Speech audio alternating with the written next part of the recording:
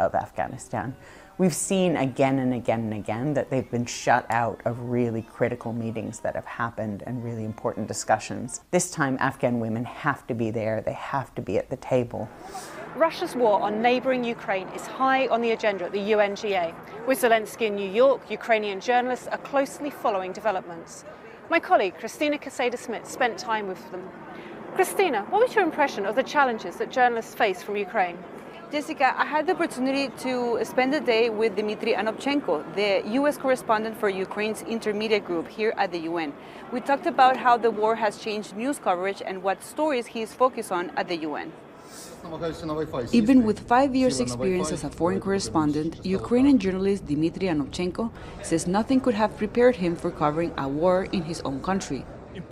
With President Volodymyr Zelensky addressing the UN General Assembly in person, Anopchenko has a full day of work and a pressing question. The main question for my audience, for all the Ukrainians, how Zelensky and how the US administration understands the moment when the war will stop.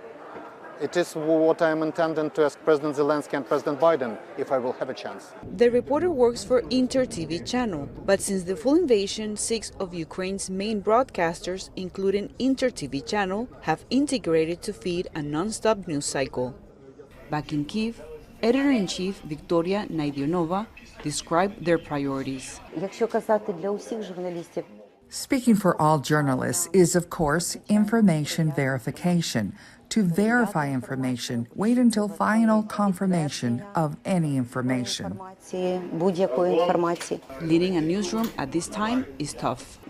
For me as the editor-in-chief, the biggest challenge is trying to maintain a kind of balance between my duty to preserve the life and health of journalists and at the same time to cover events that are happening on the front line. Vladislav Polit, who heads international news at the outlet, says Anopchenko plays a crucial role as Washington correspondent. The reaction to President Zelensky's speech, what do officials think? What do people in America think? How will they react to our president's speech?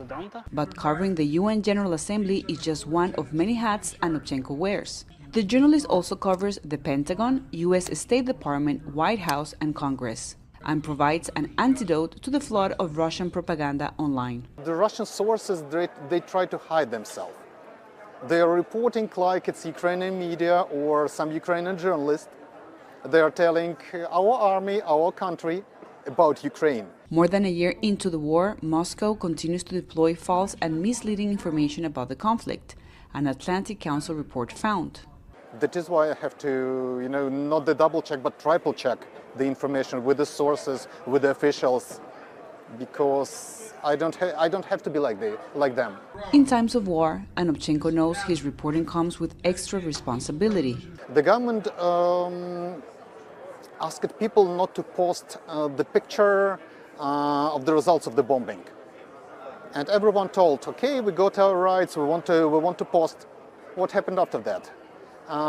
The Russian military who sent the rockets, they monitored the social media, they saw the result, and they corrected the rockets. Still, there is one story the Ukrainian journalist is looking forward to covering: the end of the conflict. Gosh, it will be so emotional. I'm even afraid to think about this.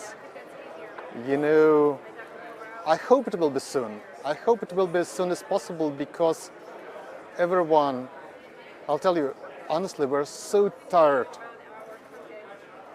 living every moment and waiting that someone you love will not be alive tomorrow. Until that moment, Anopchenko will keep doing what he does best, reporting on developments for his audience. Christina Caicedo-Smith, VOA News, New York. Thousands of journalists come to New York each September to cover this high-level event. Our Latin American correspondent Celia Mendoza has more on what goes into covering the UNGA. 193 member states, 2 weeks of high-level meetings, and an event that attracts hundreds of journalists from across the world. The annual UN General Assembly brings together some of the most powerful people in the world, and with them, media from their home countries. The journalists gather here on Press Island, a one-block section outside the New York headquarters. This year, the UN handled around 3,000 media accreditations from journalists in more than 170 countries. With conflict, climate change, inequality, and the fast rise in artificial intelligence, dignitaries who gather here have plenty to discuss. But what issues are the citizens they represent most focused on? Bangladeshi people are actually suffering from the corona pandemic, after the corona pandemic and the Ukraine-Russia war. So the price hike. So our Prime Minister appealed the world to richest countries to contribute the developing country and to recover the situation and to stop the war. In the UN, we are most interested in the topic that is for us the most important. Our president will be here in the United Nations and he will talk about Kosovo. The main focus of the media these days are the SDGs and also the Security Council's work on the conflicts of international matters, especially Ukraine, let's say Libya, Syria and Yemen. And I think that the work of the UN that do, especially during this week, is very important because not only they are here to try to mediate between conflicts, but also to expose these problems and try to have more and more people interested on them. Ensuring media access reflects the United Nations commitment to press freedom, which is enshrined in the UN Universal Declaration of Human Rights. Article 19 says, everyone has the right to freedom of opinion and expression. And UN Secretary General Antonio Guterres has been a vocal defender of press freedom, saying on World Press Freedom Day, "Freedom of the press is the foundation of democracy and justice. It gives all of us the facts we need to shape opinions and speak truth to power." But Guterres also warns of the threat to that right from disinformation and authoritarian rule. Meanwhile, journalists and media workers are directly targeted on and offline as they carry out their vital work. They are routinely harassed, intimidated, detained, and imprisoned. The number of journalists behind bars hit a record high last year, says the Committee to Protect Journalists, with countries like Belarus, China, Iran, and Turkey imprisoning dozens of reporters for seeking the truth. The state of human rights globally is another issue the media gathered here in New York will be pressing world leaders about. Celia Mendoza, VOA News, New York. Part of the agenda here at the UNGA 2023 is global health. Scientists working to create vaccines to protect the public during the global coronavirus pandemic found themselves confronting an unexpected danger: disinformation. In an interview with VOA, Dr. Peter Hotez, who developed a non-profit vaccine and became a trusted voice during the pandemic, warns of the danger of disinformation, as detailed in his new book, The Deadly Rise of Anti-Science. Anti-science now is a lethal societal force. 200,000 Americans perished because of it. It's not stopping in the U.S. It's extending throughout North America, Europe, now into low and middle income countries. It has the ability to reverse all of the amazing global goals we've had since 2000, the Millennium Development Goals, the Sustainable Development Goals. It's that much of a threat. So that's one concern I have, is the globalization and going beyond COVID vaccines to all childhood immunizations. My second big concern is it's targeting not only the science, but the scientists. You know, this has become kind of a signature of authoritarianism, is targeting vaccines, targeting science, and targeting scientists as public enemies.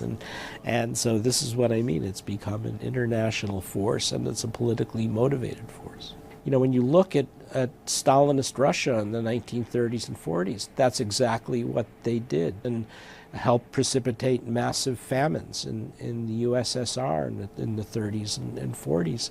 Maybe 2 to 3 million people perished because of it. So that shows you how dangerous anti-science could become. We're not at those numbers yet, but I'm worried. I'm very concerned about this rise in anti-science aggression. And basically what you're seeing play out now in Washington is revisionist history, and basically saying, no, it was they're trying to say it was the vaccines that killed, not COVID, or that the scientists invented the virus in the first place, which is also not true. We have massive evidence showing the natural origins of COVID. So I am worried that as we head towards the 2024 election, this kind of revisionist thinking in history will become dominant. I think the health sector and the science sector doesn't quite know what to do because it's a political assault, and we need the help of our people who understand how politics works in America to know how to diffuse it. We are a nation built on science and technology. It's what gave us the Manhattan Project and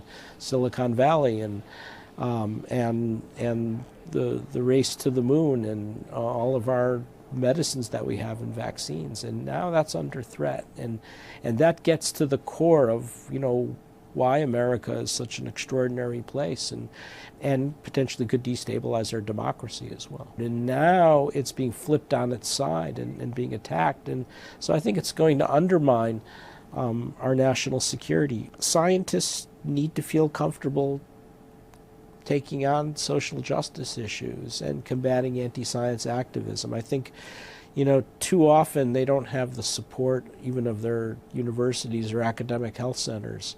Or basically they're told, look, you're an academic, you have freedom to speak, ... but don't screw this up and put the institution at risk. And that has a chilling effect as well. Next, we look at the future of the UNGA. Preparing the youth of today to help solve the problems of tomorrow is what Portugal's ambassador to the UN, Ana Paula Zacaras, had in mind when she helped lead efforts to pass a UN resolution encouraging member states to support the model UN. Here's what the ambassador told VOA about the programme. At least 100 countries do these model UNs, and they do it regularly. So it's a way of young people to get involved in the way of the United Nations. How do we work? How do we get things done? The United Nations is the place where the world gets together, where we have a dialogue, where we try to find consensus to make a better world, and to make a better world for the generations of today and for tomorrow. So young people, when they participate in these UN models, they have the possibility of discussing the priorities that we have: human rights, climate change, the questions of civil engagement, the possibility of people participating in their civic life. My colleague Laurel Bowman visited a group of students at a school in a town near Washington, D.C. to get their view. Laurel?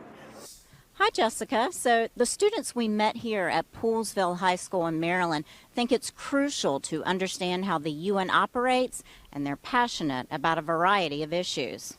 So Model UN, it's basically a model of the United Nations in the name. So you will represent a country and you will debate with other delegates about certain issues. As the academic year starts at Poolsville High School in Maryland, Model UN leaders are recruiting for their club. Curious students are skipping lunch to hear their peer leaders. The room is full. So it kind of gets you familiar with other countries' positions and stuff like that. As an icebreaker, the Model UN leaders invite students to defend their positions on which course of study at the school is best. Global ecology is the best program. One, because we benefit the other programs mutually. So we benefit the whole school community by making it greener, making it cleaner. After the recruitment drive, the Model UN leaders discussed the global issues many young people care about, including artificial intelligence and the environment. With the rise of ChatGPT and a lot of other LLMs, we've seen the rapid growth and potential misuse of this technology. I think it's really a part of UN. The UN can even step in to maybe make these changes and help to restrain it. The narrative surrounding environmental science and the environment in general seems to be very overly pessimistic, in which we think of a future where essentially the world is doomed. We're going to die because of all of this. But something I really want to do is focus on, I guess, a more solution-oriented approach to environmental science. Exactly. Yeah, okay.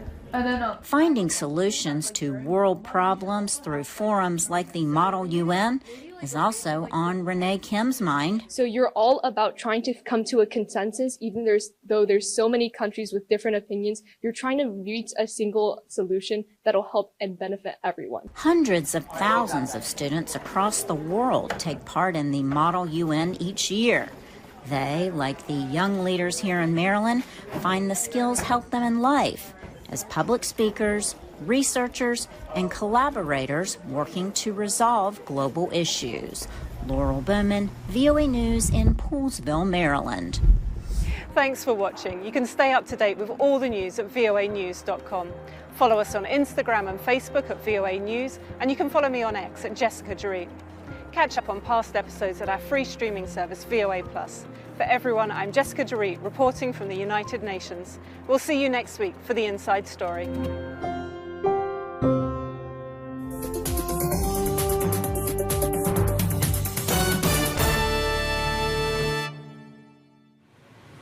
And that's a wrap for today. We look forward to yet another VOA deep dive on major issues and events in tomorrow's presentation. And keep in mind to always work hard, aim high, give thanks and be kind, and catch the news right here on PTV. This has been Sharms Espina for Stories from the Grid.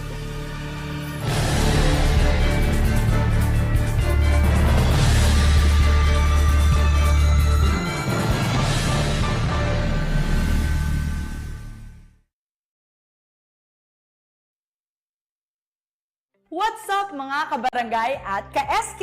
Ngayong October 30, i-flex natin ang kapangyarihan nating bumoto. At makilahok tayo sa 2023 Barangay at Sangguniang Kabataan Elections. Sa araw na yon, lahat tayong registered voters ay boboto ng isang barangay chairman, 7 miyembro ng Sangguniang Barangay, isang SK chairperson at 7 SK councilors. Ang lahat ng mananalo ay magsisilbi hanggang Disyembre ng taong 2025, ang nakatakdang petsa ng susunod na lokal na eleksyon. Ang kandidato ay kailangan Filipino citizen, rehistradong botante, at residente ng barangay kung saan siya ay tatakbo ng hindi bababa sa 1 taon. Kayang bumasa at sumulat sa Filipino, Ingles o iba pang lokal na lengguwahe. At least 18 years old para sa barangay positions at 18 hanggang 24 years old para sa SK positions. Paalala lang din ha, bawal tumakbo ang SK aspirant na may kamag-anak na kasalukuyang opisyal hanggang 2nd civil degree of consanguinity. Ibig sabihin, hindi pwedeng tumakbo kung ikaw ay may lolo, lola, tatay, nanay, asawa o in-laws na kasalukuyang nanunungkulan sa lugar ninyo. Guys, ang ating barangay at SK officials ang nagpapanatili ng kaayusan, nagtatakda at nagpapatupad ng mga proyekto para sa ikauunlad ng ating barangay.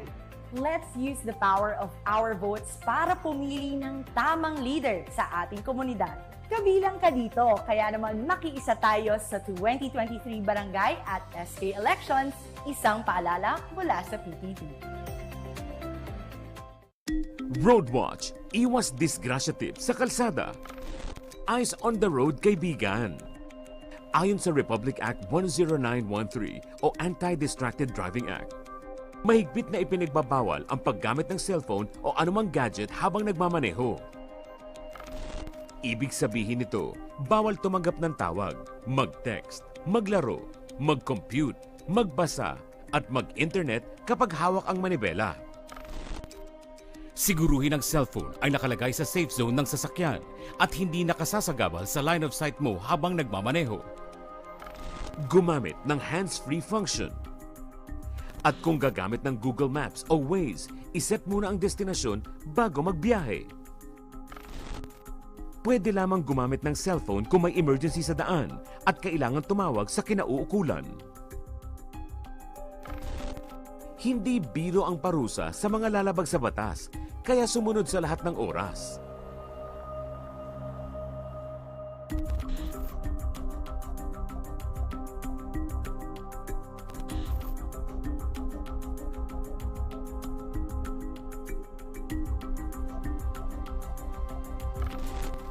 Kapag buhay ang nakataya, dapat listo sa kalsada.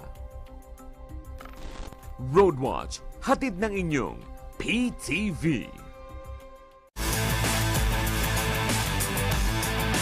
Masiksik na aksyon at may init na balitang sports ang mapapanood.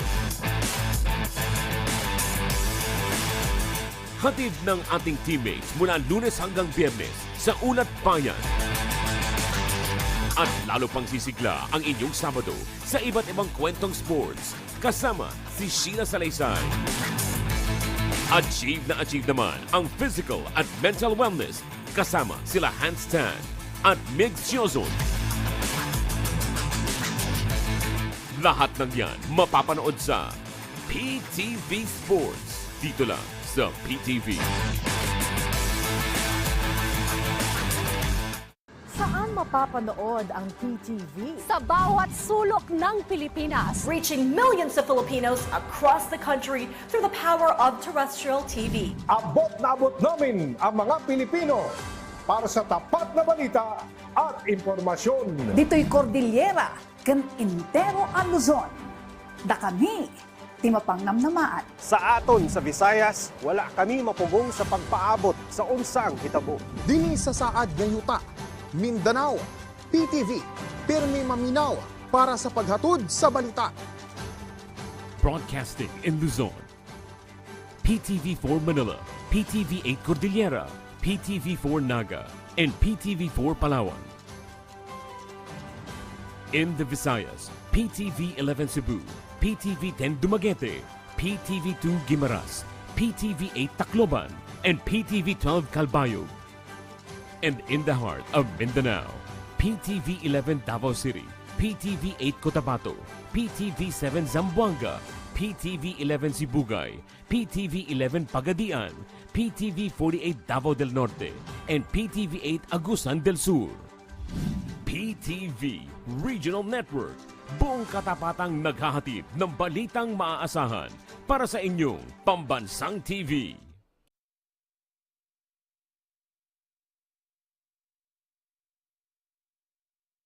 Ito'y produkto ng demokrasya na malaya nating tinatamasa ngayon. Ang pagiging journalist o mamamahayag ay parehong responsibilidad, pribilehiyo at oportunidad na makatulong sa tao. Ito ay serbisyo publiko sa pamamagitan ng pagbibigay ng kinakailangang impormasyon ng tao. Kasama na din dito na matulungan silang na makapagdesisyon lalo na sa mga usapin na may kinalaman ang bayan. Sa pamamagitan ng pagtutok sa mga pangyayari o sitwasyon, ako'y naniniwala na nakakatulong ito sa pagkakaroon ng call to action o yung agarang pagtugon sa mga mahalagang issue. At hopefully, ito ay nakakaambag sa pagkakaroon ng positibong pagbabago sa lipunan.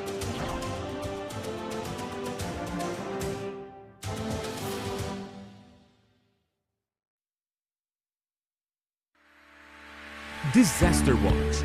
Alamin ang Modified Tropical Cyclone Wind Signal System para sa mga paparating na bagyo. Signal number 1. Isa itong tropical depression na nagtataglay ng bahagyang lakas ng hangin at tatama sa loob ng 1.5 araw. Posible itong makadulot ng pinsala. Walang pasok ang mga bata sa preschool. Signal number 2. Ito ay tinatawag na tropical storm na may dalang katamtamang lakas ng hangin at posibleng tumama sa loob ng 24 oras. Pinapayuhan ng lahat na isecure ang kanilang mga bahay at kagamitan at wag na munang maglakbay. Wala ring pasok ang mga mag-aaral mula sa preschool hanggang high school. Signal number 3. Ito ay severe tropical storm na posibleng tumama sa loob ng 18 oras. Pinapayuhan ang mga residente na lumikas sa mabababang lugar, baybayin at tabing ilog at maghanda sa pagkawala ng kuryente at komunikasyon. Walang pasok sa lahat ng antas ng edukasyon.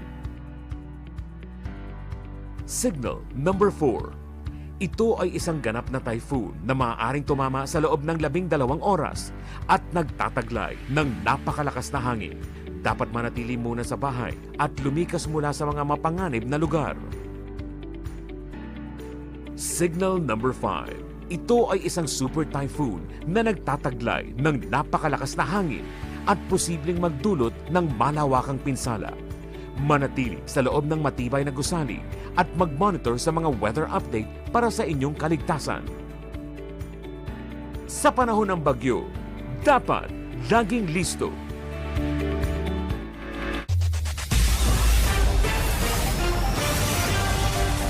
Nakita na ang PTV Balita ngayon. Aprobado na ng Regional Tripartite Wages and Productivity Board ang aumento sa sahod ng mga manggagawa sa Ilocos at Western Visayas Region.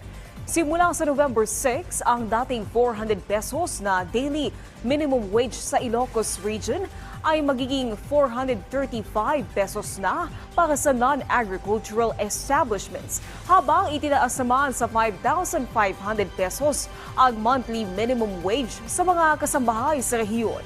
Sakop nito ang mga probinsya ng Ilocos Norte, Ilocos Sur, La Union at Pangasinan. Sa Western Visayas naman, tataas ng 480 pesos ang daily minimum wage sa non-agricultural establishments, habang 5,000 pesos naman sa mga kasambahay sa rehiyon.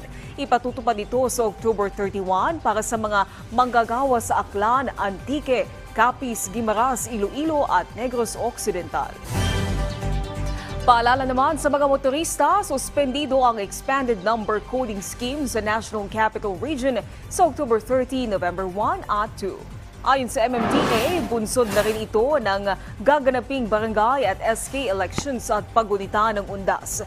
Tiniyak naman ng MMDA Acting Chair Romando Artes na nakahanda ang kanilang mga tauhan upang matulungan ang mga kababayan nating luluwas sa Metro Manila. Nasa mahigit 1,400 traffic personnel ang ipakakalat ng MMDA sa mga pangunahing lansangan sa NCR upang matiyak na magiging maayos ang daloy ng trapiko. Samantala, alamin natin ang ibang balita mula sa Visayas kay Jessie Atienza ng PTV Cebu. Daghang salamat Naomi ug maayong adlaw. Usa ka waste management forum ang gipahigayon sa Sugbo nga gitambungan sa mga naa sa business sector. Tumong sa forum nga mahisgutan ang kabahin sa pagsulbad sa problema sa waste management ug ang environmental sustainability. Kapin usa ka gatos sa mga mitambong sakop sa business sector, mga representante sa mga LGU, mga anaa sa akadim, lakip na ang mga sakop sa City Environment and Natural Resources Office, Sentro. Lakip sa naisgutan ang circular economy, dinbuot sa mga negosyante na ma-recycle ug ma-reuse ang mga baligyang produkto aron mas mugaan ang problema sa polusyon ug mapalambo ang resource efficiency. So it actually speaks about how we can improve our environmental practices, because as businesses, we're also one of the major waste generators of our community, and we cannot. It's been obvious that we cannot continue what we're doing, which is what we call a linear economy, wherein we produce and generate so much waste. So we have to transition into a what we would call a circular economy, wherein what we produce, we recycle what we can, and we also try to reuse what we can. Samtang sa laing bahin mokabat ngadto sa 10,000 ka mga personnel sa PNP ang ipakatap sa Tibok Region 7 atol sa gipahigayong multi-agency send-off ceremony. Nagtapok sa South Road Properties ang mokabat sa 10,000 na kapulisan nga i-deploy sa Tibok Rehiyon atol sa umaabot nga BSKE. Misalmot sab sa send-off ceremony ang laing 2,000 ka mga sakop sa Philippine Coast Guard, Bureau of Fire Protection, NGCP, COMELEC, Disaster Team ug AFP.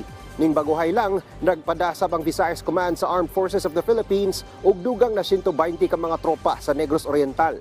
Aron mas hugot nga seguridad ang mapahamtang sa probinsya na adunay siyam ka mga barangay nga gipaubos sa COMELEC watch list. At yan ang mga huling balita mula sa PTV Cebu. Ako si Jessie Atienza. Balik sa inyo, Naomi. Daghang salamat, Jessie Atienza. At yan ang mga balita sa oras na ito. Para sa iba pang updates, i-follow at i-like kami sa aming Facebook at Twitter account sa @PTVPH. Ako po si Naomi Tiburcio. Magandang hapon.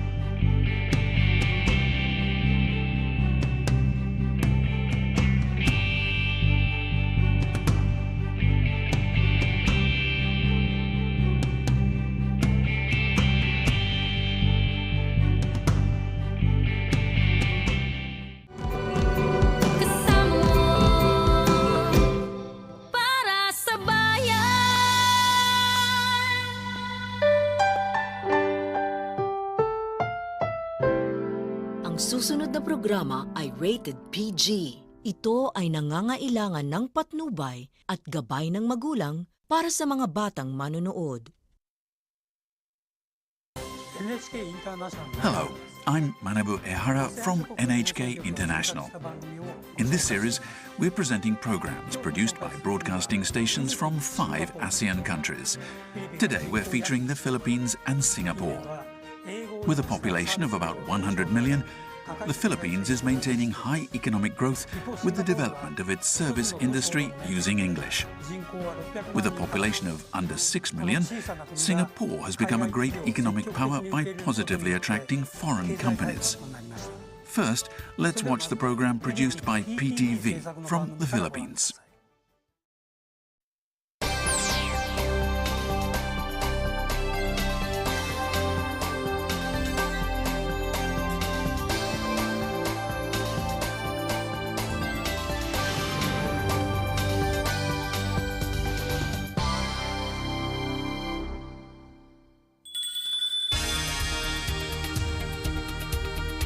The Philippines is one of the fastest growing economies in Asia.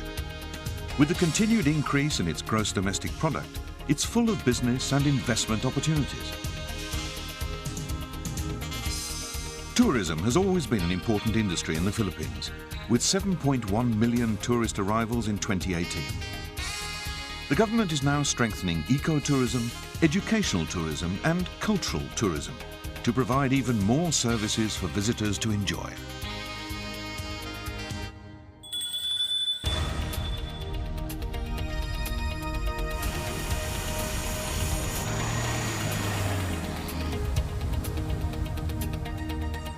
Ilocos Norte, 500 kilometers from Manila, is known for its historical landmarks, museums, old churches, and lighthouses.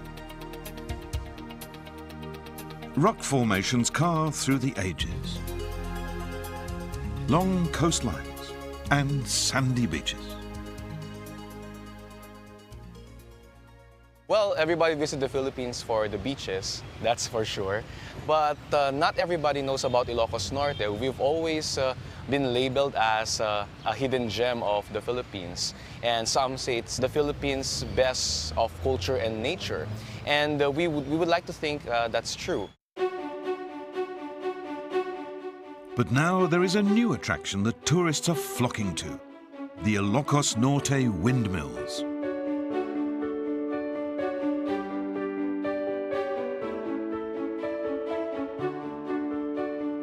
The windmills are truly remarkable, but even more remarkable is that they were never intended to be tourist sites.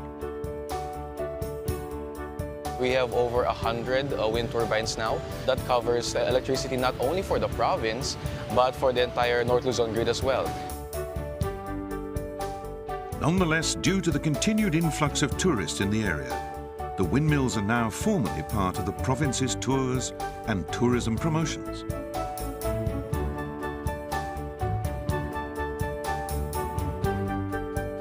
Along with the advent of tourism in Bangi, there's been a rise in the number of small and medium-sized enterprises in the area.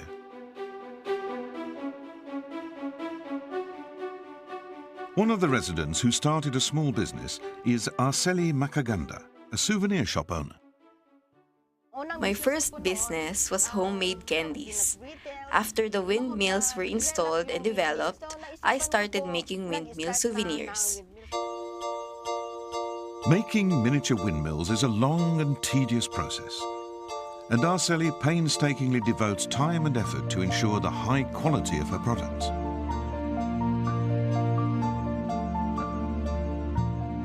Maintaining the business is not easy, but Arceli perseveres in expanding her shop.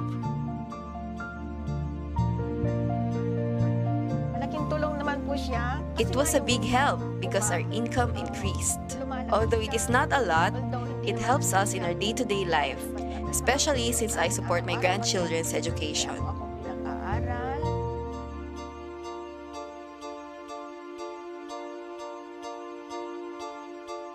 The impact of the Ilocos Norte windmills on tourism cannot be denied. Although they were not intended to be a tourist destination, their benefits are being felt by the local residents and the community at large. Ilocos Norte clearly proves that the concept of tourism can change over time. It's a place where the remains of the past meet the innovations of the present.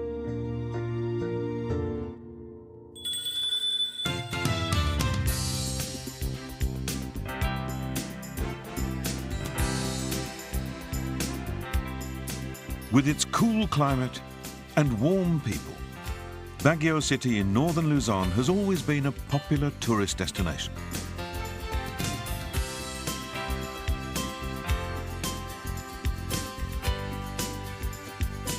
However, in recent years, Baguio has become a preferred venue for more than just rest and relaxation. It's now a haven for studying English.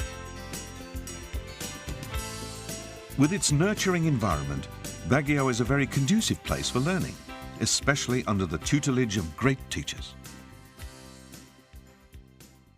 ESL education in the Philippines is quite different from ESL education in some countries because in the Philippines we offer more one-on-one classes and we do really facilitate our students when it comes to one-on-one classes. So all their inquiries will be answered by us, their teachers. This is why people from other countries come to stay and study here.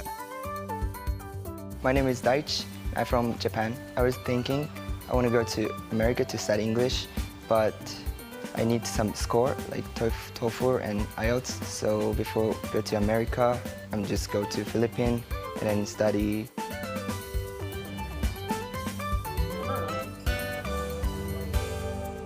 Hi, I'm Diona. I'm from Taiwan. I will be a flight attendant as long as I can speak English well.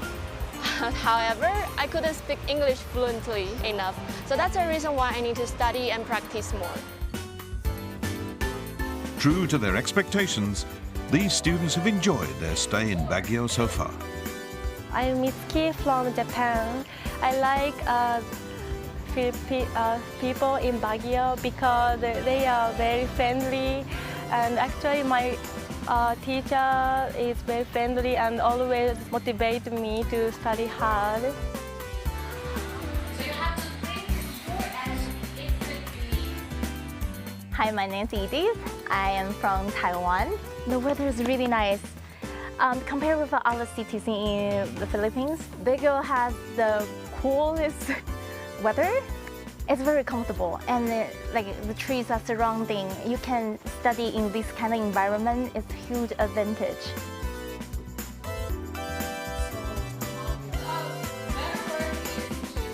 English teaching in the Philippines and in Baguio City in particular has come a long way.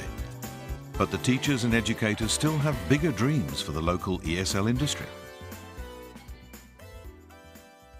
Maybe we can look at that in relation to English becoming a service industry in the Philippines. Say BPO.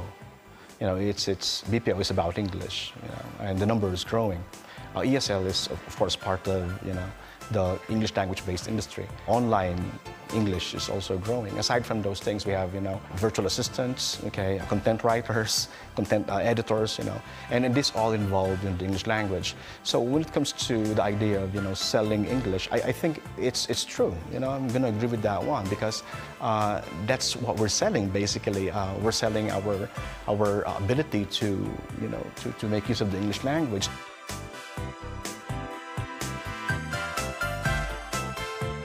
There are a lot of investment opportunities in the Philippines centered on English. It's an industry with a lot of potential just waiting to be explored.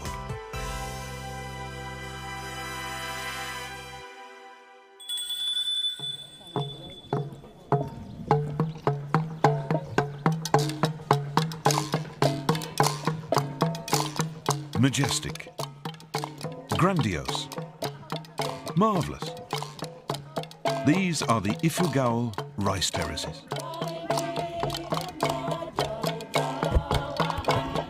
The Cordillera Mountains of northern Luzon are the home of the Ifugao people.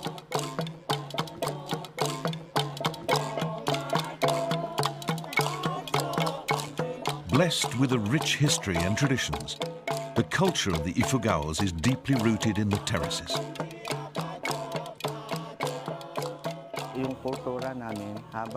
From the time we were born, even when we were still in the womb, the terraces are alluded to in every ritual and in every prayer in our culture. Due to their significance in Ifugao history and culture, the rice terraces were recognized as a UNESCO World Heritage Site in 1995. And because of their beauty and grandeur, they have become a popular tourist destination.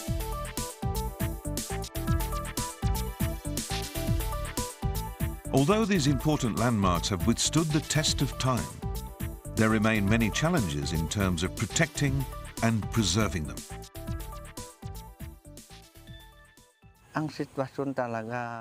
Looking at the situation now, if we will not be able to teach the culture and the value of inheritance to the young people, our terraces will be abandoned.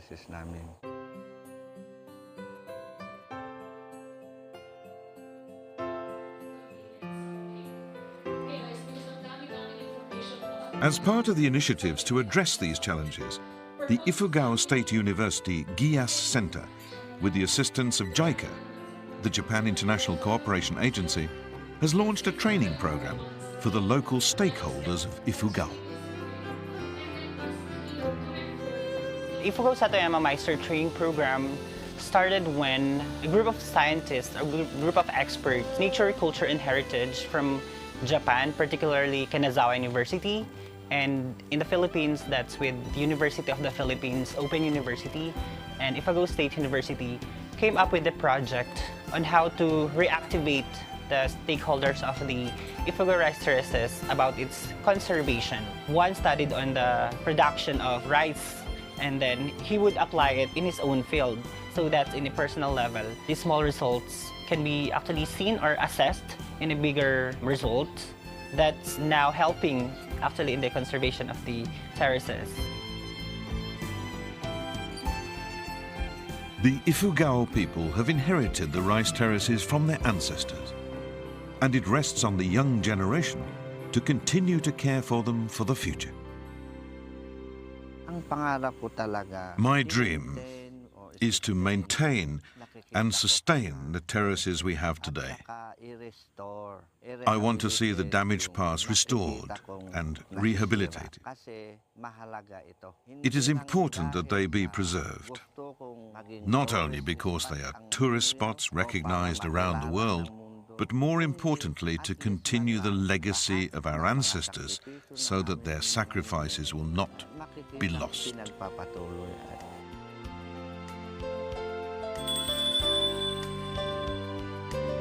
Experience the Philippines. Explore. Learn. Invest. And enjoy.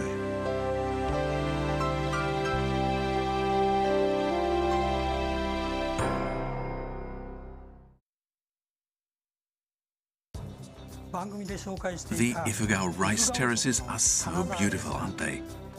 And I was very impressed by the collaborative approach to the preservation issues, incorporating ideas from both the Philippines and Japan. The next program is about Singapore. It's often described as a rich nation, with a per capita GDP of about $60,000, which is far more than the figure for Japan.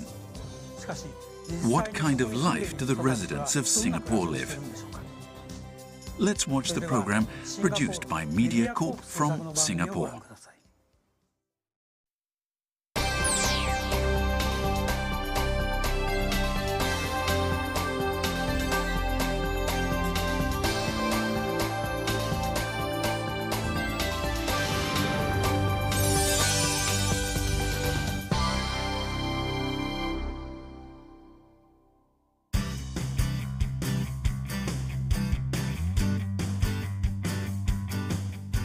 Singapore goes by many names. Some it makes for itself, others are given to it. Singapore is a lion city, a city in a garden, a smart city, and even a foodie's paradise.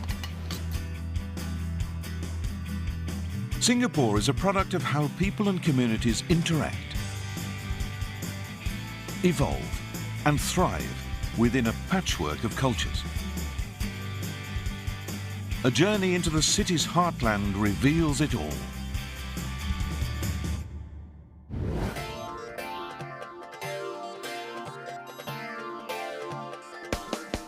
One motif dominates Singapore's urban landscape. HDB flats, whole towns of them. They're spread right across the island, housing 80% of Singapore's families, 90% of whom own their homes.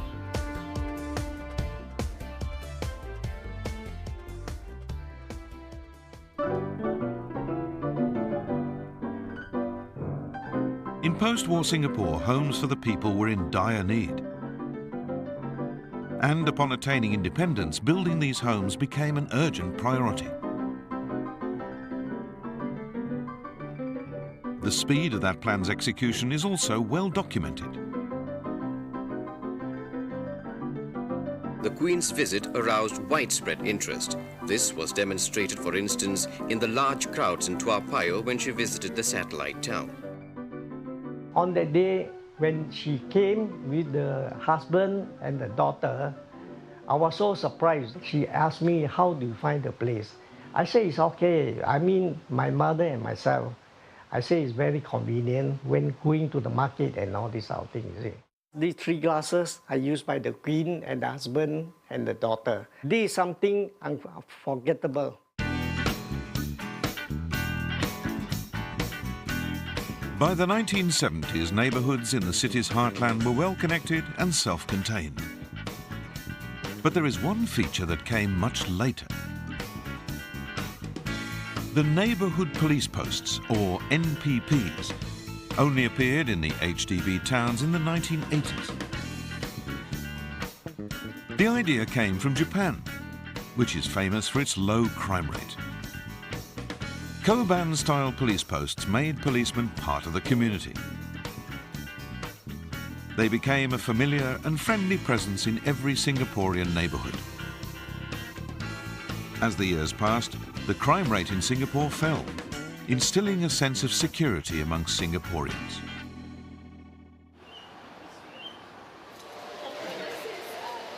Shalini Lalwani is a local tour guide who offers day trips that are a little different. Her tours, for visiting academics, tourists and even expatriates, revolve around visits to HDB neighbourhoods. I told you that the tour aims to showcase the real Singapore lifestyle, how Singaporeans shop and worship and eat, and also gives them an insight into the work that's gone into transforming Singapore to where it is today. Shalini's guests get to see how culture and friendships flourish here, among Singaporeans from all walks of life and different ethnicities. It's a characteristic feature of living in an HDB estate and a product of an ethnic integration policy which aims to preserve Singapore's multicultural identity. It also encourages social cohesion and racial harmony. When we're in the town, town walking around the neighbourhoods, we see many examples of community spaces. For example, in practice you see playgrounds. Playgrounds are community spaces for children and families. The HDB doesn't just build homes, they build communities. This is a national objective of ours to have strong families and racial harmony. There are many good reasons to take the time to venture out of one's neighbourhood and explore others. For most Singaporeans, food is reason enough.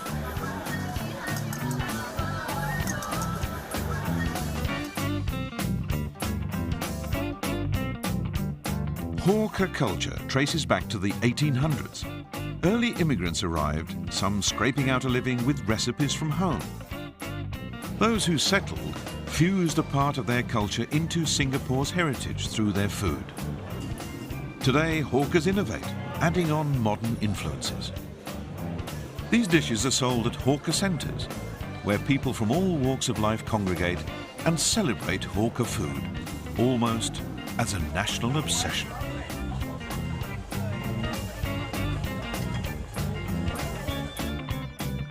So the thing about being obsessed with food is that the foodie who really follows his taste buds will have his favorite stall, and then regardless of where that stall moves to, they will actually make it a point to track it down.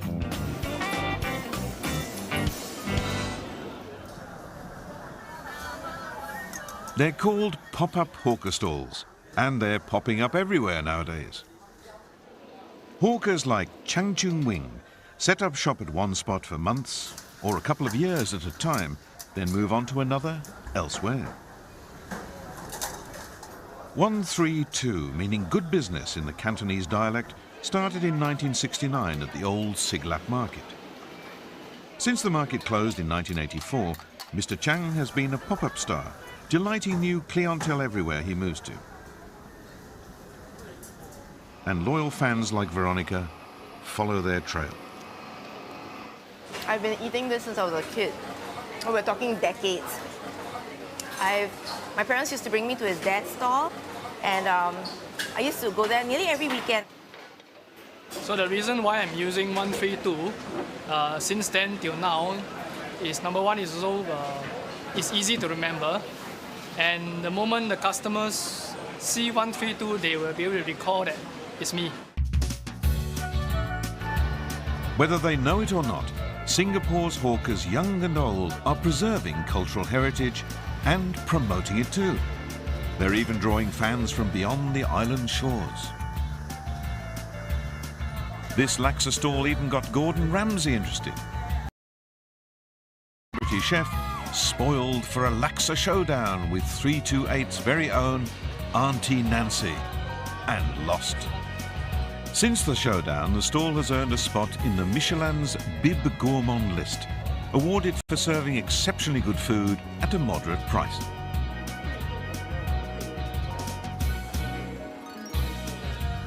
"50 other hawker stalls in Singapore have earned their spot too, some serving up award-winning masterpieces for as low as $1. The attention surrounding Singaporean hawker food has created something of a renaissance for hawkers and hawker centres everywhere. I think people have become very proud of their cultural identity, their roots. They want to, stay strong to it, even as we make progress and become like a first world city. We don't want to lose the sense of self and where we came from. I think hawker food anchors us to that very strongly, and in a way that's very enjoyable.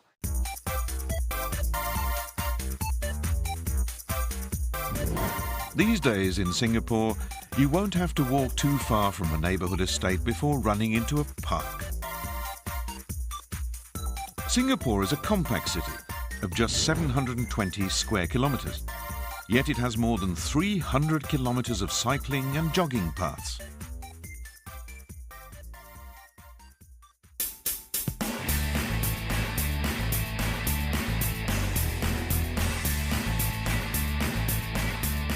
The parks grew out of a plan to build a garden city way back in 1963. Nationwide tree plantings got the public involved. They've become an annual affair ever since.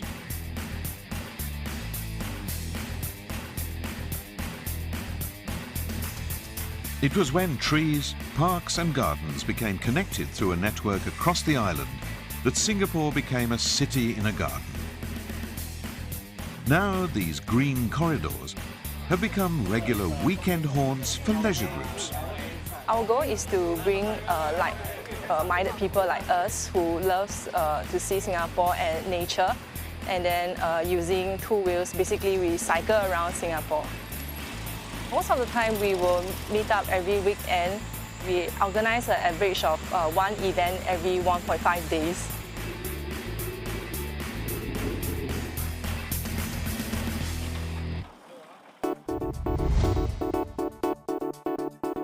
The Park Connector network is broken into loops, each offering a different experience and a different level of difficulty. This trail, which covers a portion of the eastern coastal loop, is one of the easier ones. And it's a favourite with bikers. Other loops across the island offer a slightly different sort of biking experience. Sometimes when we are up for a little bit more adventure, we will organize route like Western Adventure Loop, which is slightly more difficult. The loop in the west has difficulty levels that run from moderate to challenging. And if you're lucky enough, you might catch a glimpse of some exotic wildlife. Like the Sunda pangolin, the most trafficked mammal in the world. So usually we will stop at Jurong Lake Garden, which consists of the Chinese and Japanese garden. It's very different from the other parks or gardens around Singapore. The Japanese garden is also known by its Japanese name, Seiwa-eng. It's a tribute to garden aesthetics from the Muromachi and Momoyama periods from 1336 to 1602. We like it here because the environment is very soothing, very calming. And the PCN isn't just for fun and exercise. People are using it for commuting too. I use this PCN to get to the bus stop to go to school because it's like more convenient for me. It cuts down my traveling time, and also I can get a form of exercise from this.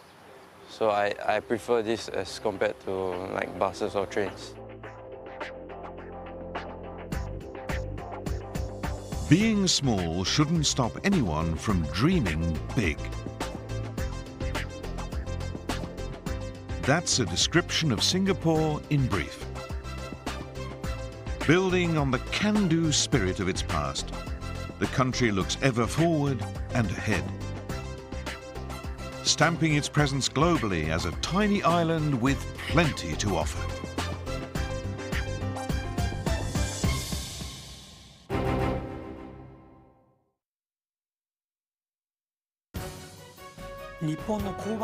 The Japanese koban system has also been imported by other ASEAN nations, New York City, Brazil, and so on. It's nice to know that its application is positively contributing to people's lives around the world.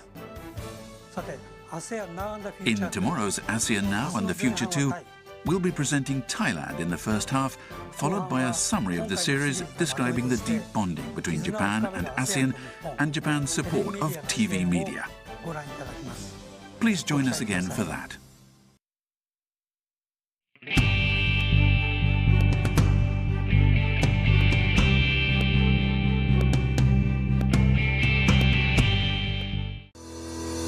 The biggest names in news wires, all under your People's Television, every hour,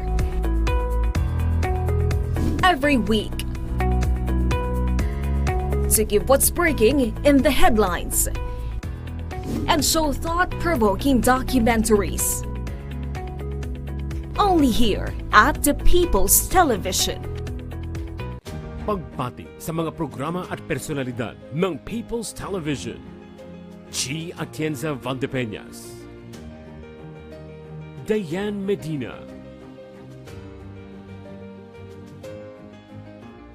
Audrey Coriseta, Fifi de los Santos, at Rise and Shine Pilipinas. Ang mga parangal na ito ay alay namin para sa bayan.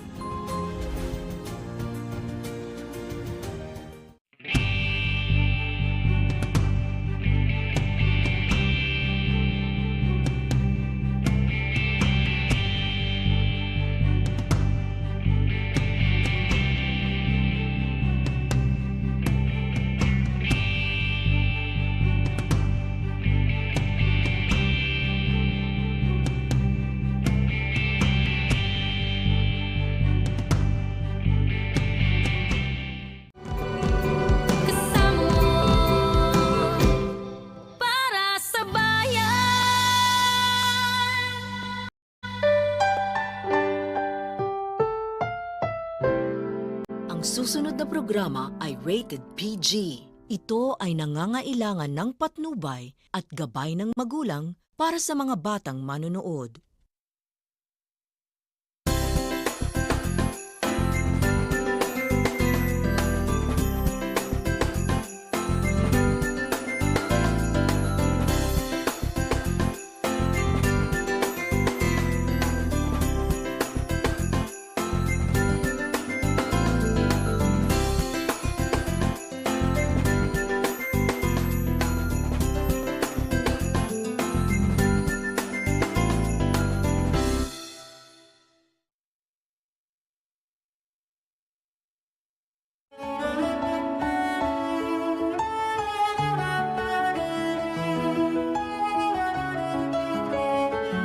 Established in 1959, Lam Yo Coffee Powder has been operating at number 328 Balestier Road for more than 50 years. A family-run business, the shop uses traditional methods of roasting coffee beans and is involved in the wholesale and supply of coffee beans and powder.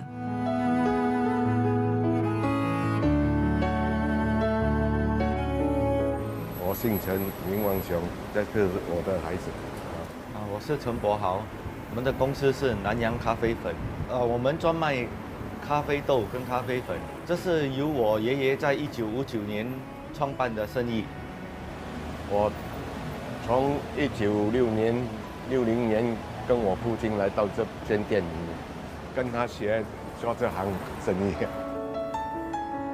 我以前常在学校假期的时候都会下来帮忙，当完兵之后。我父亲需要人家帮他，所以我就回来帮忙。直到现在，已经是 it's more like a passion， 就这样一直做到现在。像我们这样的店，应该是没有几间。我们会去咖啡入口商那边选购咖啡豆，买了适合的咖啡豆之后，我们就会把它送去工厂烘焙，烘焙之后再回来。加工磨成粉，批发出去。做这个有时要配料，还要搅拌，很多工，所以说比较辛苦一点。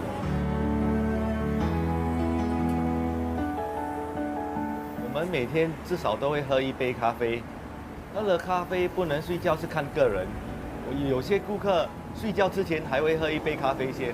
我们有时会喝多一点，因为我们需要品尝我们的咖啡，才知道烘焙方面有没有错误。以前的生意和现在的生意相差很远，因为以前东西又便宜又好卖，要求没有这样高，然后他们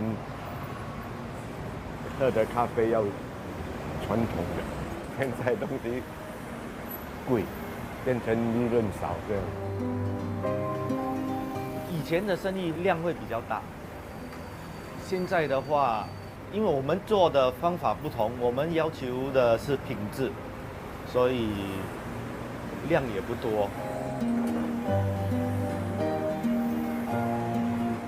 困难当然是有，新加坡的市场太小，竞争又大，因为咖啡豆的价钱时常都是上下，所以我们为了要降低成本。要在对的时候买进多一点咖啡豆。现在的顾客经常去旅行，所以他们所见识的咖啡比较多元化，所以我们需要不断的改进。这个挑战就在这边。我接手这个生意的时候，就开始引进这些gourmet coffee。比如像非洲国家的咖啡啊，南美洲啊，这些都是来自不同国家的咖啡豆。这个是其中一种苏门答腊的生豆。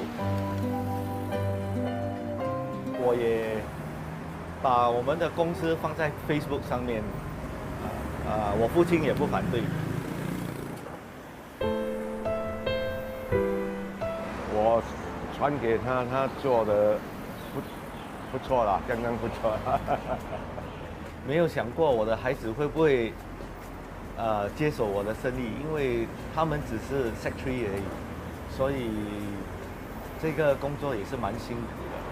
我就是希望就是再接下去，再下去这样咯，希望是这样的，因为这个是传统的。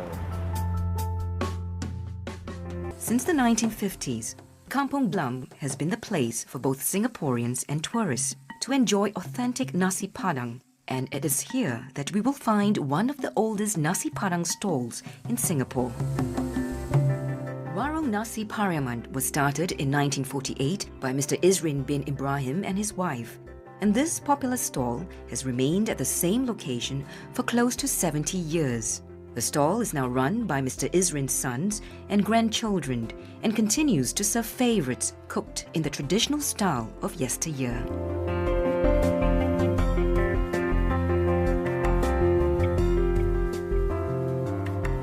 Ms. Martina, one of the founder's granddaughters, is committed to carrying on the business as she feels that it is an important legacy that her late grandparents have handed down to them. Hi, I'm Tina from Warung Nasi Pariaman. I'm the third generation from this family business. It has been running for almost 60 years. This business has been started by my grandparents, Isrin bin Ibrahim and my grandmother Rosna. When they come here, they just rent a small portion of this shop because I think they find the location is good here. It's near to the mosque. There's like one kampong, Busro Street, and Busro Street is all Malays, you know, so I think he make a right choice. My grandfather is the one who cook, and my grandmother will help him out. Then over the years, my grandmother took over him and passed down to my uncles and my mother. I think early 1990s, my grandparents decided that we're doing quite well, so they decided to take the whole coffee shop. So that's when we started our business. We start our logo, our plastic bag, and we have our own shop by ourselves lah. But it's good lah because everybody in the families contribute their, their hard work. And this is my sister Yanti and my uncle Munaf. Hello, yeah. And this is my mother, Kak Ai. People will call her Kak Ai. And this is my uncle, mine. This is our Rini, has been working with us for more than 10 years. Most of the dishes such as rendang and the ayam bakar and the ikan bakar, we still use we use charcoal to cook. The ingredients are prepared freshly every day by my uncles. We do the preparation around 5 in the morning. Everything we use, we homemade. We do it by ourselves lah. This is our rendang. We still use the same recipe as my grandparents. It takes like around 3 hours plus to cook so that they have the very soft texture. Our shop open around 7. We close the shop around 3. Although you see that it's like short hours, some people say you close so fast, around 3 you have closed, but all my uncles, my auntie, all my mother are very tired after that. I think they need time to rest and start another day for tomorrow. People come here for our food. Almost every day we have our own crowd. Like some of our customers first come with their grandparents, then after that now they bring their children also. Over the years, that those customers who come here frequently, they treat us like family, friends. With a new generation taking over the business, Warung Nasi Pariaman will continue to serve authentic nasi padang using the family's traditional recipes for many years to come.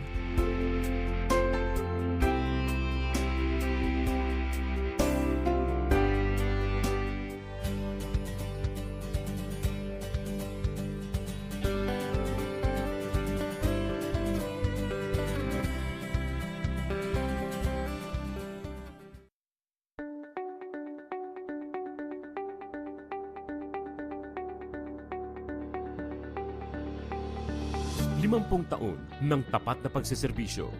Kailanman, kahit saan, para sa bayan. Reaching the Filipino from every corner of the country via terrestrial TV. In Luzon, PTV 8 Cordillera, PTV 4 Manila, PTV 4 Palawan, and PTV 4 Naga. In the Visayas, PTV 11 Cebu, PTV 2 Guimaras, PTV 10 Dumaguete, PTV 12 Calbayog, and PTV 8 Tacloban.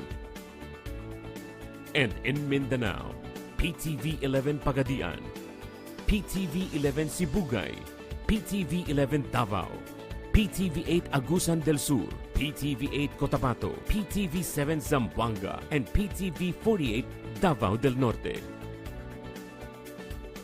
And through the power of 6 digital transmitting stations, PTV 14 Manila, PTV 42 Cordillera, PTV 46 Naga, PTV 42 Cebu, PTV 23 Guimaras, and PTV 45 Davao.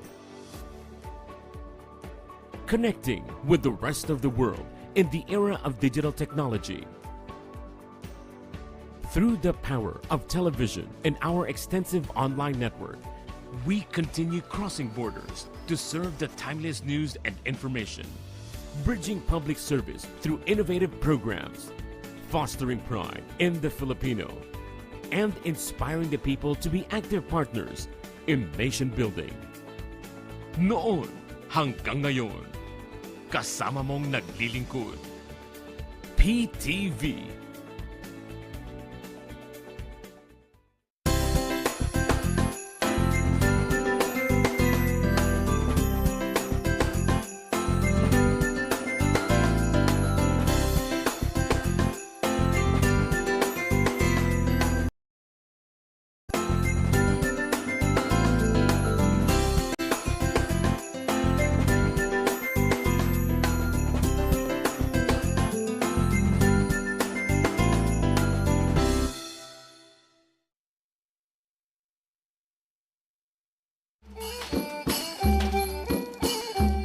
For over the past 10 years, the locals of Bantasawang village in Surin province gather daily to weave silk cloth here after finishing work in the fields.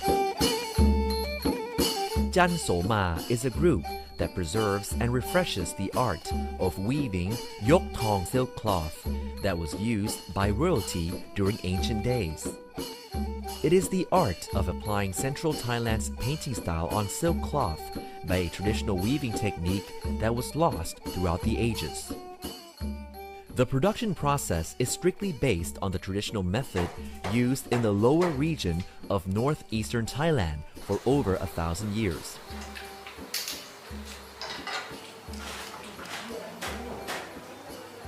This involves selecting small and light silk threads to wash and boil.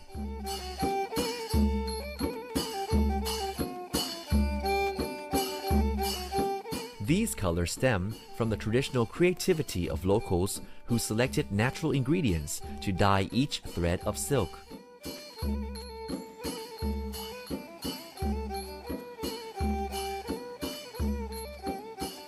The integration of patterns used by Central Thailand's royalty with the weaving technique of northeastern Thailand's southern region creates wondrous masterpieces.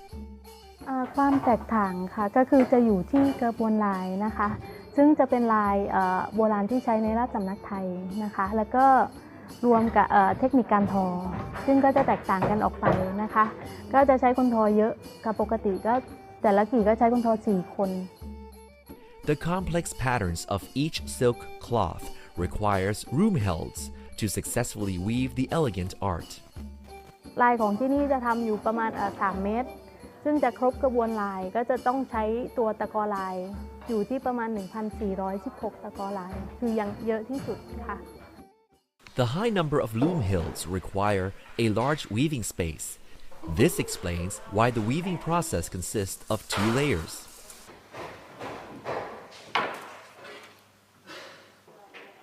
We finish weaving only 3 to 7 centimeters of cloth per day because of the task's difficulty.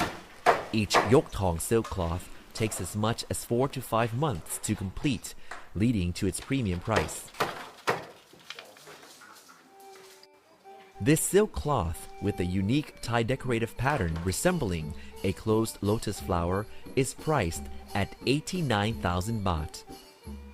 Silk cloths with patterns of greater detail, such as the Garuda battling the Naga, were priced at 290,000 baht. Those who are willing to pay the price must also be willing to wait 2 to 3 years according to the production queue. These factors are worthwhile considering the nature of these silk masterpieces. บางคนเอาไปเป็นสมบัติส่วนตัวก็คือไม่ได้เอาไปใช้ไม่อะไรเลยคือเอาไปเก็บเป็นสมบัติเพราะว่าคือลูกค้าทั่วไปเขาจะมองว่าอนาคตต่อไปก็คืออาจจะไม่มีใครมาสืบสานต่องานพวกนี้มันก็จะหายไปอย่างน้อยมันก็ยังมีชิ้นงานที่ยังอยู่ Due to its exceptional quality, Jan Soma was selected to make Yoktong silk shirts and shawls for leaders and their spouses during the APEC Summit 2003 hosted by Thailand. The greatest honor was the shop's assignment to design and weave silk cloths as gifts to present to the royal visitors during the 60th anniversary celebrations of King Bhumibol Adulyadej's accession to the throne.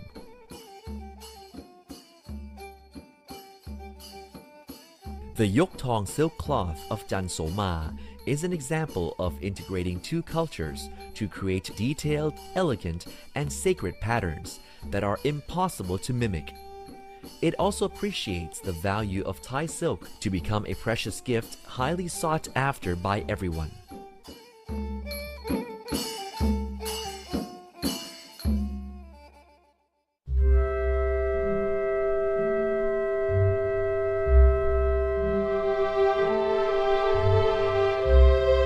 Many people are embarrassed of me for the fact that I was born and I brought up here and spending most of my life in this city.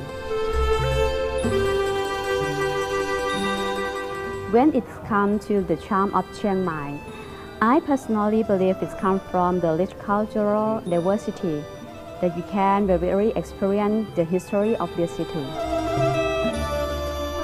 Many majestic handicrafts originate here in Chiang Mai, but if you wonder what is my favorite, I will definitely say Chiang Mai lacquerware.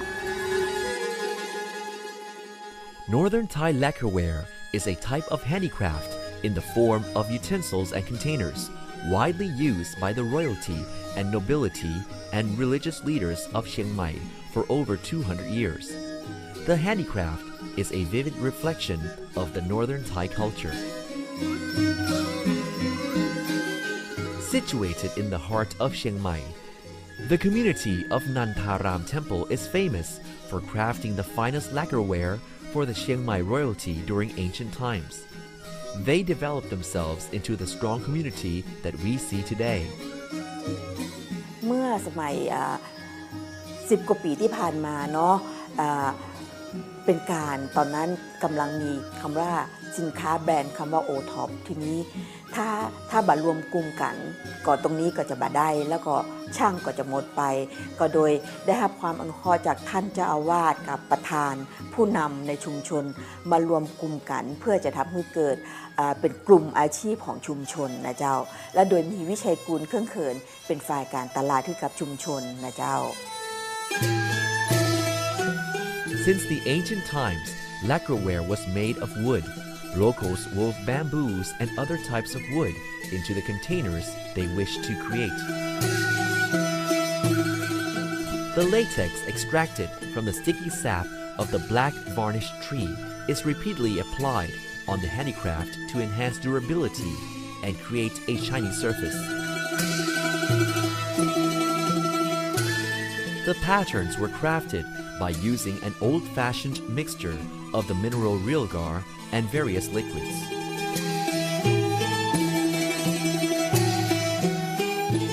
The craftsmen apply gold leaf on the patterns before washing the handicraft with water to gradually reveal its elegant design. Carving patterns is a technique that requires high expertise. One single mistake will jeopardize the entire handicraft. This unique style can only be found in Chiang Mai lacquerware.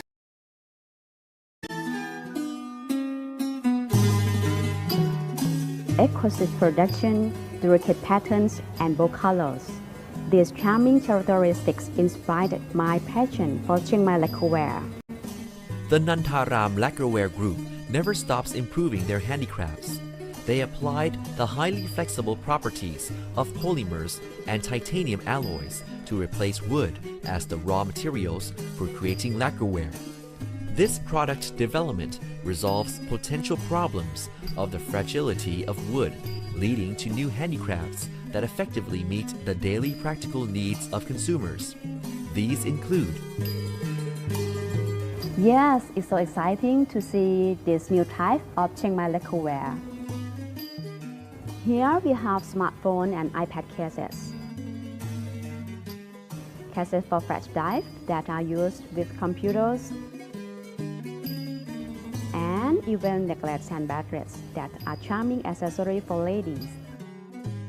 This truly is an example of continuous product development.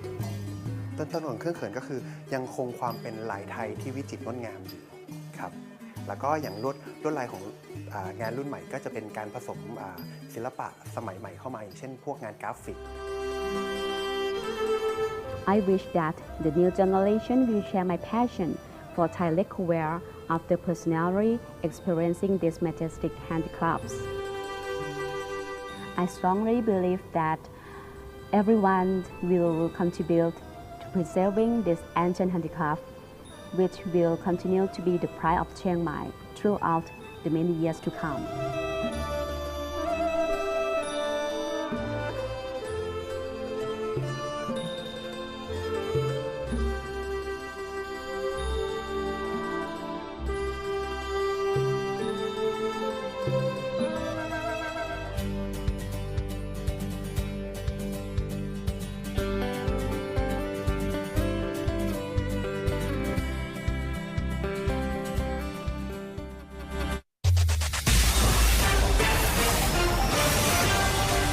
Nagbabalik ang PTV Balita ngayon.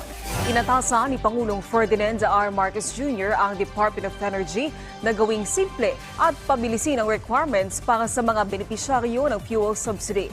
Ayon kay DOE Secretary Rafael Otilia, mula sa dating 3 buwan, gagawin na lang 1 buwan ang trigger period para sa pagbibigay ng fuel subsidy program. Nitong Setyembre, nasa 3 bilyong piso ang inilaan na pondo ng gobyerno sa fuel subsidy program upang matulungan ang mga nasa pampublikong transportasyon. Mahigit 100 Pilipino pa sa Israel ang humiling na makauwi sa Pilipinas.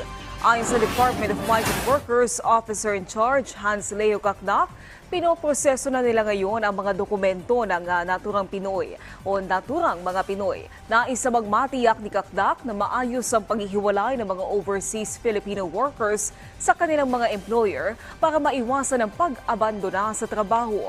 Mababatid na dumating kahapon sa Pilipinas ang ikatlong batch ng mga OFW na na-repatriate mula sa Israel. Samantala, alamin natin ang ibang balita sa PTV Davao mula kay Julius Pacot. Mayong adlaw, nanawagan ang Peace and Public Safety Office sa Dakbayan sa Davao nga likayan ang ginahimo nga prank calls da sa City 911. Kung asa mamahimo na nilang makuha ang impormasyon sa mga naga-prank call subay sa SIM Registration Act. Sumala pa sa chairperson sa Peace and Public Safety sa 28th Davao City Council nga si Councilor Luna Maria Acosta, anaa sa ilang plano nga magbutang og multa sa mga individual nga ilang madakpan nga naga-prank call sa 911 hotline. Nagpahinumdum usab ang mga konsehal sa mga ginikanan nga tugutan lamang nga mutawag ilang mga anak sa maong hotline kung anaa lamay emerhensiya nga sitwasyon o nikayan nga mutawag kung dili kinahanglan. Musugot na ang mga bata, magsigilag dial-dial, kay basig, ma-block inyong number no, niya kung kanun sa kinahanglan ninyo actual emergency response, dili na noon mo katawag sa 911 kay gi-block na mo. Kay 5 times or more na nanawag inyong anak tapos prank di ito. So sayang kaayo. Samtang malampuson ang pagpahigayon og Coffee Fiesta 2023 sa probinsya sa Davao del Sur, ding gitambungan sa mga coffee processors, kooperatiba, asosasyon, mga coffee shop ug pop-up coffee cart owners, barista ug mga coffee lovers ang mga aktibidad nga gipahigayon sa usa ka mall diha sa Digos City niadtong Oktubre 19 hangtod 21 ning tuiga. Gipangunahan kini sa Department of Trade and Industry kon DTI Davao del Sur sa pakig-ilayon sa Davao del Sur Coffee Council, Davao del Sur State College, Provincial Government sa Davao del Sur, uban pang government o non-government organization. Tumong sa Coffee Fiesta 2023 nga ma-highlight ang kaabunda ug ang kalami sa kape gikan sa coffee beans nga ginatanom o ginaamuma diha sa mga coffee farmer sa mga probinsya. Paagi usab ang mga aktibidad aron madasig ang mga naglangkob sa coffee industry sa pag-produce og world-class nga kape nga pwede pang pamaligya sa lokal ug international market. Atol sa tulo ka adlaw nga Coffee Fiesta ang trade fair, coffee brewing og coffee og latte art competition og mga learning sessions din hisgutan ang paagi sa pagpalambo pa sa industriya sa kape sa probinsya sa Davao del Sur. Thank you very much for your participation. Congratulations. Thank you to our stakeholders, baristas, brewers, farmers, and of course ang atong mga traders. And of course guys, we should be able to mark our product properly because Davao del Sur coffee is one that we should be proud of. Og mao katong mga nag-unang mga balita gikan dinhi sa PTV Davao, ako si Julius Pakot. Mayong adlaw. Daghang salamat Julius Pakot. At yan ang mga balita sa oras na ito. Para sa iba pang update, i-follow at i-like kami sa aming Facebook at Twitter accounts at PTVPH. Ako po si Naomi Tiburcio. Magandang hapon.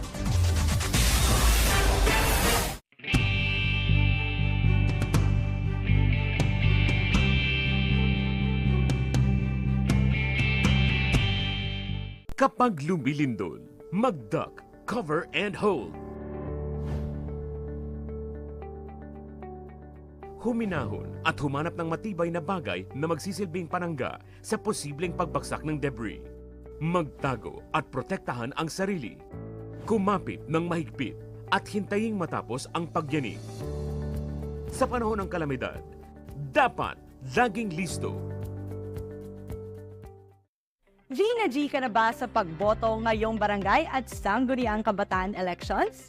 Tandaan na ang voting hours ay mula alas 7 ng umaga hanggang alas 3 ng hapon. Habang alas 7 ng umaga hanggang 1:00 ng hapon naman sa mga emergency accessible polling place para sa mga PWD, senior citizens at buntis. Manual o mano-mano ang magiging botohan.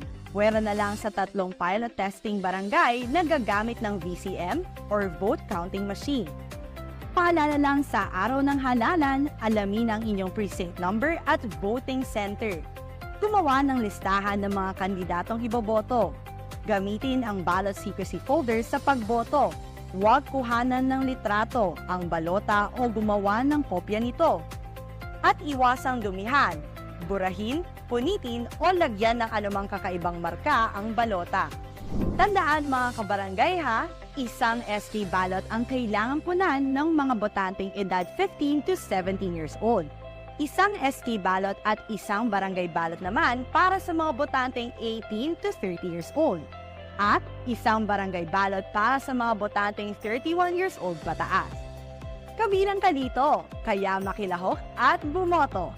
Isang paalala para sa maayos, malinis at payapang halalan mula sa PTV.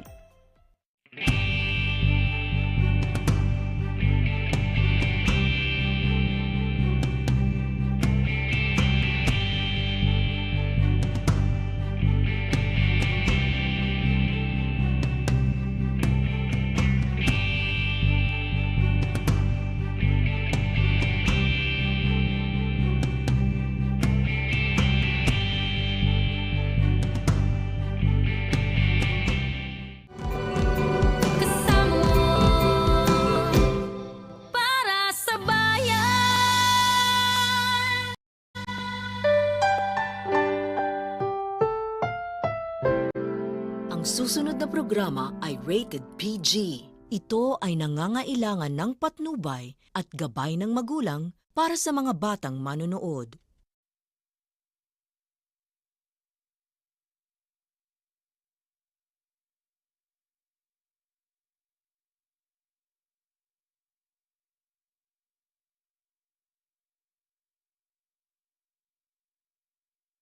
Experience God's amazing glory.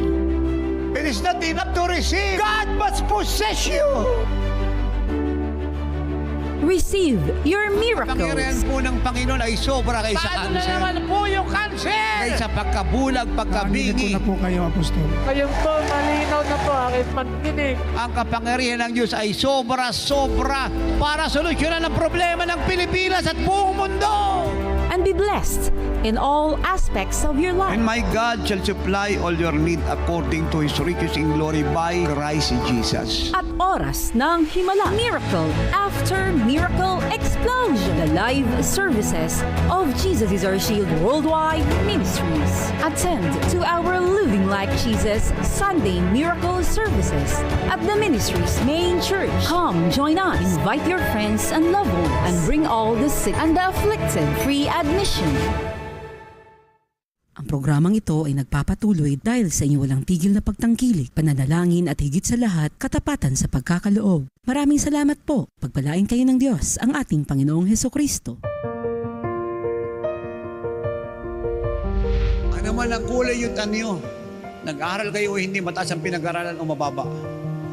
Pag nakita ng Diyos na puno kayo ng pananampalatayang lumalapit sa Kanya at may inaasahan, wala siyang magagawa kundi i-grant o ibigay, ikawad ang inyong hinihingi. Faith is powerful.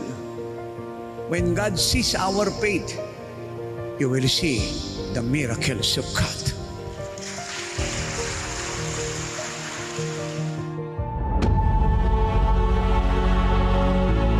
Go into all the world and preach the gospel to all creation.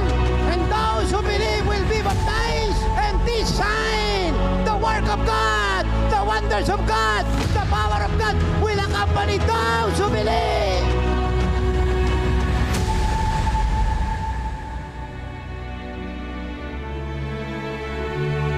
Are you ready to receive your miracles and blessings? Experience God's glory and learn His powerful word through our host, Apostle Renato D. Carulli.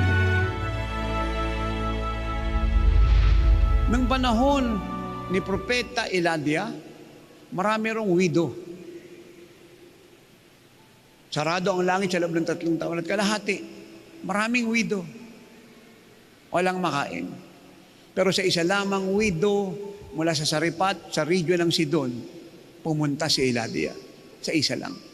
Pero maraming widows, pero isa lang ang nakatanggap ng power niya, ng provision at protection. Isa lang. Maraming may keto nung panahon ni Elisha, hindi lang si Naaman, marami. Pero isa lang ang gumaling, si Naaman na taga-Syria. Hindi namumubang Diyos sa needs. God is moved when He sees faith.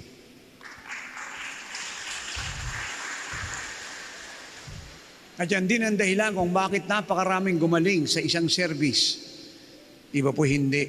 At imbis na bumalik, hindi na bumalik. Because they don't believe. They don't expect to receive.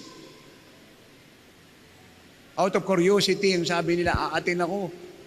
Totoo ba yung himala sa oras ng himala? Aatin ako, titingnan ko lang, magbabaka sa kalay ko. Hindi po yan nag-work out. Lahat po na nakakatanggap ng dakilang himala, bago pa dumating sa lugar na ito, bago pa manood sa TV at radio, ay sumisigaw na yung puso na pag nagbuksan ko yung programa ng oras ng himala, gagaling ako.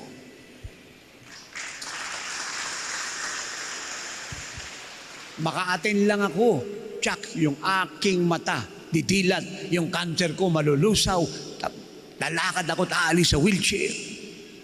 That is faith. Makarating lang ako sa gawain, yung problema ko tapos, yung pangangailangan ko ipuprovide ng Diyos, at yung gulo namin sa pamilya, aayusin ng Diyos. For according to your faith, you will receive. Kaya pag nagbigay tayo sa Diyos ng ating mga ikaput kaloob, expect to receive. Ayaw po ng marami ng ganun. Sabi na, hindi, nagbigay ko out of love to God. Kung wala namang ibang foundation kung ba't ka nagbibigay, naglilingkod, kumakanta, humahayo, nangangaral, nagtuturo, nagpa-prophecy. Hindi dahil sa pag-ibig sa Diyos. Wala namang iba. Love is the foundation.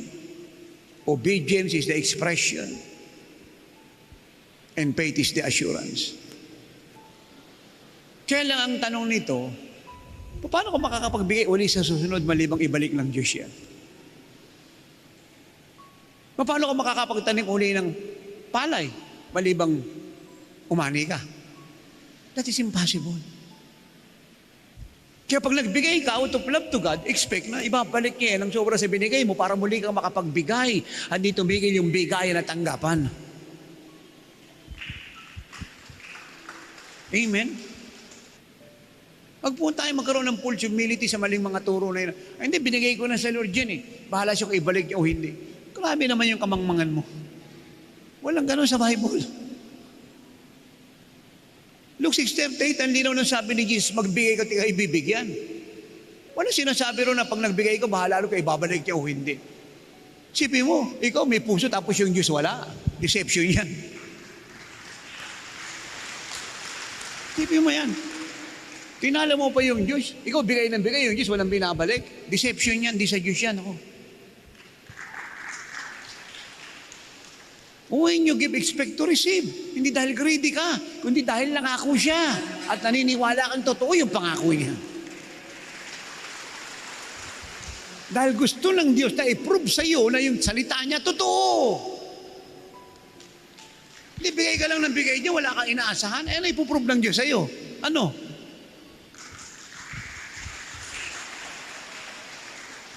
Sino maniniwalang totoo ito? Sino mahahamon mo na magbigay sa Diyos at sumunod sa Diyos? Wala siyang pinuprove. Para itong panalangin ka ng panalangin, bahala Diyos kung sasagot siya o hindi. Kamangmang mo naman. Huwag ka lang manalangin kasi bahala siya kung sasagot siya o hindi. Walang ganun sa Bible. Sabi niya, pag tumawag ka, sasagutin kita. At hindi lang kita sasagutin, ipakikita ko sa iyo mga dakilat kamahamang bagay na hindi mo pa nakikita. Jeremiah 33 verse 3, Matthew 7, 7 and 8, humingi ka at ikaw ay bibigyan. Humalag at ikaw ay makakasumpong. Kumatok at ang pinto'y bubuksan. Alam mo kung sino po yung nagturo ng ganyang turong mali at kaninong grace teacher niya kinopya yung teaching na yan at Amerikano, kung sino pang mga so-called leader ng church sa bansang ito yung nagturo ng ganyang kamaling turo. Either evangelical, full gospel, charismatic, o prophetic, so-called apostolic na walang signs and wonders at walang living like Jesus, walang kamatayan sa sarili. Kapag ka ikaw ay nagbigay ng ikaput handog na may katapatan, nagsakripisyo ka pa, expect mo, natutuparin niyo yung pangako niya kasi hindi siya tao na nagsisinungaling. Kung bakit hinuhuli po yung mga magnanakaw na mga pulis? Kasi masamang magnakaw. Hindi na tanong kung yung ninakaw mo, malaking halaga o maliit lang, ang punto, masamang magnakaw. At pag may nagreklamo at napatunay nagnakaw ka, dapat ikulong ka. Maliwanag po ba yun? Kasi nagnakaw ka eh. Batas yun eh. So dahil ang pagnanakaw ay isang krimen, so meron siyang kalakip na kaparusahan. Ang pagnanakaw sa Diyos ay kasalanan at ang sabi ng Romans 3:23, ang kabayaran ng kasalanan ay kamatayan. Kamatayan saan? Sa apoy ng impyerno. At kahit nakatanggap ka ng grace teaching, pag nasa sin ka at yung kasalanan mo malala, tuloy-tuloy ka ng impyerno niya, wala kang stopover. Dahil ang grasya ng Diyos ay ibinigay sa atin, hindi para abusuhin yan at para magkasala tayo. Ibinigay sa atin ang grasya ng Diyos para mabuhay na banal, sumunod sa Diyos, mabuhay sa pananampalataya, maging kagaya ni Jesus at maging pagpapala sa lahat.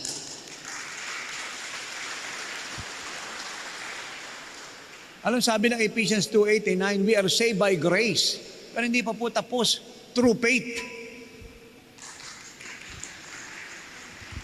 Dumating sa atin ang grasya ng Diyos, yung kaligtasan. Hindi natin ito mabubuting gawa. Hindi natin ito effort. Hindi ito karangalan natin. Ito'y grasya ng Diyos. By grace we are saved. Kaya lang yung grasya na yan, na ating kaligtasan, tinanggap natin because we believe. We believe what? That Jesus Christ is the Lamb of God, the only Savior of the world, the Messiah, the Redeemer of our soul.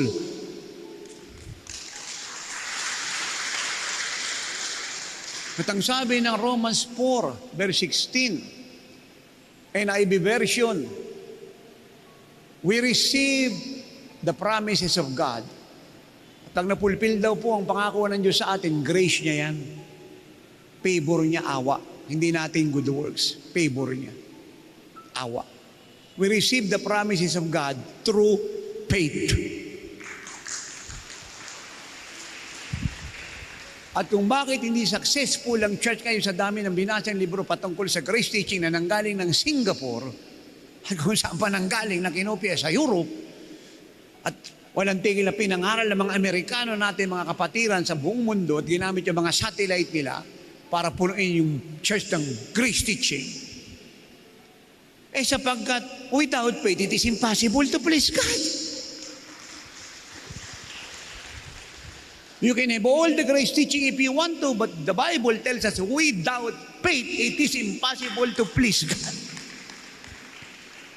So the grace was given for us to believe God. And when we believe, we receive. That is the grace of God. And the Bible don't teach us that the just shall live by grace. Habakkuk 2:4, Romans 1:17, the just shall live by faith.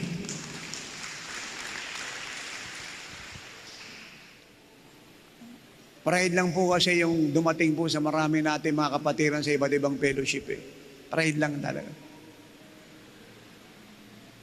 Ayaw po nilang tanggapin yung turong tinanggap nila totoo pero mababaw. Kulang sa katotohanan. Yan lang po talaga ang problem. Hindi ko sinasabing mali. Ang sabi ko, kulang sa katotohanan. Masyadong humaba ang paliwanag na napakasimple naman. Alam niyo ba yung salitang grace at mercy? Isa lang naman ang pinapalooban yan eh. Ano yun? The love of God. Kaya lang yan. Ano ba ang ibig sabihin ng salitang grace? Ito po yun. God's loving kindness, God's loving kindness expressed to those who don't deserve it. Sino po yung undeserving? Tayo. Dahil tayo mga sinners. We don't deserve the grace of God. We don't deserve the love of God. But because God loves us, He extends that love to us, and that is called what? Grace. Kaya pag sinabi yung salitang grace at mercy, ando din sa salitang love. Hindi ka pwedeng maging mahabakin, malibang una sa lahat, nagmamahal ka sa kinakahabagan mo. Kaya nga doon sa parable ng unforgiving servant, in Matthew 18:21, pababa. Di ba na?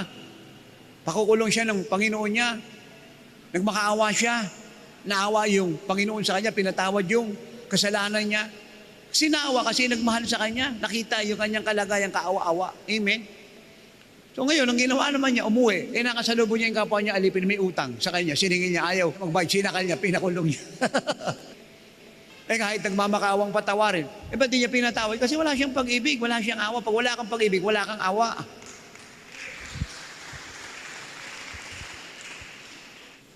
Hinindihan niyo po yun. For God so loved the world. And because of that love, yung mercy niya po at grasya na pour out sa buong mundo. Ganun lang po kasimple yun eh. Pinaganda lang po ng mga teaching explanation. Ano? Yung iba po, sineperate pa siya. Masyadong ineologize yung issue. Na napakasimple naman. Kung hindi siya puno ng pag-ibig, walang grasyang bubuho sa mundong to. Walang awa na dadating sa lahat. Kaya nga siya nagpapaulan, mercy ng Diyos yun. Matthew 5:42 hanggang 50. At yung mercy na yun ng Diyos ay bunga ng pag-ibig niya sa mga nilikha niya at nilalang kahit matigas yung ulo.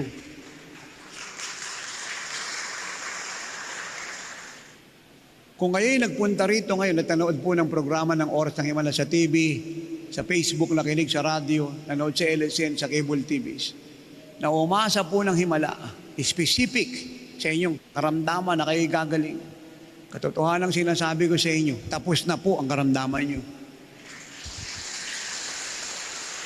Pumunta kayo rito kung may problema at umasa ng katugunan sa Lord, specific po yung inyong request. At pumunta kayo rito, may ine-expect na sagot mula sa kanya, tapos na po problema nyo.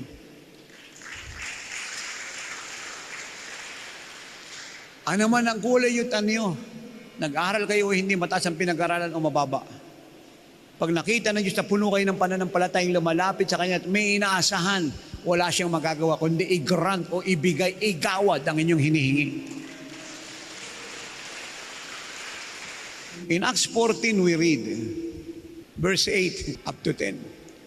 And in Lystra, a certain man without strength in his feet was sitting, a cripple from his mother's womb, who had never walked. This man heard Paul speaking. Paul, observing him intently and seeing that he had faith to be healed, said with a loud voice, "Stand up straight on your feet," and he leaped and walked.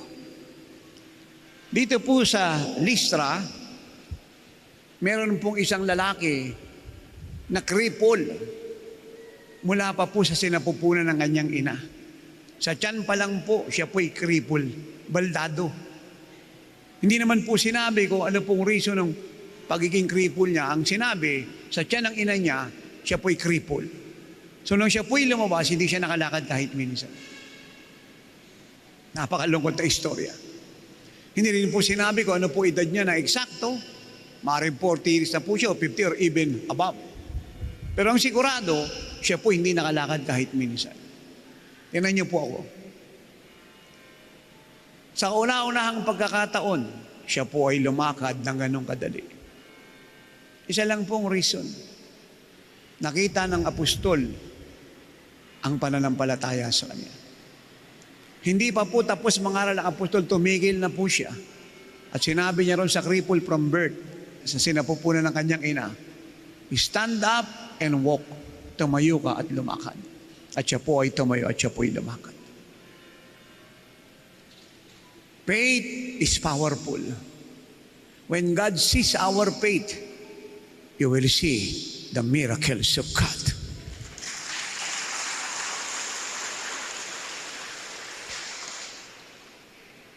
At habang si Pablo po ay nagsasalita, yung faith po ay nabuo sa puso niya. At nung dumating na po ang faith sa puso, yung expectation na siya po ay lalakad, ay dumating o nabuhay. At kung ano pong inaasahan ng puso niya, yun ang nangyari sa kanya. Ladies and gentlemen, Church of God, true faith begins in the heart, not in the head. Ang totoong pananampalataya ay nagsisimula sa puso, hindi sa ulo. Sa inyo pong upuan, na-discover ko po ito ng taon na sa Cyprus to millions upon millions nationwide and around the world. Nakita ng Diyos yung pananampalataya sa puso po ng marami.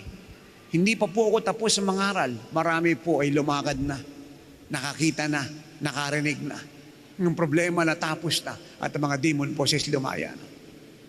Ganyan po kabilis gumalaw ang Diyos pag nakita niya ang faith. Marami pong gumagaling po sa Central Church, sa EDSA.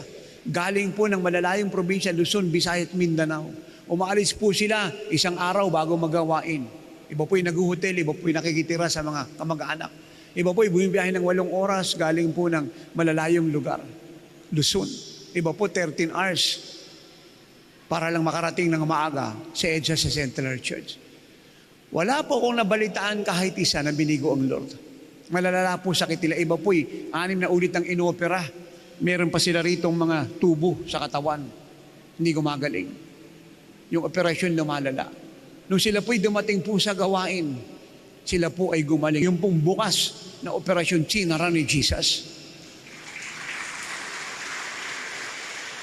Iba po yung mga puso po nila barado o operahan sa heart center. Hindi sila tumuloy ng heart center, tumuloy po sila sa EDSA, sa headquarters ng Living Like Jesus Church. At yung mga bara po sa puso nila, tinanggal ni Jesus lahat.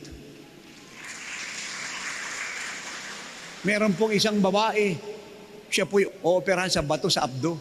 Naninilaw na po yung kanya pong mga mata, mahinang-mahina na po siya. Naka-schedule niya po siyang operahin, urgent operation.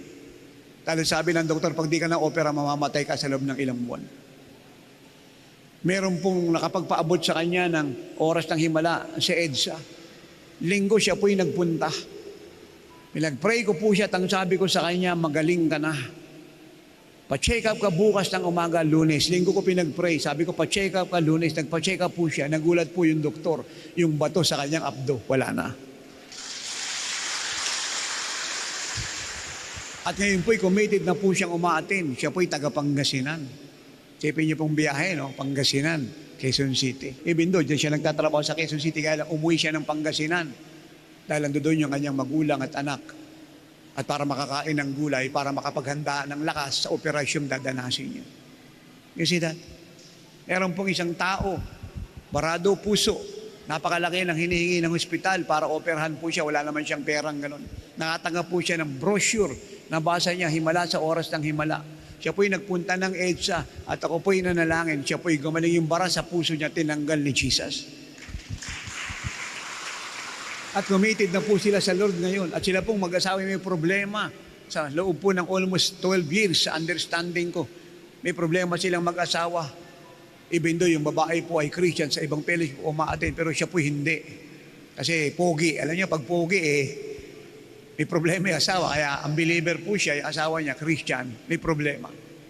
Nung siya po yung nakakilala, nagulat po yung asawa niya dahil napakabait ng asawa. Nabuo na po sila at sila po yung pinagpala ng Diyos. Meron pong isang babae, taga-Antipolo. Grabe po yung problema nangyari sa kanya. Sila po yung may kaya, may bahay, may sasakyan, maganda negosyo, nabangkara po yun. Yung anak niya, sabihin, lumaki sa kasaganaan. Nung nakitang wala lang silang kabuhay, nabaon sa utang, nagkasakit po siya, pati ang asawa niya, yung anak niya po, naglayas, naging palaboy na bata. Hindi na po umuwi dahil po masyadong na-depress sa kahirapang dinanas nila. Dami niya pong sakit, baon sa utang, dating may kaya, sobrang paghihirap ang dinanas. Hindi na kaya ng anak niya, hindi na rin nakapag-aral yung anak niya. Kung kani-kanila lang natutulong ng mga kaibigan at barkada. Sa loob po ng 2 taon, hindi niya po na-communicate. Napaabot po sa kanya ang oras ng himala. Siya po'y nakadalo. Pinagaling siya ng Diyos sa kanyang lahat ng karamdaman. At hindi puro natapos. Yung negosyo niyang nawala, binalik ng Panginoon. At hindi puro natapos. Yung kanyang anak na hindi umuwi. At hindi pa rin puro natapos. Sila po ngayong buong pamilya committed na pinagpala ng Diyos.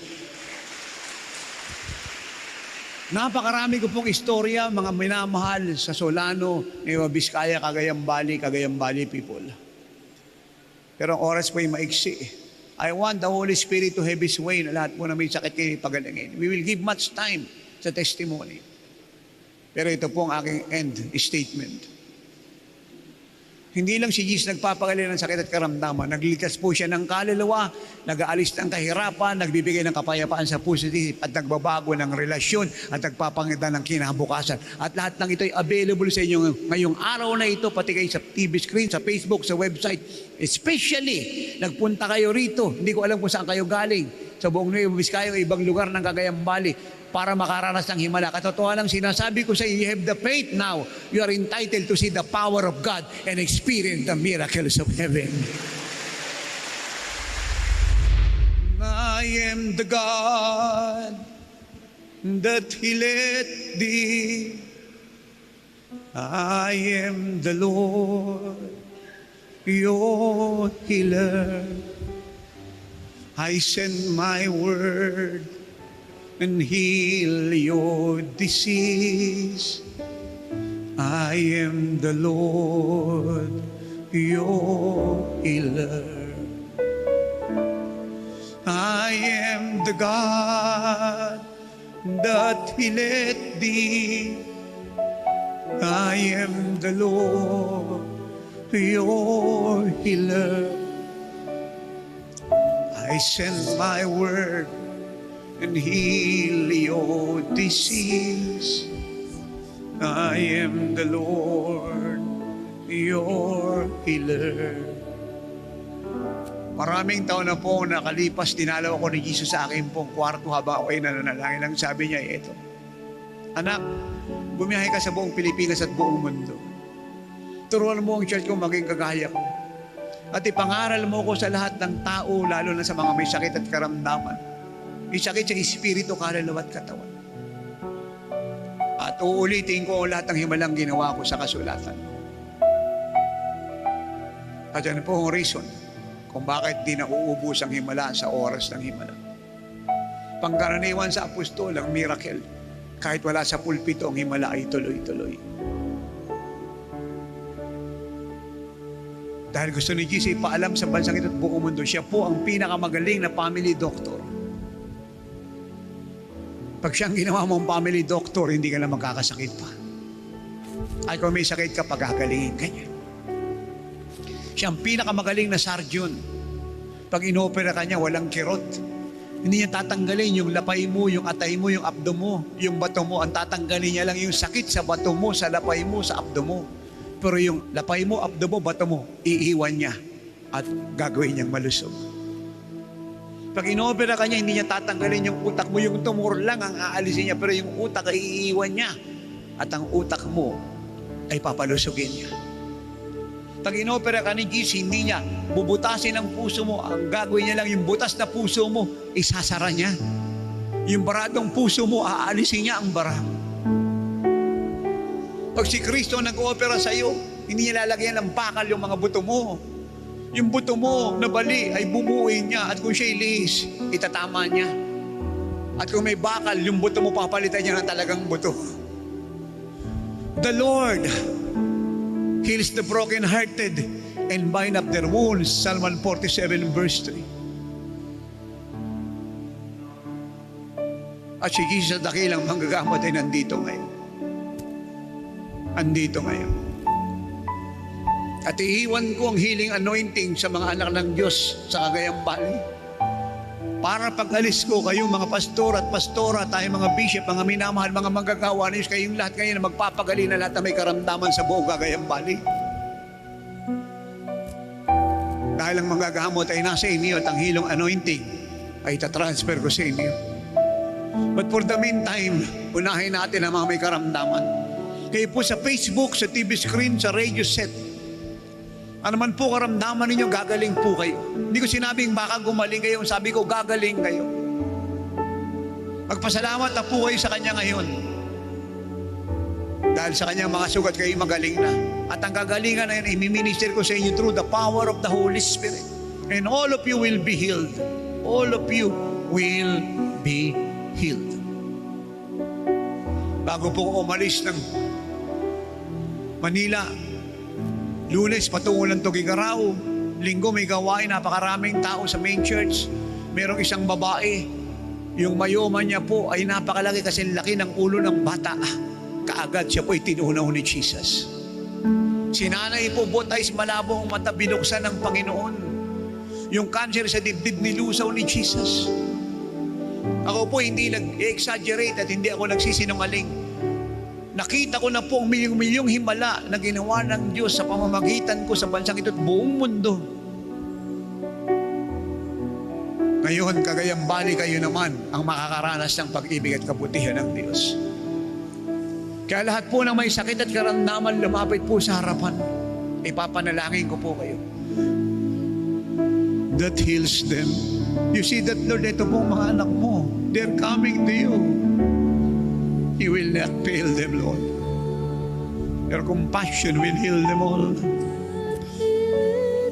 And your compassion will release your power to break the yoke. And all of them will be healed. Sabihin niyo po ito ng buong puso. Yumuko po tayo at pumikit. Sumabay po kayo sa panalangin ko. Magbukas po kayo ng bibig. Sabihin niyo ito, Ama, salamat po sa gitna ng aking mga pagkakasala at pagiging makasalanan. Buksan niyo po mga bibig niyo. Ay, minahal mo ako. Patawad po sa mga kasalanang nagawa ko mula pagkabata hanggang sa oras na to. Patawad po sa paniniwala ko sa albularyo, espiritista, pyramid healer, fake healer, mananawas, horoscope, tarot reader, feng shui expert, magic, agimat, solitaryo, at spirit of the glass. Tinatakwil ko ang mga maling bagay na ito, pati ang tradisyon, aral ng tao na tinanggap ko, pati mga orasyon na dinadasal ko na galing sa tao, ay tinatakwil ko lahat. Patawad po, O Diyos, kung ako po'y naghinanakit, nagtampo, sumama ang loob, nagalit, nahabag sa sarili, hindi nagpatawad.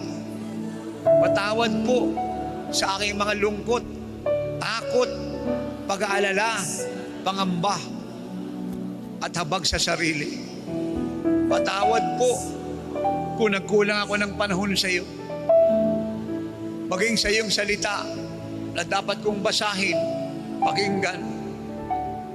Panginoong Hesus, ako'y sumasampalataya. Ikaw ang anak ng Diyos. Ikaw ang Mesaya. Ikaw ang tagapagligtas, panging tagapagligtas ng sangkatauhan. Iligtas mo ako. Hindi ko kayang iligtas ang kaluluwa ko. Pumasok ka sa puso ko ngayon. Tinatanggap po kita bilang personal kong Diyos, tagapagligtas at manggagamot ng aking buhay. Hugasan mo ako ng iyong banal na dugo. Pagharian mo, pamahalaan mo ako. Ibigay mo sa akin ang kalikasan mo. Gawin mo ako na alagad mo. Salamat po. Ikaw na ngayon ang mamamahala ng buhay ko. Ikaw na ang Panginoon, hindi na ako. Ikaw na ang maghahari, hindi na ako. Ang tungkulin ko na lang ay sumunod sa iyo, magpakatapat at manatili sa iyo at sa iyong mga salita hanggang ikaw ay bumaba. Tinanggap ko na po ang iyong pagpapatawad, ang paghuhugas mo ng iyong dugo sa aking mga kasalanan. Malaya na ako. Anak na ako ng Diyos. Ligtas na ako. Buhay na ang espiritu ko. Bago na ako nilalang. Nakatira na sa akin ng Diyos.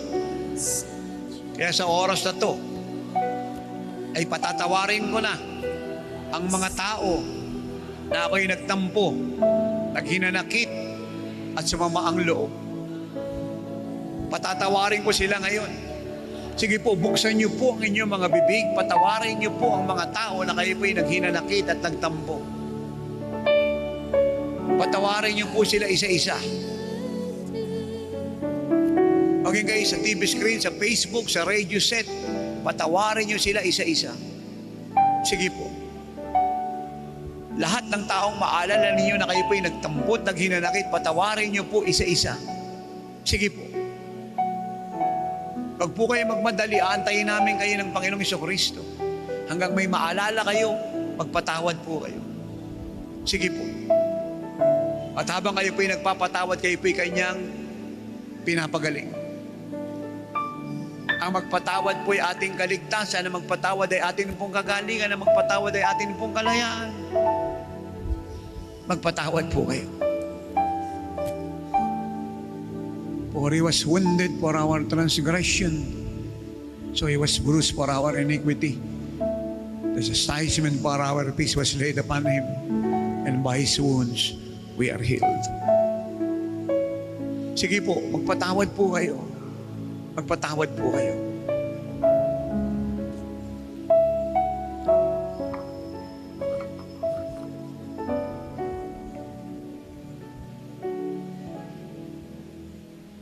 At sabihin niyo po ito, kakalimutan ko na ang ginawa nilang pangit at masama sa akin o sa aking pamilya na naging daan upang ako'y maghinanakit. Kung paano ako pinatawad ng Diyos, ganun ko sila pinapatawad. Kinalimutan ko na ang masamang ginawa nila. At sa oras na to, malaya na ako. Tingnan niyo po ang lingkod ng Diyos. Idilat niyo po ang inyong mga mata. Tumingin po kayo sa akin lahat.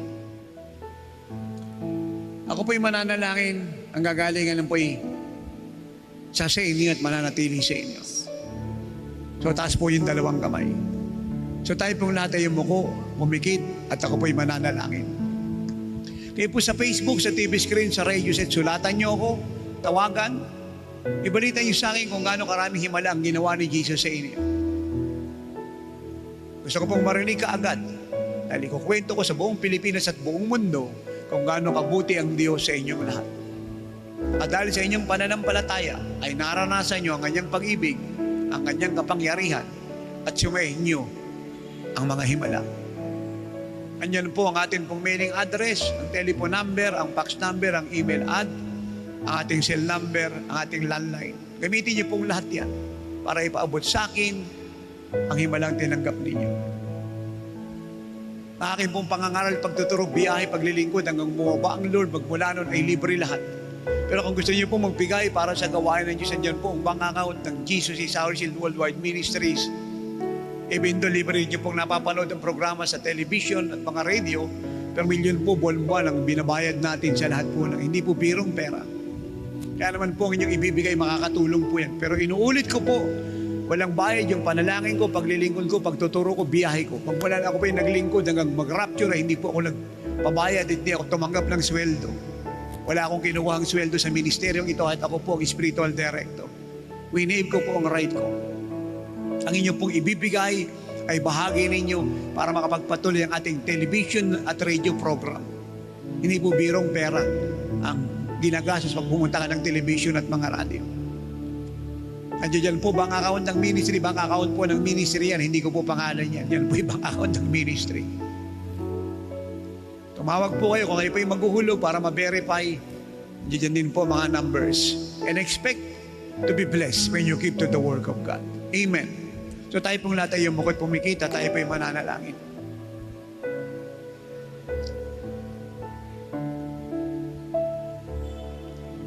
Rise and be healed in the name of Jesus. Let the pain rise in your soul. Rise and be healed in the name of Jesus. He will cleanse you and make you whole. Keep singing. Cancer, ginagapos kita. Pagkabulag, pagkabingi, pagkapipi. Sakit sa bato, myoma, leukemia, high blood, epilepsy, sakit sa atay, arthritis, allergy, sinusitis, microbial infection, bacteria, germs. Pinawawalang bisa kita sa katawan ng mga anak ng Diyos. Leprosy, ketong, mamatay ka, malusaw ka. Galis, malusaw ka, mamatay ka. Tumor sa utak, malusaw ka. Goiter, malusaw ka. Butas na puso, matakpan ka. Malaking puso, lumiit ka. Mga sirang buto, mabuo ka. Problema sa kornea, mabuo ka, maging bagong kornea ka, maging bagong pupil, maging bagong retina, mahina mga ugat ng mga mata, lumakas ka, tumatag ka. Sa pangalan ng Panginoong Jesucristo, lungkot, takot, pag-aalala, pangamba, magic, kulang, barang ginagapos kita. Orasyon na tinapon mo sa kanila, pinuputol ko sa talas, pinawawalang bisa ko. Kabag sa sarili, pinapawalang bisa kita. Hindi pagpapatawad, kalaswaan, kahalayan, addiction sa alak, sigarilyo, sugal, bawal na gamot, pornografo. Ginagapos kita at inutusan kita sa tanas, wag ka nang babalik.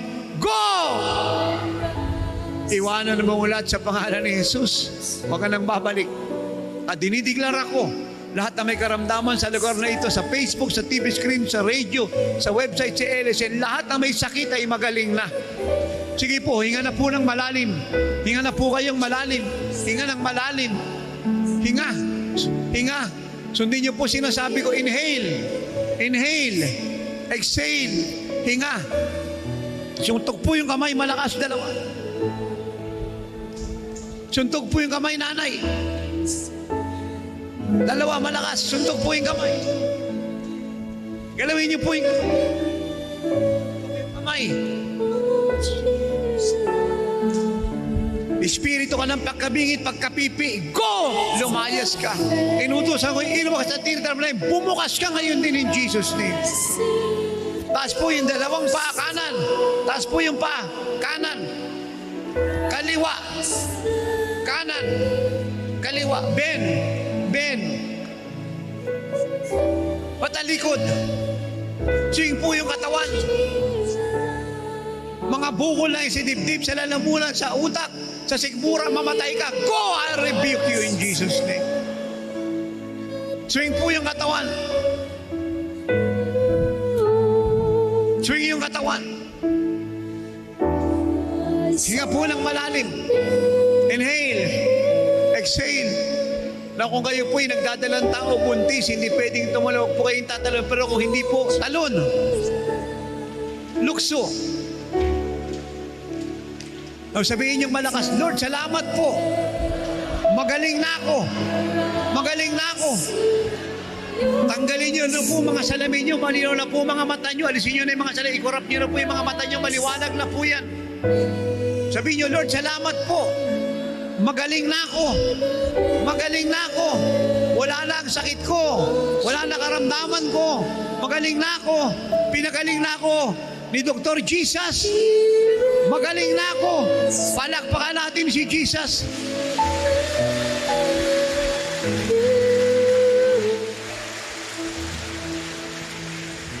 Oh. Wala pong babalik sa upuan kagaya ng sabi ko kanina. Galawin niyo na po yung katawan niyo, dati niyo nagagawa, gawin niyo na po ngayon. Ay magaling na, magpasalamat na po kayo. Tanggalin niyo na po yung mga salamin niyo, yung mga mata niyo, lilinaw na po yan. Kanina pa po binuksan ni Jesus yung mga mata ninyo. Taas po yung kamay ng magaling na. Taas po yung kamay ng magaling na. Palakpak yung kamay ng magaling na.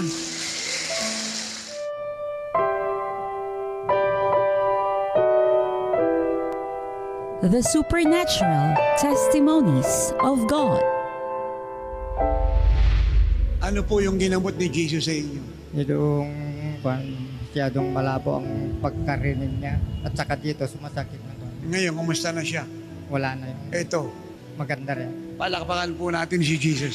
Lingkod ng Diyos, si nanay po, 2 taon na pong sumasakit ang kanyang leeg at hindi niya daw po ito maigalaw. Ngunit ngayon po purihin ng Panginoon na igagalaw na po niya. Pinagaling po siya ng ating Diyos na buhay. Kumusta na po kayo? Pero ngayon wala na. Palakpakan po natin si Jesus. God bless you.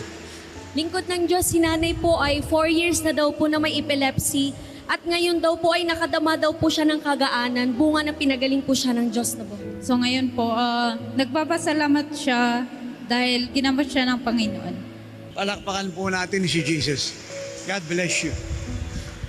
Lingkod ng Diyos, si ate po, masakit daw po yung spinal cord niya. Mahirap daw po siyang yumuko. Ngayon po, nakakayuko na po. Tanda po siya, pinagaling po ng Diyos. Kumusta ka na? Nawala po yung masakit. God bless you.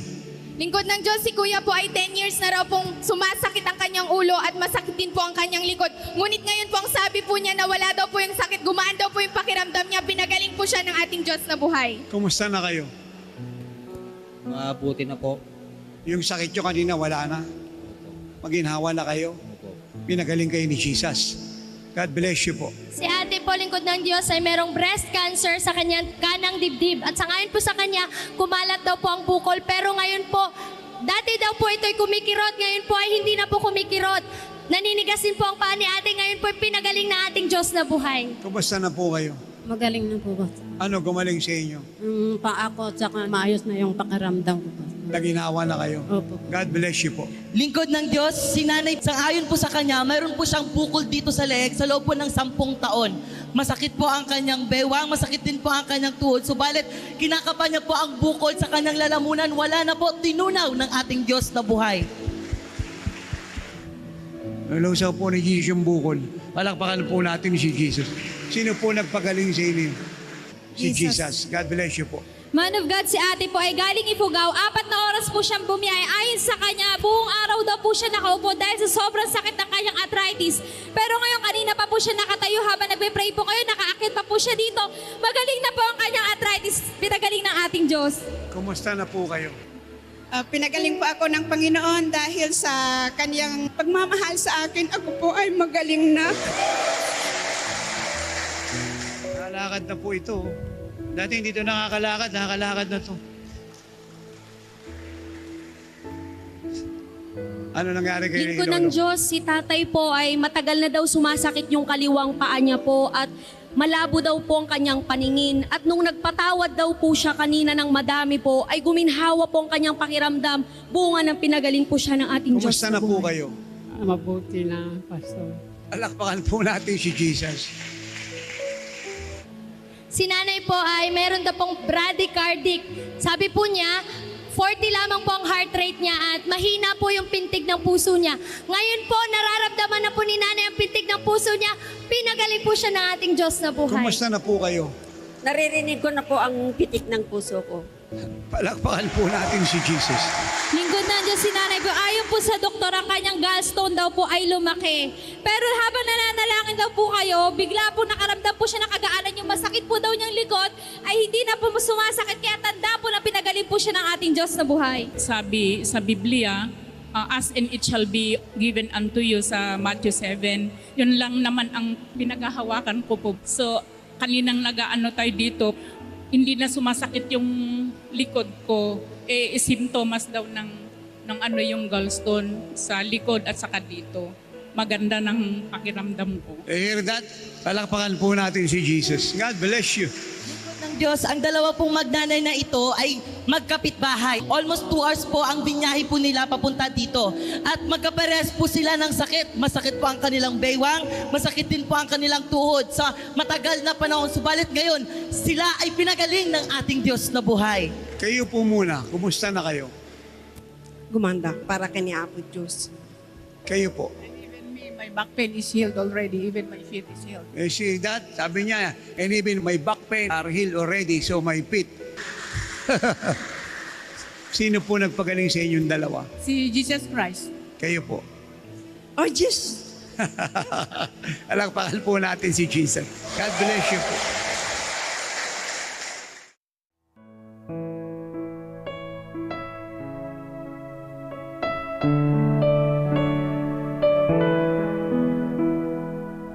Isang pinagpalang araw po sa ating lahat sa oras at araw na to.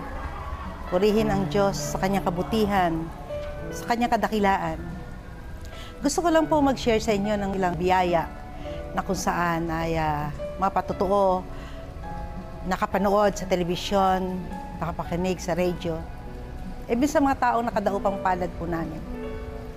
Patuloy naming naririnig ang kabutihan ng Diyos, ang kanyang kapangyarihan, ang kanyang pag-ibig, ang kanyang biyaya at kahabagan sa buhay ng bawat isa.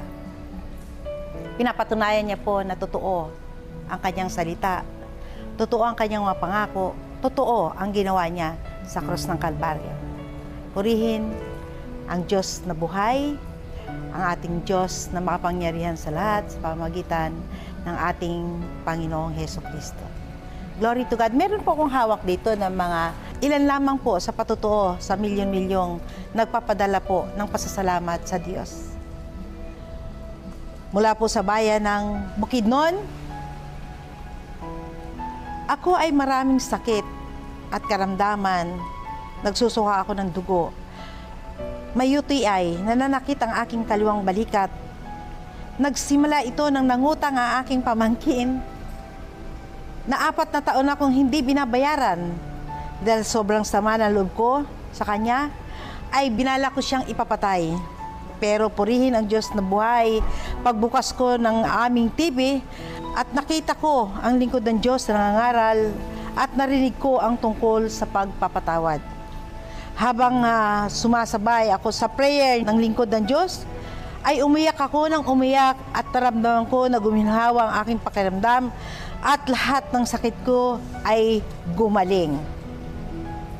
Maging din sa bayan ng Leyte, ako po at aking asawa ay lubos nagpapasalamat sa buhay ng lingkod ng Diyos, Tatay Apostol. Isa po kami sa nakaranas ng himala sa pamamagitan ng panunood ng telebisyon ng Oras ng Himala.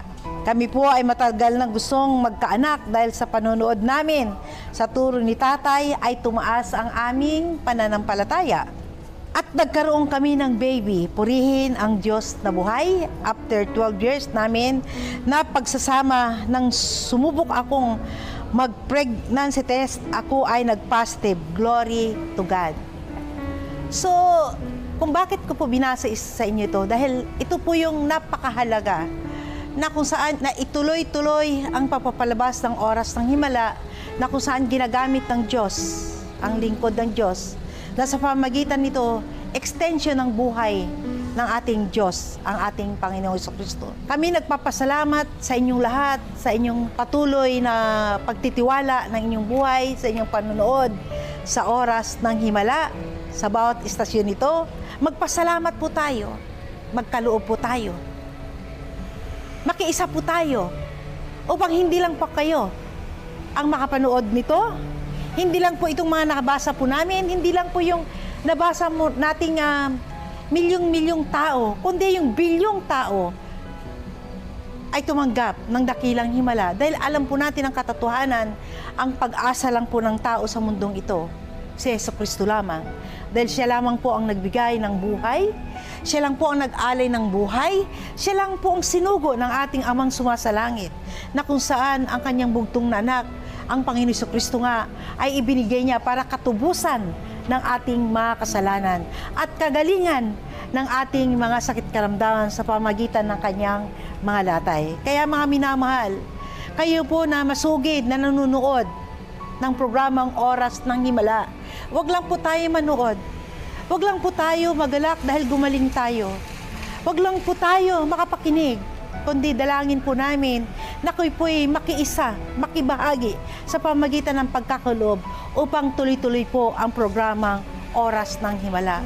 Ang vision po ng programang Oras ng Himala, hindi lang po tayo makarating sa bawat istasyon, kundi magkaroon po tayo ng sarili. At ang dakila sa lahat, ang mabuti sa lahat, hindi lang po ito makikita po natin ginagamit ng ordinaryong kaparaanan, kundi ito'y ginagamit mightily. Amin, sa pamamagitan ng pagpapagaling sa wala ng pag-asa, sa mga taong walang kakayahan, walang pera. Amin. At sa pamamagitan ng programang Oras ng Himala. Kaya, hindi yung malaki, hindi maliit na yung pinagkakaloob, kundi ang maliit at malaki pag pinagsama-sama po, tayo po'y nakakapagbayad sa bawat airing ng Oras ng Himala. Sa bawat programa, uli, huwag niyo isipin maliit yan. At lalong huwag kayo mag-isip kung malaki ang ibibigay nyo. Amen? Mas maganda po na huwag nating isipin, malaki man o maliit, kung tayo po'y may kakayahan at kayo naniniwala na sa pamagitan ng inyong mabuhay, ang programang Oras ng Himala ay magpapasagana, magpapagaling sa ating kapwa. Amen? Sa ating mga minamahal na kababayan, hindi lang sa ating mga kababayang Pilipino, maging sa buong bansa kung saan inaabot na ng programang Oras ng Himala. Muli, maliit man o malaki, yung binabayaran nating 15 million above ay kabuuan ng inyong pagkakaloob. Kaya dalangin ko po sa inyo sa oras na ito ay masunod po natin ang utos ng Diyos na kung saan ang sabi po niya sa Book of Mark 12, ibigin mo ang Panginoon mong Diyos ng buong puso, buong kaluluwa, buong pag-iisip at buong lakas. Ito naman ang pangalawa, ibigin mo ang iyong kapwa gaya ng pag-ibig sa iyong sarili. Wala nang ibang utos na higit pa sa mga ito. Amen?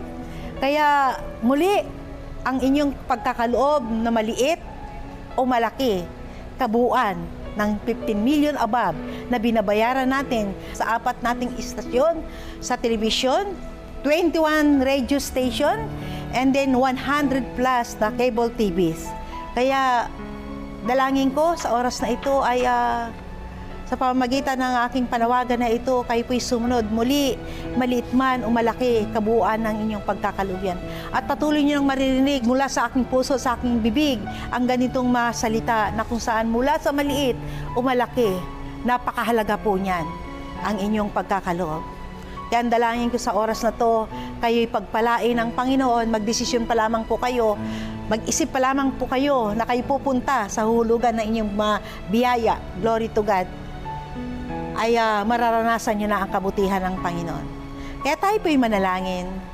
O Amang Diyos na makapangyarihan sa lahat, purihin ka't dakilain magpahabang panahon. Dalangin ko, O Diyos, sa oras at araw to, pagpalain mo ang iyong mga anak na nakikinig, nanonood sa oras at araw na to, na kung saan nagmamahal sa iyo, Panginoong Hesukristo, at nagmamahal sa mga kaluluwa. Pagpalain mo ang kanilang buhay, hindi lang po sila, O Diyos, 10 na kanilang buong sambahayan, kung paano mo kami iniingatan, kung paano mo kami pinagpapala, kung paano mo kami pinagagaling, kung paano kami naging overcomer sa lahat ng bagay, sa bawat aspeto ng aming buhay. Ganyan po ang gawin mo sa kanilang buhay. Pagpalain mo ang kanilang buhay. Pinagpapala ko niyo ang mga buhay sa pangalan ng ating Panginoon Jesucristo, na ating balutit kalasag, na tuloy-tuloy na gumagawa ng mga dakilang himala sa ating buhay. God bless you all.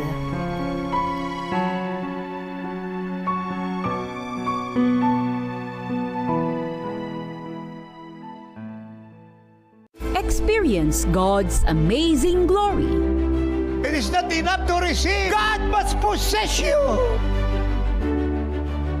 Receive your Kapangyarihan miracles. po ng Panginoon ay sobra kaysa Paano na cancer. naman po yung cancer?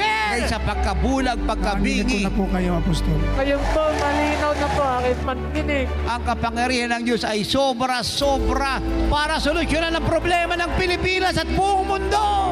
And be blessed in all aspects of your life. And my God shall supply all your need according to His riches in glory by Christ Jesus. At oras ng himala. Miracle after miracle explosion. The live services of Jesus is Our Shield Worldwide Ministries. Attend to our Living Like Jesus Sunday Miracle Services at the ministry's main church. Come, join us. Invite your friends and loved ones and bring all the sick and the afflicted free admission. Be one of the partners with the mandate of the man of God, Apostle Renato D. Carrillo of Jesus is Our Shield Worldwide Ministries in proclaiming the Living Like Jesus Gospel through every means available. With our TV and radio programs, social network evangelism, print resources, and other ways, we have reached the whole world with the good news. Our Living Like Jesus prayer and counseling hotline are here for all 24/7. We continue to share God's love and greatness through our live services and the Living Like Jesus Apostolic Mission Travel of the Men of God here and abroad, bringing salvation, healing, deliverance, blessings, and apostolic revival to the church worldwide. We also offer hope to the victims of calamity, tragedy, and pandemic, and those who are in need through mission of love, love in action. Join us in taking the life-saving, miracle-working power of Jesus Christ to the ends of the earth and the Living Like Jesus Gospel to the church. Call or send message now. Your love offerings truly make an eternal impact. Be a partner with the mandate now and be greatly blessed.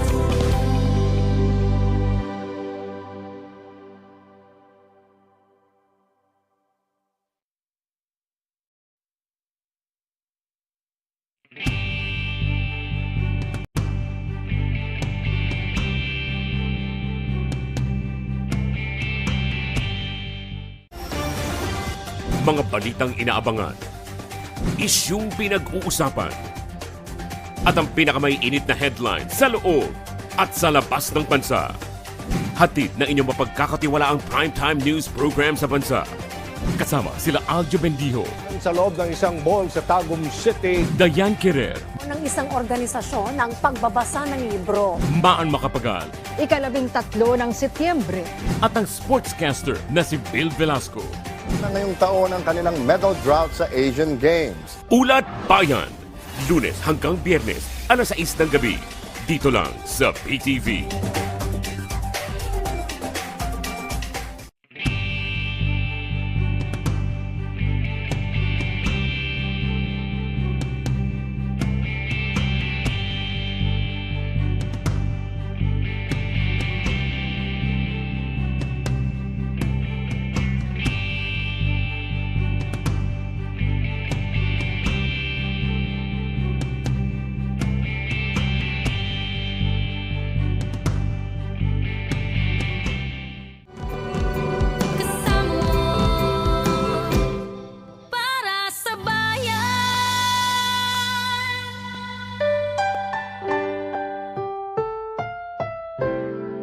Susunod na programa ay rated PG. Ito ay nangangailangan ng patnubay at gabay ng magulang para sa mga batang manonood.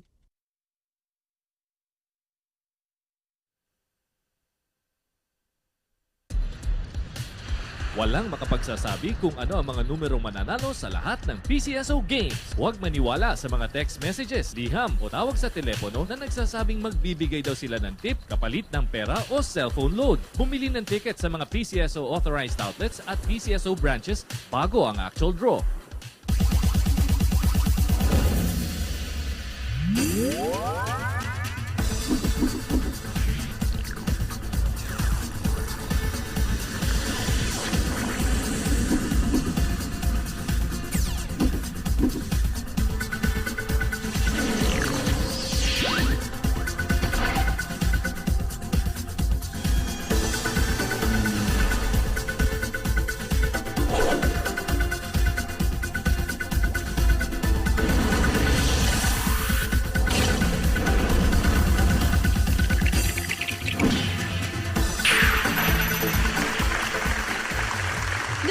Visayas at Mindanao, alas 5 na at game time na naman dito sa PCS Lottery Draw.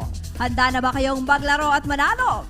Muli na naman tayong hahakot ng mga instant cash prizes ngayong Lucky Tuesday, October 24, 2023. At dahil long week anniversary celebration ng PCSO, walang patid ang pamimigay namin ng regalo para sa ating mga lotto players. Lahat ba nakakuha ng libreng lotto tickets kanina? Syempre, hindi lang sa mga lotto players may regalo ang PCSO. Pati na rin sa napakarami nating mga kababayan sa pamamagitan ng magagandang programang pangkawang gawa.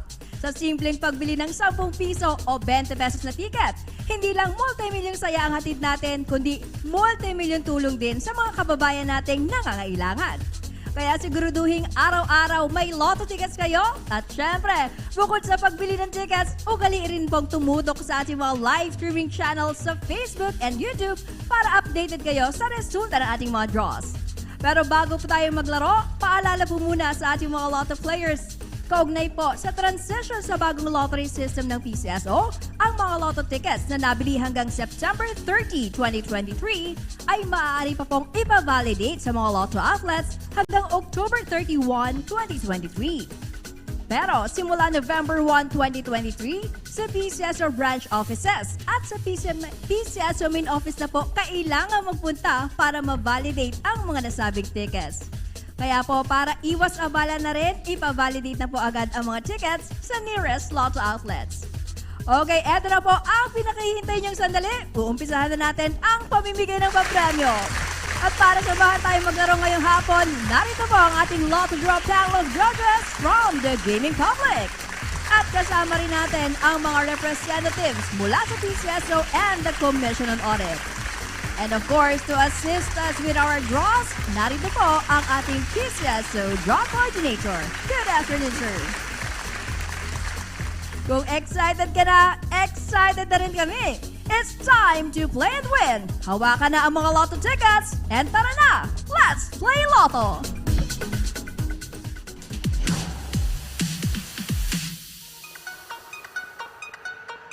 Sa isinagawang pre-draw procedures, natunghayan ng Lotto Draw Panel of Judges and draw representatives from the PCSO and the Commission on Audit ang mga paghahanda bago ang live Lotto draws. Sa pamamagitan ng machine inspection at machine testing, siniguro po na maayos ang kondisyon ng mga draw machines. Only the operation of the remote switch button ang may human intervention. Sa drawball case selection, 3 sets ang pinagpilian sa bawat game. Randomly, pumili ang chairperson ng isang set ng bola na gagamitin. Lahat po ng bola ay tinimbang para masiguro na halos pantay-pantay ang bigat ng bawat bola. Properly documented at covered po ng video ang bawat activity. Matapos masiguro na ito'y kumpleto, ang draw team member ang maglo-load ng draw balls na gagamitin sa mga draws.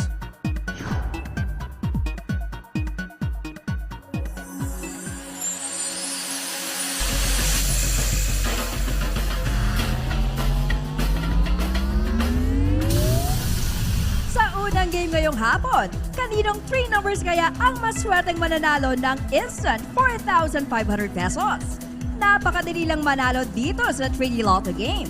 Kailangan lang mag-match ang 3 numbers nyo sa mapipiling 3D Lotto winning combination in exact order. Pwede ring laruin ito ng Rumble via the Rambolito system play kung saan 750 pesos or 1,500 pesos ang pwedeng mapanalunan. And there you have it, our 3D Lotto winning numbers. The first number is to number 8. The second number, we have to number 1. And finally, the third number is the number 4. Recapping the 3D Lotto winning combination for the 5 p.m. draw, we have 8, 1, and 4 in exact order.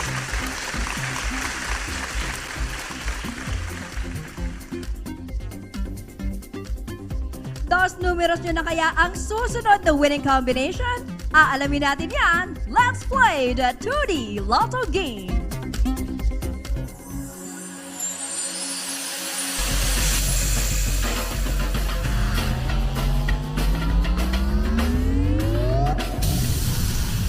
Dito sa 2D Lotto, 2 numero naman ang magpapapremyo. Sa halagang 10 piso, pwedeng manalo ng 4,000 pesos. Yan ay kung mag-match ang 2 numbers nyo sa mapipiling winning combination in exact order. Sa Rambolito system play naman, 2,000 pesos ang panalo. Kaya good luck, 2D Lotto players! Yan, at nakapili na po ng mga numero para sa ating 2D Lotto draw. For the first number, we have the number 16. And the second number is the number 8. Again, our 2D Lotto winning combination for the 5 p.m. draw is 16 and 8 in exact order.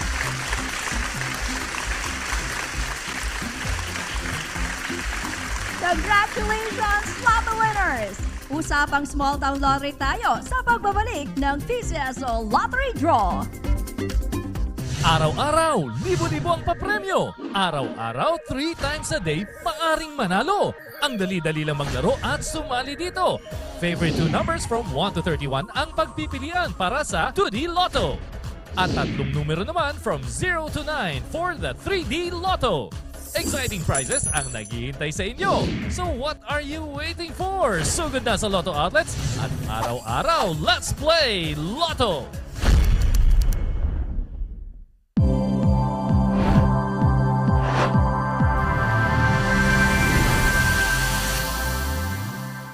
Maayong hapon, SL players dyan sa Visayas at Mindanao. Para po sa inyong kaalaman, authorized na po ang ilang SL AACs na gamitin ang national draw results para sa kanilang SL operations. At para sa kumpletong listahan ng mga authorized SL AACs, narito po, panoorin natin.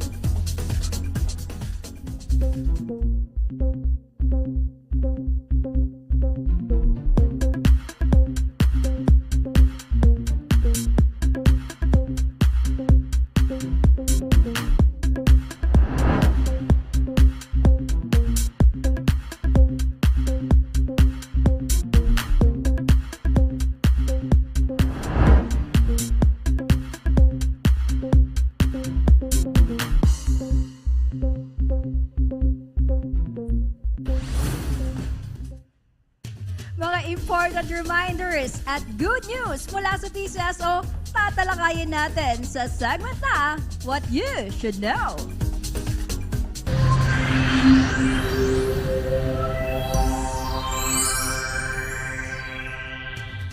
Muli po naming paalala sa ating mga game players. Hindi po konektado sa PCSO yung Lucky Pick 3 at yung Swertres hearing Facebook pages.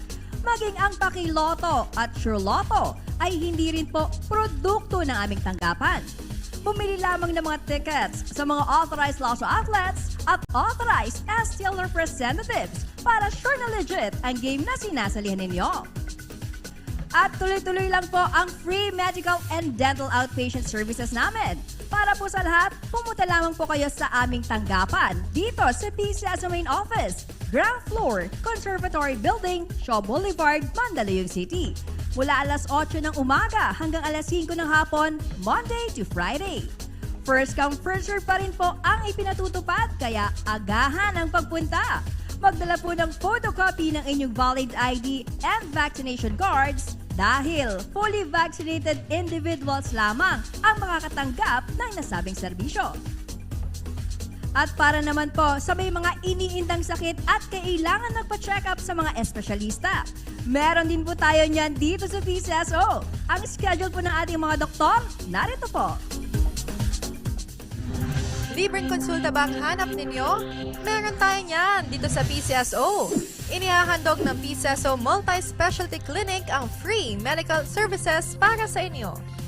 Tuwing Lunes, ready to serve you ang aming mga cardiologist and neuropsychiatrist mula alas 9 na umaga hanggang alas 12 ng tanghali.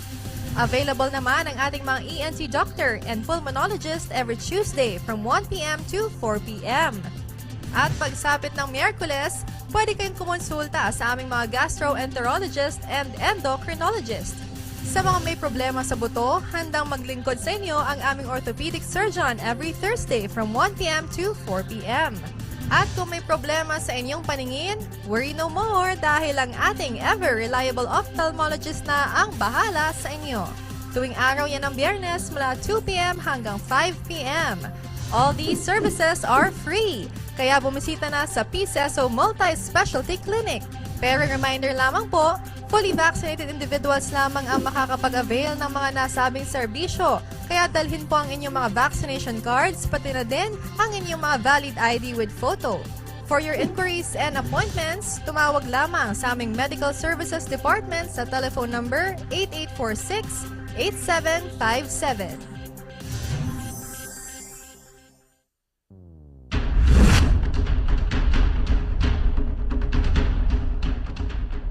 Okay, it's recap time. Let's start with the 2D Lotto winning numbers. We have 16 and 8 in exact order. For the 3D Lotto, the lucky numbers are 8, 1, and 4 in exact order. Congratulations, Lotto winners! To know how to claim your prizes, panoorin natin to.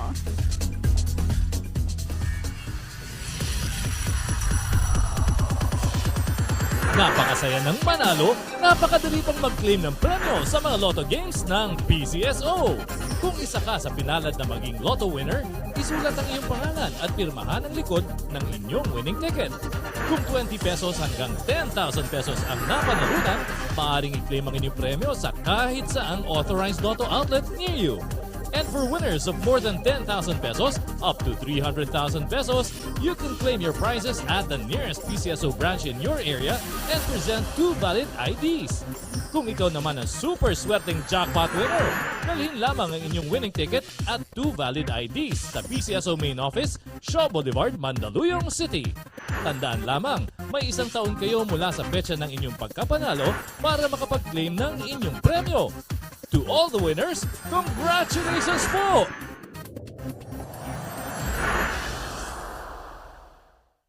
Maraming nagtatanong tungkol sa loto. Maliban sa 20 pesos, swerte ang puhunan para maging instant milyonaryo. Oportunidad at pagkakataon ay di mabilang para makamit ang swerte. Tunay na pinagkakatiwalaan sa anumang sulok ng mundo. Ano pang hinihintay ninyo? Sugod na sa mga lotto outlets at bumili ng mga tickets ninyo. Para sa bayan, PCSO laging nandyan. Araw-araw, Let's Play Lotto!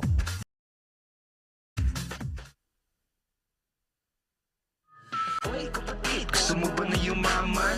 Muna sa malapit na lotohan. Simple lang naman ang iyong kailangan. 20 na lang ulit ang ating puhunan. Ito ay laro na galing sa puso. Nakatulong ka pa sa kapatako. Balik loto sa mababang presyo. May pag-asa makamit ang pangarap mo.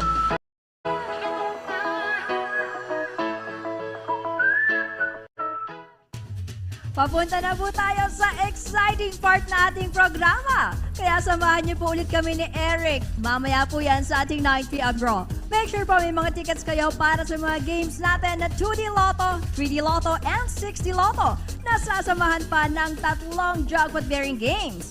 At eto na po, sa mga nagtatanong kung magkano na nga ang naglalakihang jackpot prizes. For tonight's Lotto 642, the estimated jackpot prize is 20 million pesos. For the Super Lotto 649, we have 15.8 million pesos.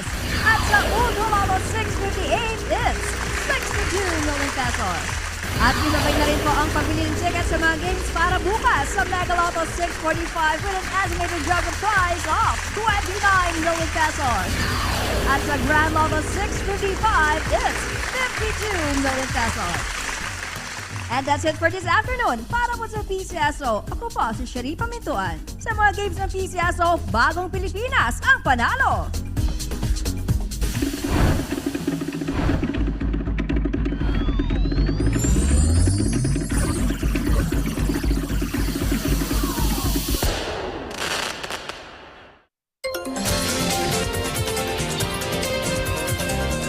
Good day, I am William Theo, and this is PTV News Now.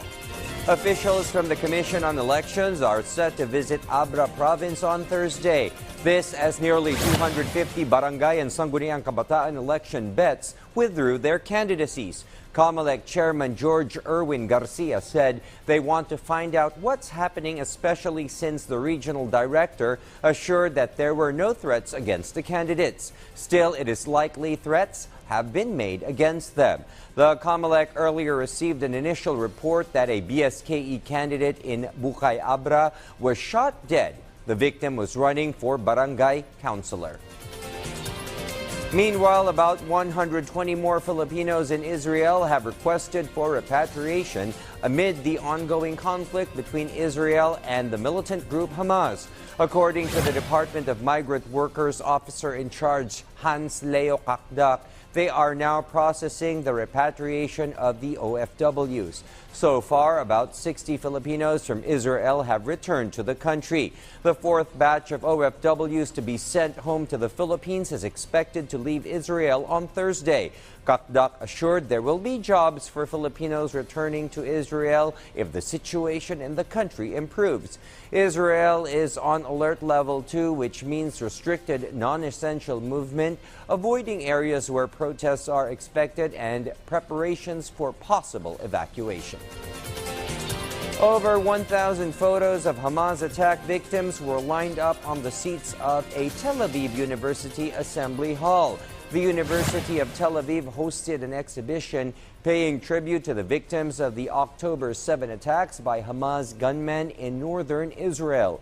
Pictures of people who either died, were abducted, or are missing after the attacks filled the 1,300 seats of the main campus auditorium, a space normally used to host graduations and special events. This is an initiative of the University Student Union that was launched on October 19. It is part of a wider project called United Against Terrorism, which involves a number of other institutions across Europe and the United States aimed at raising awareness about the attacks. This is William Theo urging you all to stay informed, be aware, get ahead, be of use, get the news right here.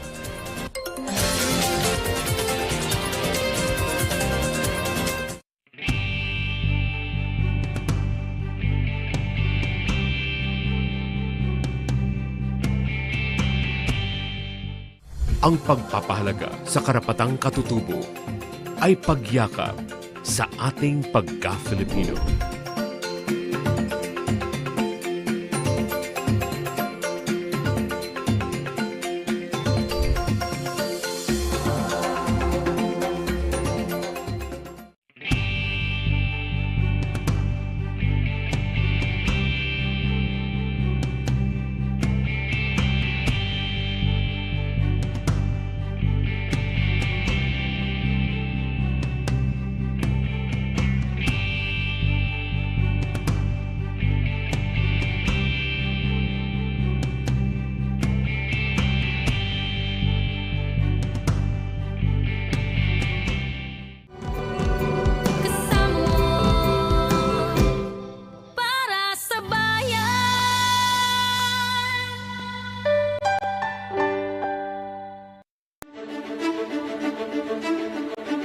49 years na ang nakalipas nang maitayo ang San Juanico Bridge sa Leyte at Samar. Ito ay isa sa naging flagship project ng aking ama upang palawakin ang pag-unlad ng rehiyon. Kaya naman, extra special itong naganap na lighting ceremony dahil ngayon ako naman ang Pangulo, muli nating bibigyan ng bagong buhay at sigla ang tulay ng San Juanico. 3, 2, 1!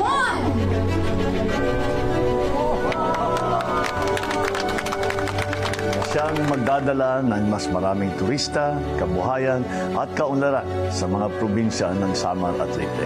In the coming days, this bridge and its vibrant lights will welcome motorists, will welcome visitors who will cross it as a welcome sight for those seeking relaxation or release. But for now, I share a childlike excitement with you as we have watched the bridge light up the night. Maliwanag na maliwanag ang gagampanang papel ng turismo sa ating tuloy-tuloy na pagbangon. Itong Spark San Juanico Project ay isa lamang sa marami pang proyektong ilulunsad para maengganyo ang ating mga kababayan na bisitahin ang iba't ibang lugar dito sa Pilipinas.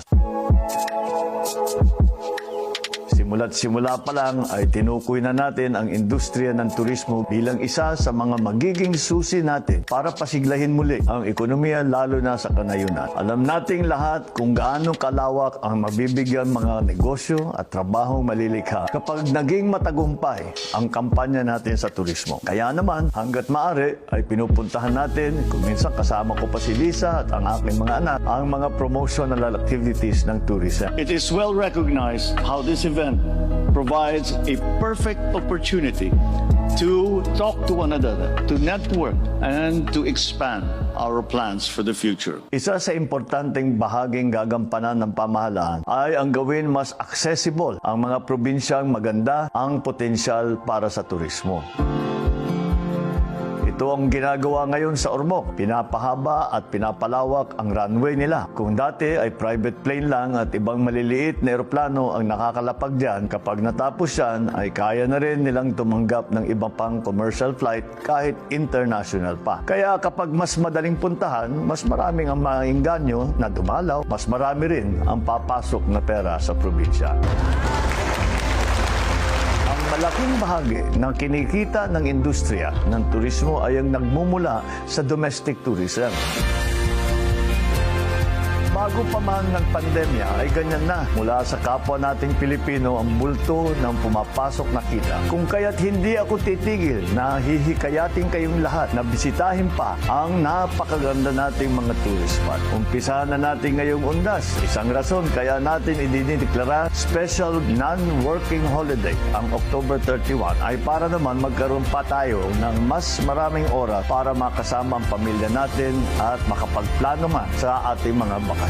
Ang turismo ay isa po sa kasagutan natin para mapadami ang trabaho at mapalawak ang pag-aasenso sa iba't ibang lugar. Sa pinagdadaanan nating pandaigdigang pagtaas ng presyo ng bilihin, patuloy lang po tayo sa tulong ng ating economic manager sa paghahanap ng iba't ibang paraan upang mabawasan ang epektong nararamdaman ng ating kababayan. Patuloy at palalawakin pa ang pagbibigay alalay sa ating mga nangangailangan at sisiguruhin natin sapat ang magiging remedyong ito habang papalapit ang Kapaskuhan. Sa iba sa atin na medyo mas nakakaluwag, malaking kontribusyon po ang inyong pagbabiyahe at pamamasyal dahil sa inyong inilalabas ay ang siya namang pumapasok at umiikot sa ating local economies na tinatawag. Yan ang bayanihan sa turismo.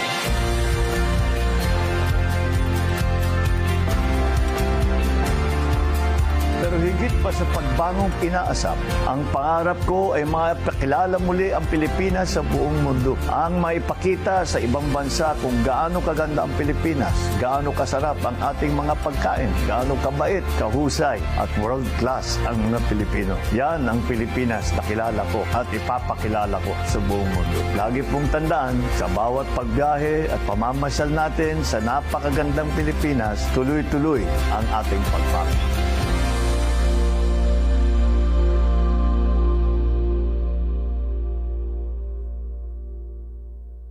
Hi guys, once again, thanks for watching our dad's vlogs. If you want to see more, remember to share, like, and subscribe.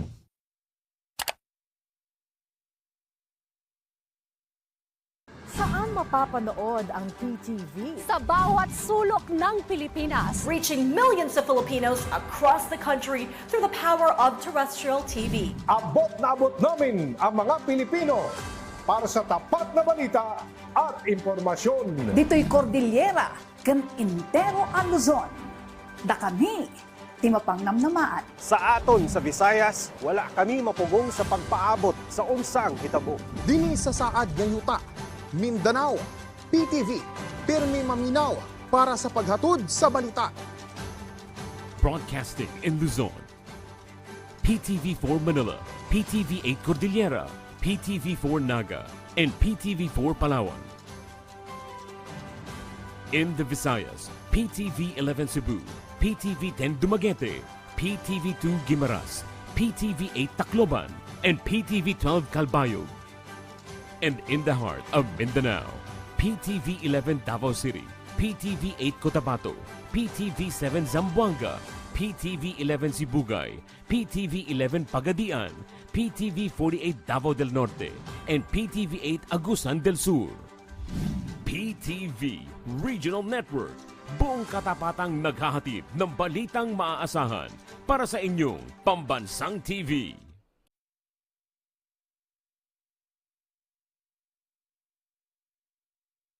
Saan mang parte ng mundo, may mga kababayan tayong patuloy na nakikipaglaban sa hamon ng buhay. Sila ang mga bayaning iniinda ang takot para lamang maitaguyod ang mga naiwang pamilya na ang tanging panalangin ay ang kanilang kaligtasan at matiwasay na pagbalik. Ramdam ng ating pamahalaan ang pangambang bumabalot sa ating mga puso para sa mga mahal natin sa buhay na kasalukuyang naiipit sa sigalot, munsod ng gyera sa pagitan ng Israel at Hamas. Kaya naman umpisa pa lang, kaagad na iniutos ng Pangulong Ferdinand R. Marcos Jr. ang madali ang pagsaklolo sa kanila. Dahil saan mang parte ng mundo, anuman ang sitwasyon, walang Pilipino ang maiiwan dahil andito na ang bagong Pilipinas.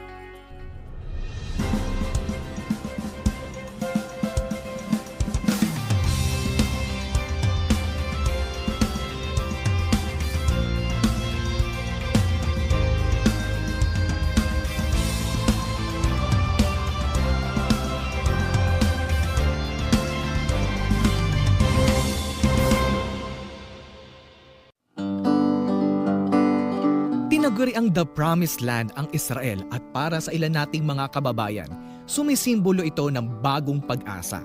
Kaya naman hindi nakakapagtaka na aabot sa mahigit 28,000 overseas Filipino workers ang piniling magtrabaho sa Israel. Karamihan sa kanila mga caregivers at hotel workers. Ngunit sa isang iglap lang, ang bagong pag-asang ito ay nabalot ng bangungot matapos biglang dusubin ng Hamas ang Israel at isagawa ang walang pakundangang pagpaslang noong October 7. At dito na nga, sumiklab ang panibagong digmaan sa pagitan ng Israel at Hamas. Israel is at war. We didn't want this war. It was forced upon us in the most brutal and savage way. But though Israel didn't start this war, Israel will finish it.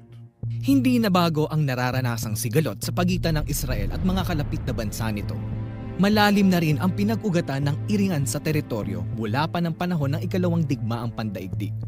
Dahil sa pagtugis ng Nazi sa mga Hudyo sa bansang Alemanya, nagkaroon ng malawakang paglikas. At sa bisa ng ipinasang Resolution 181 ng United Nations General Assembly taong 1947, nabuo ang bansang Israel sa lupaing sakop ng Palestine. Mariing kinontra ng mga Arabo ang pagkakahati ng kanilang teritoryo na nagresulta sa kaguluhan at samot-saring digmaan. Mula sa maliit na lupain sa Palestine, mas lumawak pa ang teritoryong sinasakupan ng Israel at pinag-igting ang depensa nito gamit ang pinakabagong teknolohiya sa pakikipagdigma tulad ng Iron Dome. Sa pagsiklab ng panibagong digmaan, maraming mga OFWs ang naiipit. Hindi lamang sa Israel maging ang mga Pilipinong naninirahan sa Gaza, ang teritoryong pinamumunuan ng Hamas. Well, the Philippine Embassy in Israel, along with other embassies, are working double time, are doing all they can to ensure the safety and protection of our kababayans, including working on their repatriation. Right now, the situation in Israel is more stable, so our efforts are now concentrated on Gaza. Ayon sa ulat ng Department of Foreign Affairs, 4 na Pilipino na ang kumpirmadong nasawi sa Southern Israel mula nang sumiklab ang digmaan nitong October 7. Habang 135 Filipinos naman ngayon ang naiipit sa Gaza dahil sa ginagawang pag-atake ng Israel. Karamihan sa kanila ay mga Pilipinong nakapangasawa ng mga Palestino. And not one has been repatriated yet because of the fact that Gaza is under a blockade. But we are working on it. We are working with our partners, diplomatic partners, to see if a humanitarian corridor can be opened to allow people to exit through, obviously, if not the border with Israel, through the Rafah border with Egypt. Suma total, umaabot na sa 1,400 Israeli ang napaslang, habang aabot naman sa mahigit 3,000 Palestino ang namatay sa Gaza. Gaza has been under blockade for several years now, so there's limited supply of food. But there's available quantities pa rin, but in limited quantities. Itong pagkain, kuryente, at tubig. Yun na lang mabibigay namin. At the same time, we are also coordinating with international organizations with presence in Gaza. This includes the UN agencies responsible for humanitarian operations, as well as the International Committee on the Red Cross, to provide support and assistance to our nationals when the situation calls for it. Sa pagsiklab ng digmaan, agarang nagpatawag ang Pangulo ng pagpupulong para mabilis ang mailikas at makapag-abot ng tulong ang pamahalaan sa mga OFWs na nagtatrabaho sa Israel. Yes, it's a whole-of-government approach. We were all brought together by the President the other day, and the President asked us to do our own part, our own little share in terms of helping our OFWs. And yung ating yung isang Pinoy nating Pangulo doon, yung livelihood, yung sustainable income and endeavors na hindi kailangang umasa sa financial assistance lamang. So yung pangmatagalan na solusyon.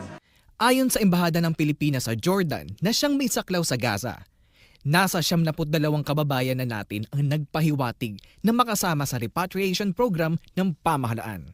The 135 Filipinos in Gaza are composed of 129 resident Filipinos. Many of them are married to Palestinians, and this number includes also their children and grandchildren. We also have 3 Filipino tourists in Gaza, 2 doctors working for Doctors Without Borders, and 1 Filipino worker who has been in Gaza since 1999. The 135 Filipinos have heeded our advice to relocate to Southern Gaza. Nandun na sila sa Southern Gaza. They're in the Rafah Governorate, which is very near the Rafah border crossing. We received reports that the Rafah border crossing will open soon after an agreement was reached to bring in humanitarian aid to Gaza. Now, we hope that this agreement will be implemented soon so that our nationals, other nationals, including our Filipino nationals, will be allowed to cross the border and enter Egypt. And eventually, from there, they will be picked up by our Philippine Embassy in Cairo and brought to Cairo for their repatriation to the Philippines. Sa unang ginawang repatriation program ng pamahalaan para sa mga OFW sa Israel, umabot sa 16 ang bilang ng mga OFWs ang nakauwi sa kani-kanilang pamilya, habang 18 naman ang napasama sa ikalawang repatriation program. Ang effect po sa amin is hindi po kami makakain na maayos, hindi po kami makatulog ng maayos, at hindi makapagtrabaho ng maayos. Kaya nag-decide na po kaming umuwi para i-save na po yung mga sarili namin sa mental health. Hindi lang po sa mga racket or sa mga terrorist, kundi yung mental health po namin yung una namin inisip, at saka yung mga pamilya po namin na nag-aalala po sa amin dito sa Pilipinas. hindi na po naging normal po yung takot po kasi na baka makarating sa amin yung mga Hamas. Kasi hindi ko po alam kung anong pwede pong mangyari. Na baka lumala o ano, para makauwi na po ako kasi single parent po ako. Nangangamba po ako sa mga anak ko. Saka para po kung sakali, hindi mahirapan ng gobyerno na mag-repatriate ng sabay-sabay ng mga Pilipino po doon. May narinig po kaming bomba, tapos nagsirena po agad. So, yun po, may dala-dala po akong baby. So, tatakbo kami sa bomb shelter. Past years, nararanasan ko naman po yun, pero hindi siya ganun katindi. Pero ngayon po na may baby din po ako, yun po yung medyo scary po para sa akin. Takot kami kasi may mismong bumaksak na bomba malapit doon sa bahay. Kasi matagal na ako sa caregiver sa Israel eh. Pero nung inabot ako ng trending, ito ang pinakamagulo. Patuloy naman na isinasaayos ng Embahada ng Pilipinas sa Jordan ang paglikas sa mga kababayan nating naiipit sa nagaganap na digmaan sa Gaza. Problem is the delay of the border crossing is largely due to the inability of Egypt, Israel, and the U.S. to reach an agreement. Egypt wants humanitarian aid to enter Gaza before they will allow foreign nationals, including Filipinos, to exit Gaza and enter Egypt. They want to bring their Palestinian spouses with them. They cross the border. The decision to allow entry of Palestinians to Egypt is something that's beyond our control. That's the sovereign right of Egypt. Kung magbakatsakali sila at dali nila yung mga asawa nila, dali na rin nila yung mga marriage contracts nila to show proof of relationship with their Palestinian nationals.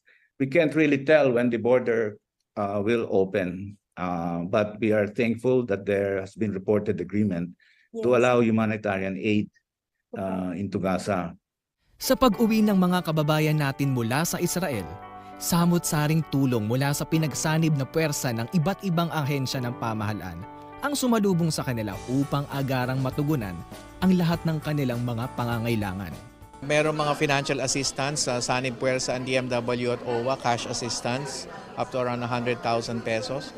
And then merong livelihood from the National Reintegration Center for OFWs. And merong DSWD, we're so thankful to SecRex.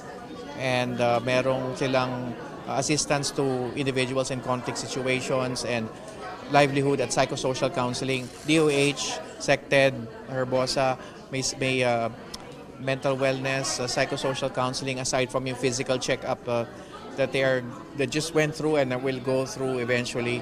And then TESDA, DG Mangudadatu naman nag-provide ng mga vouchers and other forms of assistance. Ang DOLE, si Sec Benny Laguesma, yung employment facilitation naman doon sa mga gusto mabigyan ng empleyo dito. Sa OWA, of course, may mga sariling scholarship programs for the children. At tayo rin tutulungan din natin yung mga anak ng mga nanunumbalik. Sobra-sobra po. Hindi po kami kinalimutan lalong-lalo na po ng presidente na kahit hindi pa kailangan, sinabi niya na po kagad. Saka simula po nung pag-alis po namin sa trabaho, pagpunta po namin sa DFA sa Tel Aviv, hanggang sa makauwi po kami dito, hindi po kami pinabayaan. Thank you so much. Thank you so much sa ating Pangulo sa binigay niya ng tulong. Kasi kung wala yung tulong namin, mananatili pa rin ako doon sa kaguluhan sa Israel. Baka mamaya mamatay na ako eh. Bigla-bigla dahil hindi mo alam kung saan babaksak ang bomba eh. Maraming salamat po sa ating President Bongbong Marcos sa mga tulong mo po sa aming mga OFW na parang naiipit sa nangyayari ngayon sa Israel. Hindi lang sa Israel o sa mga ibang bansa pa na susunod kung ano man yung mga problema. Filipinos are known for coming to the aid of our fellow Filipinos in times of adversity. That is the Bayanihan spirit, and it is alive in Gaza right now. We were told that one community leader offered her 2 apartments to house Filipinos who have relocated from the north to southern Gaza. We have advised them that in the event of crossing, they should go as a group para they cannot be, we can easily monitor where their situation, their location are. Of course, they are facing significant challenges, but they are very resilient. And that is the nature of our countrymen. When we are faced with adversity, we have overcome our challenges because of our resiliency and our resourcefulness. And that is the hallmark of our nationals in Gaza. Sinisiguro din ng Department of Migrant Workers at ng Overseas Workers Welfare Administration na makukuha ng mga repatriated OFWs ang kanilang naiwang benefit claims mula sa kanilang mga employers. Most of them got their finished contracts, but some of them need to have their final insurance claims, benefits, entitlements upon return. So meron naman tayong 2 lawyers doon na nagsasagawa, one from DMW, one from OWA, na got their documentation, special powers of attorney, and nagkaroon ng kumbaga in-entrust sa 2 lawyers natin na i-pursue yung claims nila. We are exerting all efforts to ensure your safe exit. We are coordinating with our embassies in Egypt and in Israel. We in the embassy are praying for your continued safety. Let us hope that the situation in Gaza will improve soon, or at least allow your relatives to leave Gaza at the soonest possible time. Sa panahon ng digmaan, ang tunay na lakas ng isang bansa ay matatagpuan hindi sa armas o pwersa ng mga hukbo, kundi sa pagtutulungan at bayanihan na nagsisilbing liwanag sa gitna ng kadiliman. At kahit saan mang sulok ng mundo tayo ay naroroon, anumang pagsubok ang ating haharapin, handa ang ating pamahalaan tumugon para masiguro ang ating seguridad at kaligtasan. Dahil walang imposible sa bansang nagkakaisa, sa bagong Pilipinas.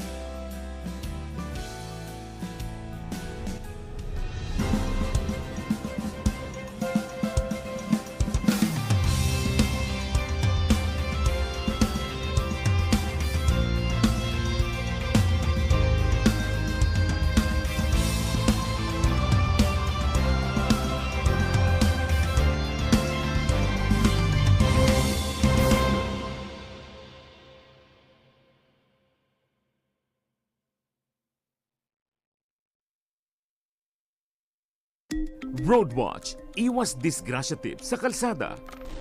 Eyes on the road, kaibigan. Ayon sa Republic Act 10913 o Anti-Distracted Driving Act, mahigpit na ipinagbabawal ang paggamit ng cellphone o anumang gadget habang nagmamaneho.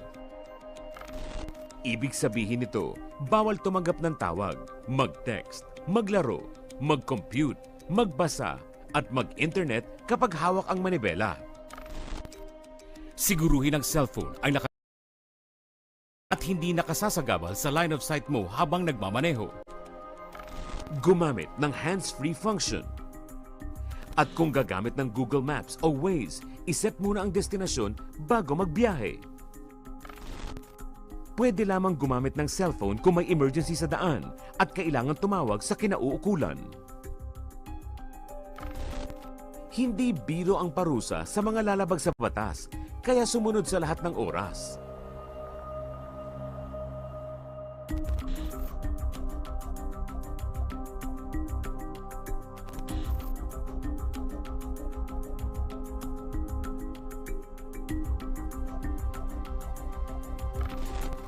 Kapag buhay ang nakataya, dapat listo sa kalsada. Roadwatch, hatid ng inyong PTV.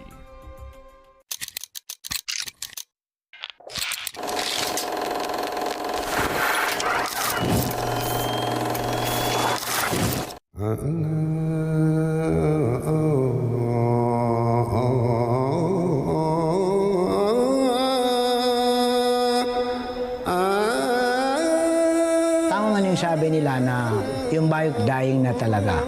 Very limited lang ang maririnig na bayok. Di katulad ng mga ibang ano na pwede nyo marinig, pwede nyo makita. Itong bayok, kadalasan dito lang yan sa amin sa Maguindanao.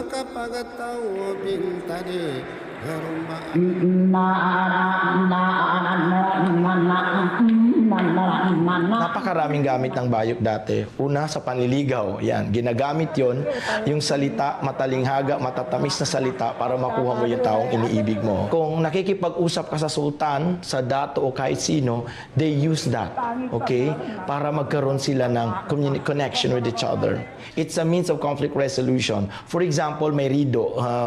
When I talk about rido, it is the literal meaning of family feud or rido is ubusan ng lahi. And because of the bayok, they tend to settle them because of the powerful words stated by that pababayok. Another thing is it gives moral lesson to everyone.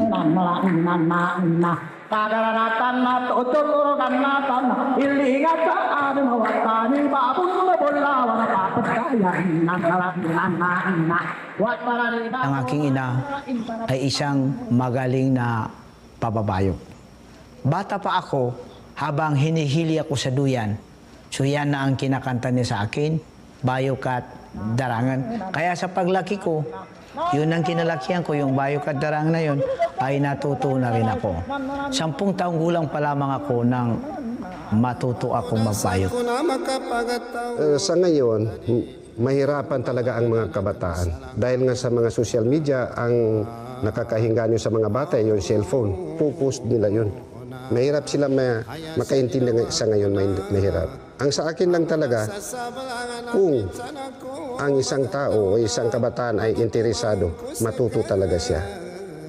Pag hindi siya interesado sa ginagawa niya, hindi talaga siya matuto. Tulad ng pag-aaral.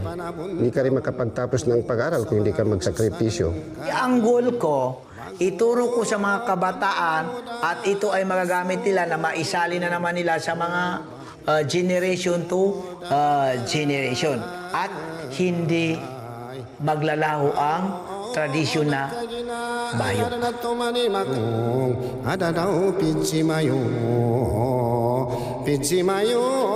Sa pikira pimbayong sa ginawa ka, Oyan ang kaugoda, iri mo galukura ka na, sagay mo sa alungan di ko sa kakailay ni ina, patimbang sa sarago nagkasakaman, sutaw-taw no mata ko, sakaman suungano puso akan, o di ko kabaan tangamilay adili. Our speakers, our experts, cultural masters, who will be officially introduced later on. Alam mo na, this is the first time na makakita kayo na ng turo ng bayan.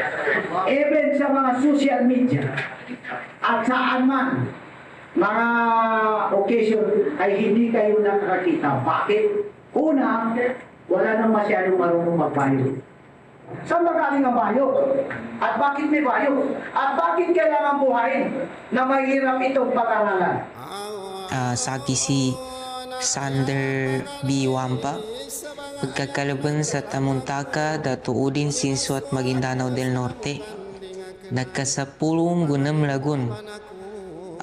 Si Ina nandu si ama ko na napagidsan silan atau ka dua silan apagidsan na Maguindanon. Yani mana na pure ayaku tribu na Maguindanon. Sabapin sa kamya niya ang mga youth, mga wata atau ka new generation na aron sa kami i-opportunity akasabutan nami, kapanganada nami i-ngimba, i-adan kanong mga adat betad o mga lukas paganay. So, yaku madtalo sa kanilan sa kanong mga kapwa new generation ko, tamang kanong mga makatundog pa na generation. Panganadan tanu, i-encourage tanu, iginawa tanu sa taliman tanu, ingini aransal kitanu. Isabi niya ba, identity tanu as ibang samoro. Na nabayok ba niya ba? Nanduwa pya di ka na bumbayok, uged na langon na adat betad.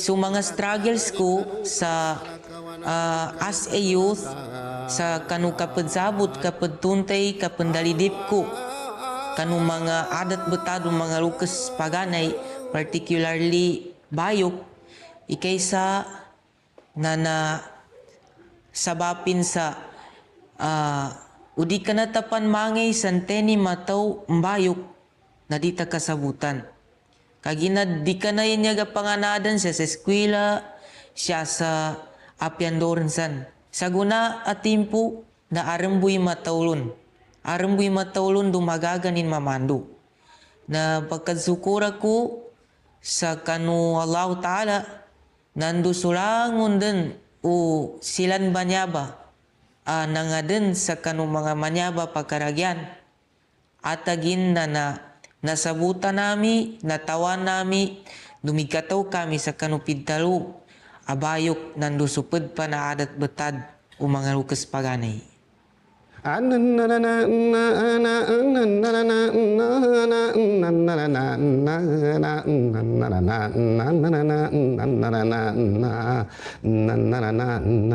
Tulang dekal Mumbai kepada Mumbai kapan ada daw sarilangku ada sapi jimayu alini ngayu sagana salini lang sama sulan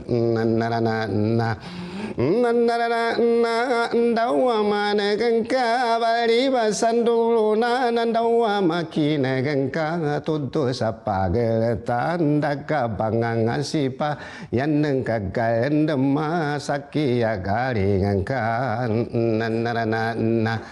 nandaramana utaka panta bayarina musuku sapindi patelina kanggaring nandarana duka dan pegasaga bagu tahu pinagagi matku deni kembang kabagari sadibalu baku maras dibayaku muyakas ada dosa pimbayung. Assalamualaikum warahmatullahi ta'ala wabarakatuh. Sa gunaan to agay nanyakor manen sa kanu bagingay ko sa bayok atim mga sambag ko kanuguro no pusaka sa Maguindanao mana si Nasir Adam. Assalamualaikum.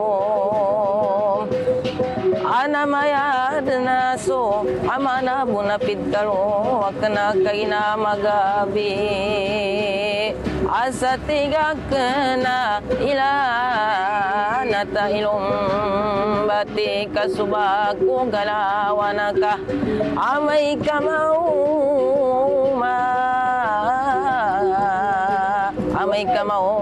makanu galawana bulung-bulung kabu nakamayadan Sanga kageani nantumani maka pagoda sa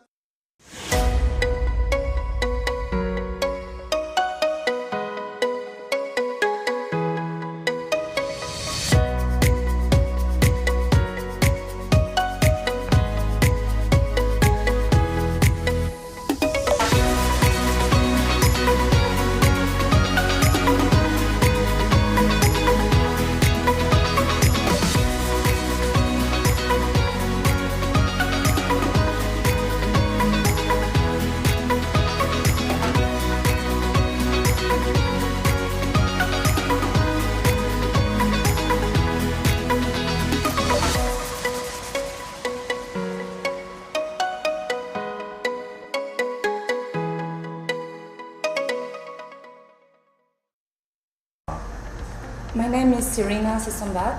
I'm the managing director of Snu coffee player based in Laos and operating since 1994. When Mr. Sinuk, the founder, created the company, his aim was to contribute to the development of the country. So he wanted to develop an activity which would contribute to creating jobs in the community and also highlight a key resource from Laos, which was the coffee. So the main focus at the beginning was really agriculture, developing plantations and exporting green beans. Then we quickly saw that there was an untapped potential for Lao coffee. So he decided to diversify activities and moving into roasting activities and also retail, meaning that he started to open coffee shops both in Paksay and progressively in Gentan capital as well. By developing these roasting and retail activities, the brand Sinuk Coffee came up, and this was one of the first coffee brands in Laos. Developing this first coffee brand in Laos was a key milestone for the company. It really established our ambition to highlight the fact that Laos could make product and export it eventually to the world. And at the same time, I would say, still continuing our mission to creating jobs and highlighting this key resource of Laos that we were mentioning before, which is the Lao coffee.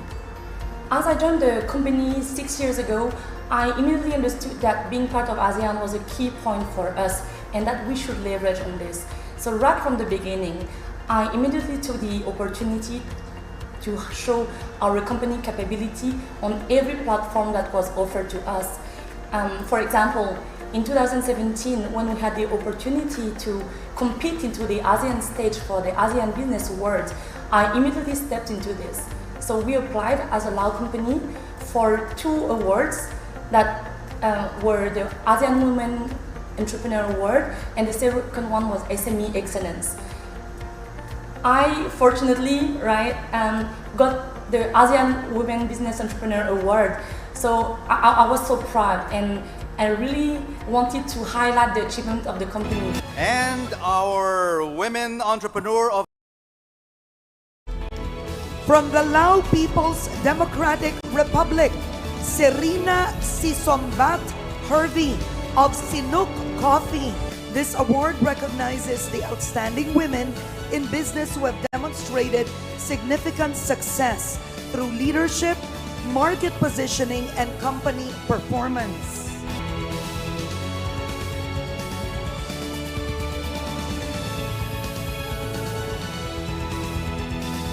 How I got this award is that I was showing how the company had been doing over the past few years, and also showing the plans for our business to shine on the ASEAN market over the next year. And that was a significant milestone for us, I would say.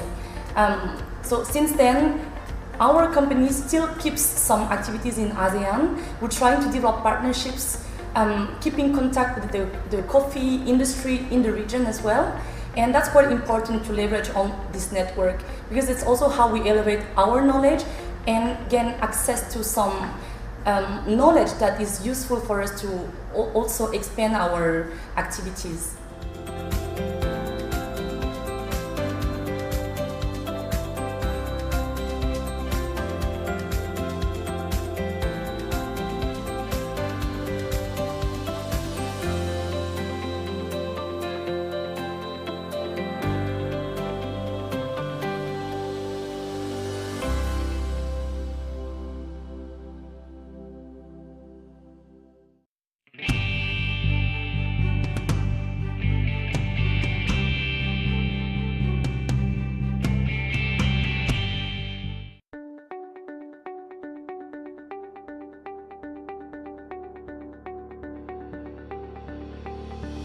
Limampung taon ng tapat na pagsiservisyo, kailanman, kahit saan, para sa bayan. Reaching the Filipino from every corner of the country via terrestrial TV.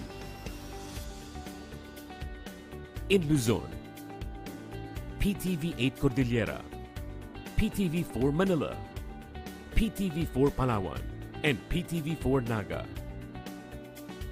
In the Visayas, PTV 11 Cebu, PTV 2 Guimaras, PTV 10 Dumaguete, PTV 12 Calbayog, and PTV 8 Tacloban.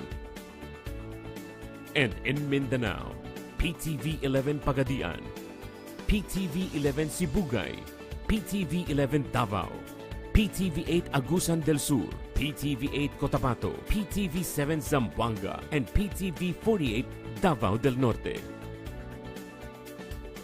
And through the power of 6 digital transmitting stations, PTV 14 Manila, PTV 42 Cordillera, PTV 46 Naga, PTV 42 Cebu, PTV 23 Guimaras, and PTV 45 Davao. Connecting with the rest of the world in the era of digital technology, Through the power of television and our extensive online network, we continue crossing borders to serve the timeless news and information, bridging public service through innovative programs, fostering pride in the Filipino, and inspiring the people to be active partners in nation building. Noon hanggang ngayon, kasama mong naglilingkod. PTV. What's up mga kabarangay at ka-SK? Ngayong October 30, i-flex natin ang kapangyarihan nating bumoto. At makilahok tayo sa 2023 Barangay at Sangguniang Kabataan Elections. Sa araw na yon, lahat tayong registered voters ay boboto ng isang barangay chairman, 7 miyembro ng Sangguniang Barangay, isang SK chairperson at 7 SK councilors. Ang lahat ng mananalo ay magsisilbi hanggang Disyembre ng taong 2025, ang nakatakdang petsa ng susunod na lokal na eleksyon. Ang kandidato ay kailangan Filipino citizen, rehistradong botante, at residente ng barangay kung saan siya ay tatakbo ng hindi bababa sa 1 taon. Kayang bumasa at sumulat sa Filipino, Ingles o iba pang lokal na lengguwahe. At least 18 years old para sa barangay positions at 18 hanggang 24 years old para sa SK positions. Paalala lang din ha, bawal tumakbo ang SK aspirant na may kamag-anak na kasalukuyang opisyal hanggang 2nd civil degree of consanguinity. Ibig sabihin, hindi pwedeng tumakbo kung ikaw ay may lolo, lola, tatay, nanay, asawa o in-laws na kasalukuyang nanunungkulan sa lugar ninyo.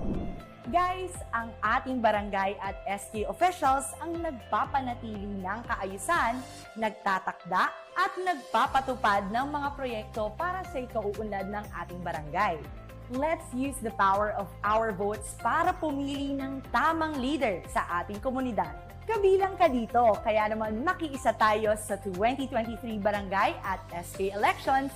Isang paalala mula sa PTV.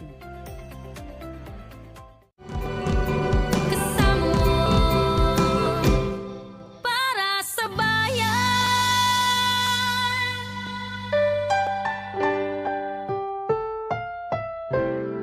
Ang susunod na programa ay rated PG. Ito ay nangangailangan ng patnubay sa mga batang manonood.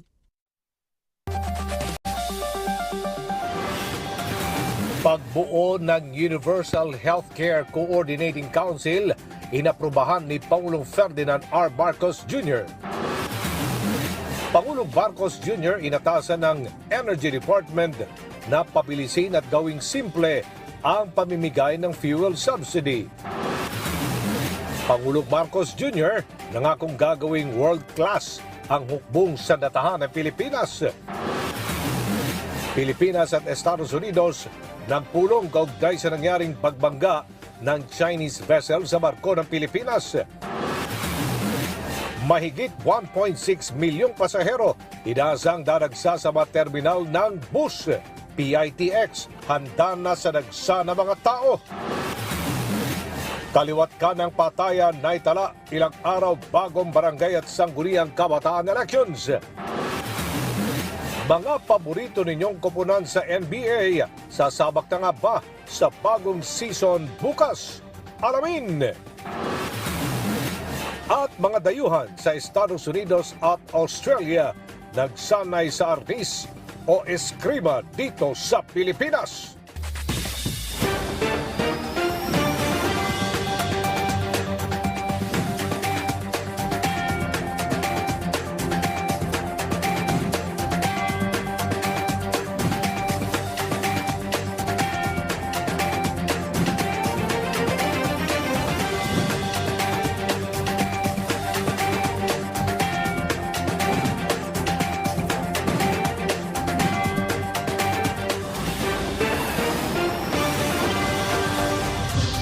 Saratsada ng mga balita, ilang araw bago ang hatol ng bayan sa barangay at sangguniang kabataan, kaliwat kanan ang naitatalang mga patayan.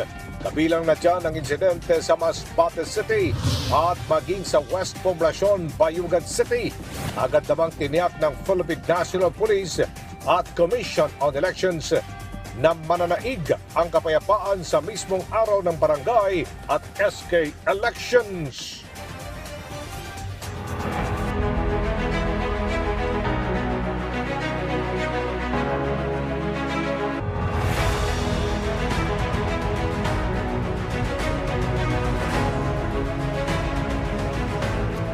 Magandang gabi, Pilipinas Bayan! Pinangunahan ni Pangulong Ferdinand R. Marcos Jr. ang sectoral meeting sa Malacanang kanina. Dito, ilang hakbang ang inaprubahan ng Pangulo, kabilang ang pagbuo sa Universal Healthcare Coordinating Council at pagpapabilis at pagpapasimple ng requisitos o requirements para sa fuel subsidy. Yan ang ulat ni Kenneth Pasyente. Sa layuning maibsan ang pag-aray ng transportation sector dahil sa pagtaas ng produktong petrolyo, tuloy ang hakbang ng pamahalaan para matulungan ang mga apektadong motorista. Sa sectoral meeting sa Palasyo kasama ang Energy Department, inaprubahan ng Pangulo ang pagpapaiksi ng trigger period sa pagbibigay ng fuel subsidy sa mga tsuper sa isang buwan mula sa dating 3 buwan na nakasaad sa 2024 General Appropriations Act. Whenever the Dubai price per barrel exceeds $80 for 3 months, then that will be the trigger for the provision of subsidies to the transport sector drivers, public utilities, including tricycle and other public utilities. So with this simplification or shortening of the period, we will be able to release the subsidies in a shorter period of time. Siniguro rin ng gobyerno na hindi mahihirapan ang mga benepisyaryo, kaya mas pasisimplihin din ang mga requirement. Pupuliduhin din ang listahan ng mga makatatanggap ng subsidy. Hindi gaya ng dati na kailangan pang i-consolidate ng DOTR ang lahat ng listahan ng mga tatanggap. May prangkisa man o wala, kaya natatagalan ang pag-release ng ayuda. So we're simplifying all of these requirements so that the Department of Transport will be responsible for the list for those which are under the LTFRB. Then DILG will come up with the list for those which are with the tricycle drivers under the local governments.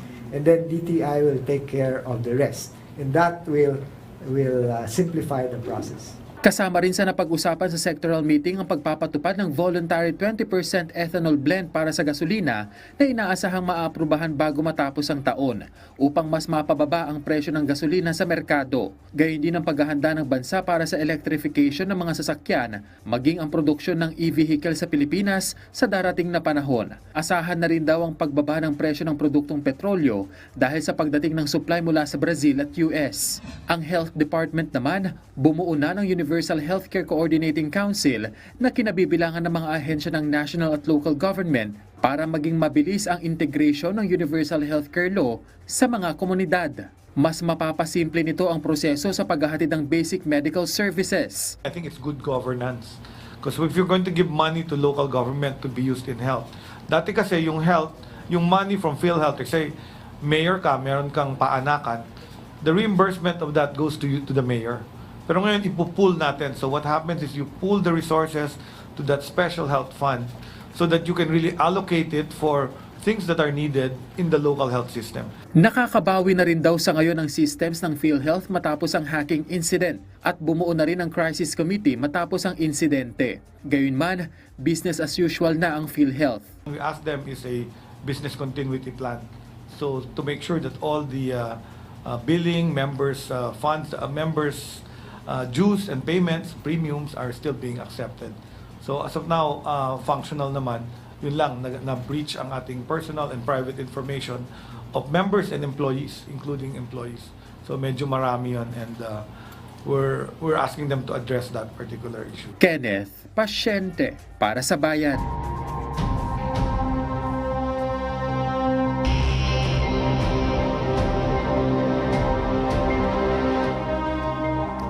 Pinag-uusapan na ngayon ng Pilipinas at Estados Unidos ang pagpapaigting ng kanilang alyansa kasunod ng panibagong insidente ng pagbangga ng China Coast Guard sa barko ng Pilipinas. Samantala, ginit naman ng ilang mga eksperto na pwedeng gamitin ng bansa ang suporta ng international community. Yan ang ulat ni Bea Bernardo. Nagkausap sila National Security Advisor Eduardo Anyo at US counterpart niya na si National Security Advisor Jake Sullivan sa telepono. Sa pahayag ng White House, iginiit ng Estados Unidos ang suporta nito sa Pilipinas kasunod ng agresibong aksyon ng China laban sa mga barko ng Pilipinas na nauwi sa banggaan sa Ayungin Shoal. Napag-usapan din ng dalawa ang mga paraan para patatagin pa ang alyansa at pagkakaibigan ng dalawang bansa. Nabanggit din ni Sullivan ang ironclad commitment ng US sa Pilipinas sa ilalim ng Mutual Defense Treaty. Pero sabi ni DFA spokesperson Ambassador Tess Daza, kailangan pang pag-aralan ng Pilipinas kung napapanahon na bang ma-activate ang MDT. Sa ilalim ng kasunduan, magtutulungan ng Pilipinas at Estados Unidos sa oras na may external armed attack laban sa dalawang bansa. At this point, whether it will constitute an armed attack that would allow the invoking of Mutual Defense Treaty is something that needs to be studied. Nagpahayag din ng suporta sa Pilipinas ang Ministry of Foreign Affairs ng Japan. Naniniwala ang Japan na ang issue sa South China Sea ay konektado sa peace at stability sa rehiyon. Kaya naman, maituturing itong lehitimong concern ng international community. Tinututulan ng Japan ang anumang hakbang na magpapataas ng tensyon sa South China Sea. Naniniwala ang ilang eksperto na dapat na magsagawa ng joint patrol sa Pilipinas kasama ang mga like-minded nations para mas maigiit ang ating karapatan sa rehiyon. Ayon kay Strat-based ADR Institute President Dindo Manhit, dapat gamitin ng kasalukuyang administrasyon ang suporta ng international community sa pangunguna na magkaroon ng joint patrol. Naniniwala siyang mas magigiit ng Pilipinas ang karapatan nito sa West Philippine Sea sa pakikipagtulungan sa ibang bansa. Kabilang sa mga bansang pwedeng magsagawa ng joint patrol kasama ang Pilipinas ay Estados Unidos, Japan, Canada, South Korea at European Union. Una na ring sinabi ng Pilipinas na magkakaroon ng joint patrols ang Philippine Coast Guard at US Coast Guard. Nagpahayag na rin ang Australia ng interes sa aktibidad na ito. Bea Bernardo para sa Bayan. Bukas ang pamahalaan sa lahat ng posibleng hakbang upang maigiit ang karapatan ng Pilipinas sa West Philippine Sea. Ayon kay AFP spokesperson Colonel Midel Aguilar, pinag-aaralan nila ang lahat ng opsyon upang maiwasan ang mga agresibong aksyon ng China laban sa ating mga barko. Kabilang dito ang posibleng pagdaragdag ng puwersa sa rehiyon. Lahat naman ng bagay na yan ay kinukonsidera because what we want to accomplish actually is a successful RORE mission without interference from any party at all. So lahat yan ay kinukonsider and even other modes of resupply, we can consider that also. Tiniyak ni Pangulong Ferdinand R. Marcos Jr. sa AFP Council of Sergeants Major na patuloy na isusulong ang mga programa para sa kanilang kapakanan, maging ng kanilang pamilya. Sa traditional dinner ng konseho kasama ang Pangulo, hinimok niya mga ito na ipagpatuloy ang maayos na trabaho. Ipinunto rin ng Pangulo na hindi titigil ang gobyerno para maitulak ang modernisasyon ng AFP. Samantala, kinilala rin ng punong ehekutibo ang ambag ng enlisted personnel na bumubuo sa 70% ng AFP at tumutulong sa araw-araw na operasyon nito. Kasabay nito, hinikayat din niya ang Sergeant Majors na gabayan ang enlisted personnel upang maging mahusay at epektibong mga sundalo. Keep up the good work. Know that this administration and the entire country is behind you as you fulfill your duties to the nation.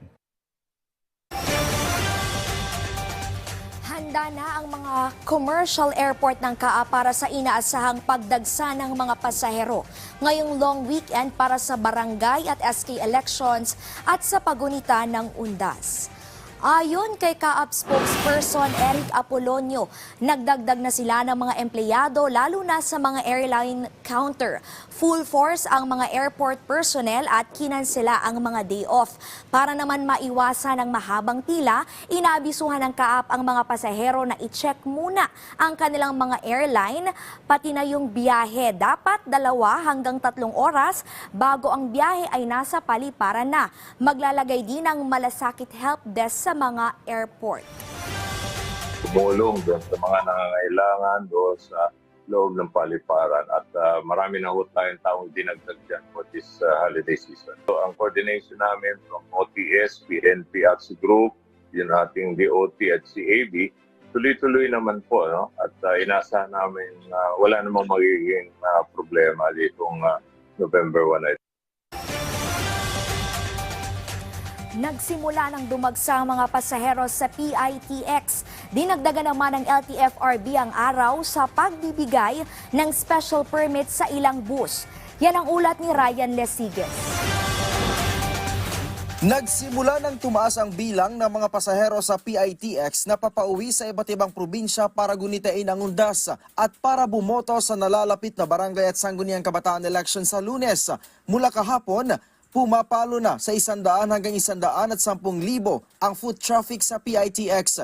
Pero wala pa ito sa bilang ng mga pasahero na kanilang inaasahan na aabot sa 1.6 milyon. Sabi ng PITX, sa October 27 hanggang November 6 nila inaasahan ang buhos ng mga pasahero. Upang matiyak ang kaligtasan ng mga pasahero, magsasagawa ng surprise inspection ang pamunuan ng PITX, LTO, MMDA at LTFRB sa bus units. Maging ang mga bus drivers ay isasalang din sa drug test. Yung PITX naman is designed to cater around 200,000 passengers per day. So kung mag-average tayo ng mga 110 on a regular day, papalo yan ng mga 150, 160 dahil sa undas. Kayang-kaya pa naman, no? Hinikayat naman ng PITX na gumamit ng online booking ang mga pasahero na uuwi ng probinsya. Starting Friday, magkakaroon na tayo ng mga help desk dyan, iba-ibang ahensya, upang sa ganun, tugunan yung mga pangangailangan ng ating mga kababayan. Na-foresee natin na napakaraming tao talaga dadaong dyan, kaya hindi lang yung comfort nila, yung inaalagaan natin, pati yung kanilang safety. Nagtalaga na rin tayo ng mga medical personnel, no? On standby yan, 24/7. Ang LTFRB, handa na rin sa buhos ng mga pasahero. Tinaasan na rin ng LTFRB ang bilang ng araw para sa pagbibigay ng special permit sa ilang bus units. Mula sa 4 na araw, ginawa na nila itong 15. Sa ngayon, mahigit 700 special permits na ang na-issue ng LTFRB. Mahigpit din daw nilang babantayan ang paglaganap ng mga kolorum na mananamantala ngayong paparating na undas at halalan. Sa experience namin, marami tayo dyan na na-apprehend. Kaya ngayon po, mas paigtingin po ito ng interagency kasama po ang LTO, IAC, MMDA, LTFRB, and even the LGUs po kung saan nandoon po yung ating mga terminals. So, mayroon din po kami mga personnel na nakadeploy sa ating mga terminals para po doon sa mga complaint, saka assistance na kailangan po ng ating mga pasahero.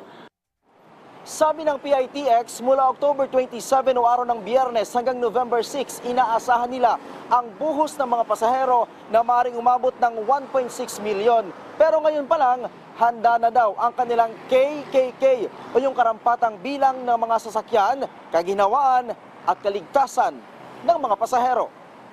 Ryan Lesiges, para sa Bayan. Nagsama-sama ang ilang opisyal ng pamahalaan at transport groups, kabilang na ang Magnificent 7 at Mighty One Transport. Nakasama sa working lunch sila Executive Secretary Lucas Bersamin, DOTR Secretary Jaime Bautista, PCO Secretary Cheloy Garafil, SDES Hubert Guevara at iba pang palace officials. Naging pagkakataon ito upang ilabas ng dalawang grupo ang kanilang mga saloobin para matugunan ng pamahalaan.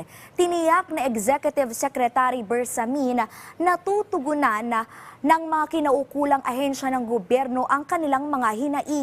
Nagpasalamat naman ang transport groups kay Pangulong Ferdinand R. Marcos Jr. at sa pamahalaan sa patuloy na pag-agapay sa mga operator at driver ng mga pampublikong sasakyan. Ilang araw bago ang barangay at SK elections, patuloy pa rin nadadagdagan ang election-related violence ayon sa COMELEC. Nakikipag-ugnayan din ang ahensya sa mga otoridad para matiyak ang kaayusan sa pagdaraos ng halalan. Yan ang ulat ni Luisa Erispe. 4 na araw na lang bago matapos ang campaign period para sa barangay at SK elections. Ayon sa COMELEC, hindi makakaila na umiinit na ang labanan sa mga barangay dahil sunod-sunod na umano ang napapaulat na posibleng election-related violence sa bansa. Sa datos ng komisyon, aabot na sa halos 25 ang election-related incidents. Kabilang na ang mga insidente ng pamamaril ngayong linggo sa Masbate, Pangasinan at Cotabato City na may mga kandidato pang nasawi ang buhay. Sabi ni COMELEC Chairman George Erwin Garcia, mariing kinokondena ng komisyon ang mga pangyayaring ito. Nakakabagabag yung ganyang klaseng mga insidente, lalo pat hindi naman nasasaktan lang kung hindi may mga namamatay tayong mga kababayan. Ang pagtakbo ay hindi dapat kadahilanan upang may magbuwis ng buhay. Ang pagtakbo ay nag-o-offer ka ng serbisyo mo sa ating mga kababayan. Pero yung ikaw ay kukuhanan ng buhay, hindi po yung katanggap-tanggap at hindi ka patapatawad po. Bukod pa sa election-related incidents, kinumpirma din ng COMELEC na may 250 na ring kandidato na umatras naman sa Abra. Kaya naman, personal na rin bibisita ang COMELEC roon para alamin kung isa sa ilalim ba sa red category o COMELEC control ang lugar. Yung 250 pala na nag-withdraw, may mga natira pa. Ibig sabihin, yung mga magkakalaban, isa ang nag-withdraw and therefore may natira pang kalaban. Kaya wala pong bakante. At magkaka-eleksyon pa rin, therefore may mahahalal pa rin. Sa ngayon, Negros Oriental pa lang at Libon Albay ang nasa ilalim ng COMELEC control. 246 pa rin na mga barangay ang nasa ilalim ng red category. Patuloy ang koordinasyon ng COMELEC sa PNP, AFP at PCG para tiyakin na sa araw ng eleksyon walang magiging gulo o anumang hadlang sa botohan. Samantala, habang umiinit naman ang kampanya, umiinit na rin ang ulo ng COMELEC sa mga pasaway na kandidato na hindi pa rin nagpapatinag sa pagsasabit o pagpapaskil ng posters na hindi sumusunod sa tamang sukat o tamang lugar na itinakda ng komisyon. Kaya ngayon, nagsagawa ulit ng Oplan Baktas ang COMELEC sa Pasay City at lahat ng kandidatong natanggalan ng posters makakatanggap ng show cause order. Yung pong lahat ng yan ay nabigyan ng show cause, hindi lang ng task force, kung hindi ng individual ng bawat local COMELEC natin. Kaya po yung mga so far na nakikita natin mga datos, yan po ay representante lang ng datos dito sa main office ng COMELEC. Hindi pa po kasama yung mga datos na nasa iba't ibang probinsya natin na later on ipapadala lahat sa amin para ma-file ng proper disqualification cases. Muli namang nagpaalala ang COMELEC sa mga kandidato, sumunod sa mga tuntunin sa halalan dahil hindi lang basta disqualification case, kundi posibleng sa korte pa ang maging parusa ng kanilang paglabag. Luisa Erispe para sa Bayan. Ulat Sports muna tayo. Hindi lamang isa kundi 2 tanso ang buena manong medalya ng Pilipinas sa 4th Asian Para Games na nagmula sa para-tankers na sina Ernie Gawilan at Gary Behino na lumangoy nitong Lunes sa unang araw ng swimming sa Hangzhou Olympic Sports Center. Balikan natin ang naging tagumpay ng 2 para-swimmers sa ulat ni Darrell Oclares. Sa formal na pagsisimula ng 4th Asian Para Games nitong Lunes, 2 bronze medals agad ang nasungkit ng Pilipinas para sa swimming na mula sa mga para-tankers na sina Ernie Gawilan at Gary Behino. Sa kabuuang oras na 2 minutes at 52.58 seconds, nagtapos ang 2-time Paralympian na si Gawilan sa ikatlong pwesto ng 200-meter individual medley SM7 para makuha ang pinakaunang medalya ng bansa. Sa loob naman ng 1 minute at 12.76 seconds, bronze medal din ang nasungkit ng Cambodia SEA Games double gold medalist na si Gary Behino para naman sa men's 100-meter freestyle S6. Sa eksklusibong panayam ng PTV Sports kay Behino, sinabi niya na masaya siya na makapagbigay ng karangalan para sa Pilipinas. Masaya po. Masaya po na nakapagbigay tayo ng medalya kahit bronze lang. Bukas naman ng hapon, balik aksyon si Behino para sa men's 50-meter butterfly S6 finals. Sana makapasok din tayo sa top 3. paplarin. Kasi medyo sila malalakas talaga sila eh. Nagpaabot naman ng pagbati si Team Philippine Chef de Mission Ral Rosario sa dalawang para-tankers at inilahad niya na tiwala rin siya na kaya rin nilang makakuha ng ginto sa kanilang mga sunod na swimming events. They have the capacity to do it. They have the capacity to break the gold medal standing. So I think it just have to be a little bit more mentally tough for Gary and of course si Ernie. Samantala, ngayong gabi, sasabak pa si Gawilan sa finals ng men's 400-meter freestyle S7 kung saan target niyang depensahan ang nakuha niyang ginto noong 2018 Asian Para Games sa Indonesia. Carlo Clares para sa Bayan. Samantala, target ng Pilipinas Warriors na makuha ang kanilang unang panalo sa ika-4 na Asian Para Games ng men's wheelchair basketball. Sa kanilang huling preliminary game kontra sa defending champion kontra Iran, ngayong gabi sa Hangzhou Olympic Center Gymnasium Court. 3 sunod na pagkatalo ang nakuha ng Pilipinas Warriors sa kamay ng China, Afghanistan at Thailand mula nang magsimula ang kanilang kampanya nitong nakaraang linggo. Bagamat tanggal na sa medal contention, susubukan pa rin ng Warriors na makuha ang kanilang unang panalo sa kanilang Asian Para Games debut. Marami pang sports balita sa aking pagbabalik, kaya tutok lang. Mahigit 2 linggo matapos atakihin ng militanteng Hamas ang Israel, ilan pang bihag ang pinakawala ng grupo. Magkasagawa naman ng pagdinig ang International Court of Justice para sa parusang maaaring kaharapin ng Israel sa pagsakop sa Palestine. Yan ang ulat ni Joyce Salamati. 2 babaeng bihag ang pinakawala ng Hamas militant group. Nasa 85 taong gulang at 79 na taong gulang ang mga dating hostage. Ayon sa tagapagsalita ng Hamas, pinakawala ng 2 dahil sa issue sa kanilang kalusugan. Mababatid na namagitan sa negosasyon ang ilang opisyal ng Egypt at Qatar. Gayunpaman, hawak pa rin ng Hamas ang asawa ng 2 bihag. Matatanda ang noong Biyernes ay 2 American hostages din ang nauna ng pinakawala ng grupo.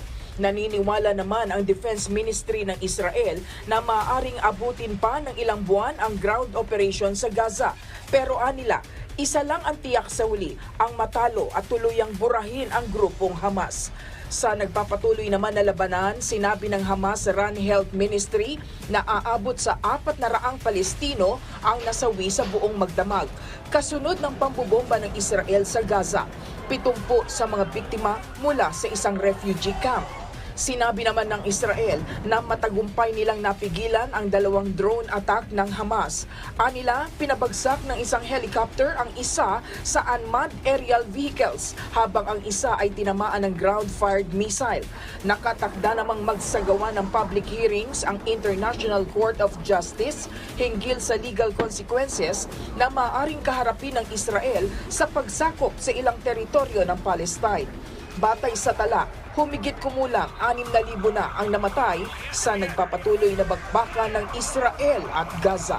Joy Salamatin para sa Bayan. Mahigit 1,000 upuan na bagsak sa safety at quality standard ng Department of Trade and Industry ang kinumpiska at pinagsisira ng ahensya para i-recycle at ipamahagi sa mga paaralan at barangay. Narito ang ulat. Kumigewan kapag inupuan. Bali agad, isang hampas lang. Bago pa man yan magamit at maupuan sa mga handaan at kasiyahan ngayong holiday season. Pinagkukumpiska na yan sa mga tindahan at winasak ng Department of Trade and Industry ngayong araw.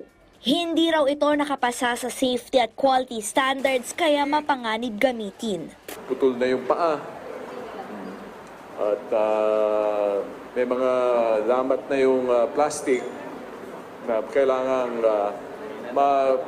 hindi na maalis sa gamit kasi delikado sa mga upo. Higit 1,000 upuan ang sinira ng ahensya na nagkakahalaga ng 150,000 pesos. Ibinigay ito sa lokal na pamahalaan ng Maynila para gawing basurahan at paso ng mga halaman na ipamamahagi sa mga pampublikong paaralan at barangay.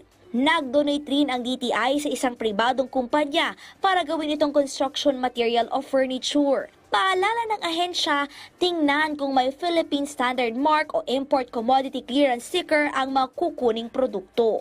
Babala naman ang DTI sa mga bibili ng Noche Buena, suriing mabuti ang expiration date ng bibiling Christmas items. Hindi lang question ito na ligtas ba, kundi talaga bang magagamit pa yung produktong bibiliin po ninyo, kaya talaga pong dapat mabusisi. Paglabag sa Consumer Act na may kulong at multa ang maaaring harapin ng magbibenta ng mga expired na produkto. Kalezal Pardilia para sa Bayan.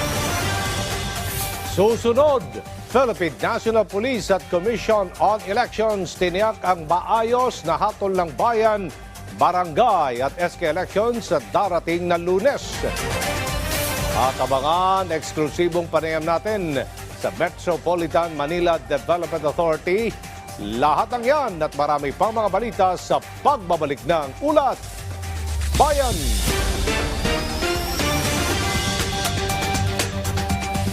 Saan mapapanood ang PTV? Sa bawat sulok ng Pilipinas. Reaching millions of Filipinos across the country through the power of terrestrial TV. Abot na abot namin ang mga Pilipino para sa tapat na balita at impormasyon. Dito'y Cordillera, kan Intero ang Luzon.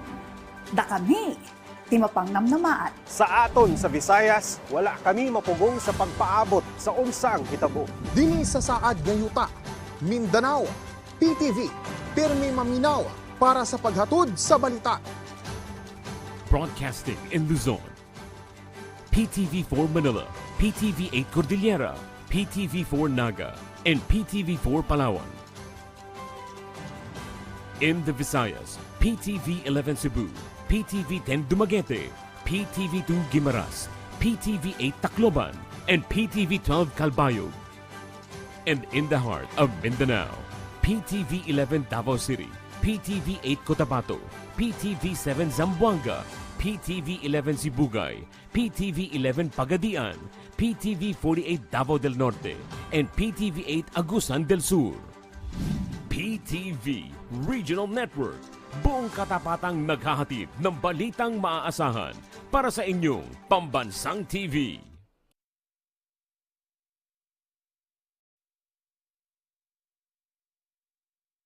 G ka na ba sa pagboto ngayong barangay at sangguniang kabataan elections? Tandaan na ang voting hours ay mula alas 7 ng umaga hanggang alas 3 ng hapon. Habang alas 7 ng umaga hanggang 1:00 ng hapon naman sa mga emergency accessible polling place para sa mga PWD, senior citizens at buntis. Manual o mano-mano ang magiging botohan. Pwera na lang sa 3 pilot testing barangay na gagamit ng VCM or vote counting machine. Paalala lang sa araw ng halalan, alamin ang inyong precinct number at voting center. Gumawa ng listahan ng mga kandidatong iboboto. Gamitin ang ballot secrecy folder sa pagboto. Huwag kuhanan ng litrato, ang balota o gumawa ng kopya nito. At iwasang dumihan, burahin, punitin o lagyan ng anumang kakaibang marka ang balota. Tandaan mga kabarangay ha, isang SK ballot ang kailangan punan ng mga botanteng edad 15 to 17 years old. Isang SK ballot at isang barangay ballot naman para sa mga botanteng 18 to 30 years old. At isang barangay ballot para sa mga botanteng 31 years old pataas. Kabilang ka dito, kaya makilahok at bumoto. Isang paalala para sa maayos, malinis at payapang halalan mula sa PTV. Huwag tayo maging dayuhan sa sarili nating bayan. Karamihan sa amin ay nag-asawa na lang, walang pinag-aralan, hindi po kami educated. Bakit ipinanganak ako na IP ako na parang walang mga opportunity na para sa amin? Nagbabaon kami, kanin lang, ang ulam, bagoong, gano'n. Talagang wala nang kaya ang magulang ko. Hango sa kwento ng mga totoong tao.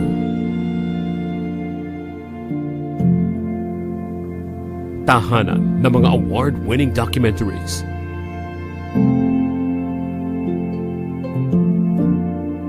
Public Eye sa PTV.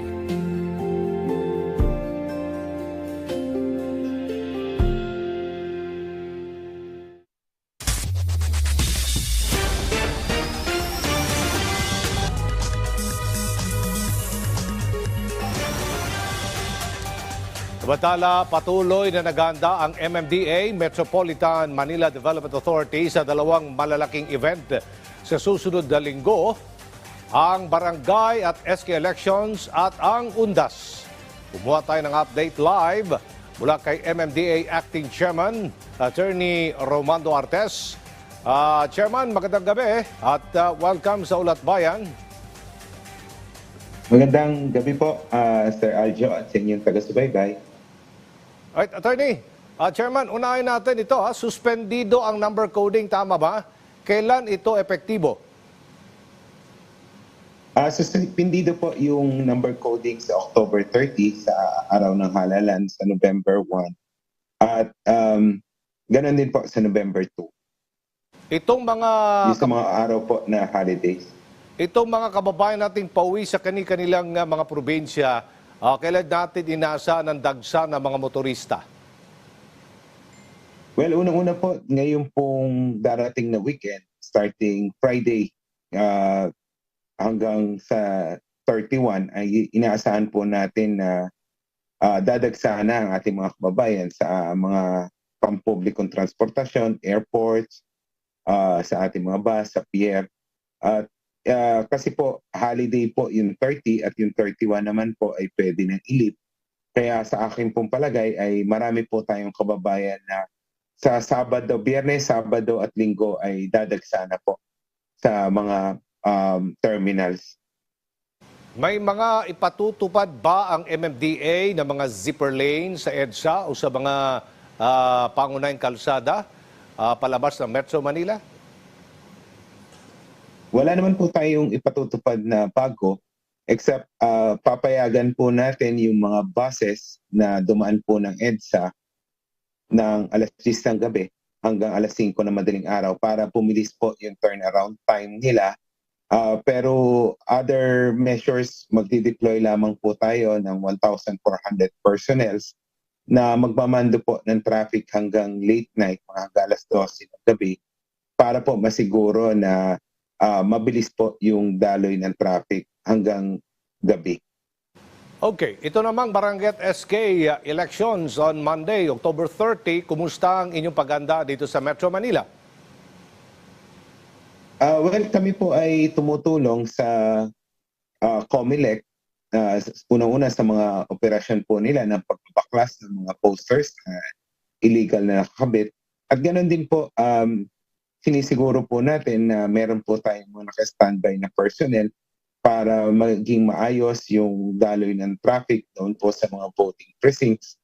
At ganoon din po, meron din po tayong mga naka-standby na emergency personnel para po kung kailangan, wag naman po sana, magkaroon po ng aksidente or di magandang pangyayari. Meron po tayong naka-standby na mga personnel para rumisponde po. Meron bang mga kandidato, Chairman, na lumalabag na dapat ay hindi maglagay ng mga poster sa mga bawal na lugar? Marami po. At in fact, ilang beses na po kami nakasama sa operation baklas ng COMELEC. Tayo po ang nagpo-provide ng mga personnel at mga equipment para po sa pagtanggal nito. Yan naman po ay dino-document ng COMELEC at asahan po natin na makakasuhan po itong mga naglalagay ng poster sa hindi tamang lugar. Okay. May ba tayo sa usapin sa undas, Chairman? Ano ang inyong mga tagubilin sa inyong mga tauhan dyan sa MMDA? Una-una po, meron po tayong no leave, no absent policy ngayong undas para po masiguro na kumpleto yung ating po mga staff at mga enforcers during undas, before and during undas. Ganon din po, ang ating pong bilin ay yung mga violations po na simple lamang at pwede na pong palagpasin ay hindi na po muna titikitan, sisitayin lamang, hindi na po paparahin at hahayaan na po dahil alam naman po natin na pag pinarayan at tinikitan, nag-create po ng traffic, lalong-lalo na kung magkakaroon pa ng diskusyon.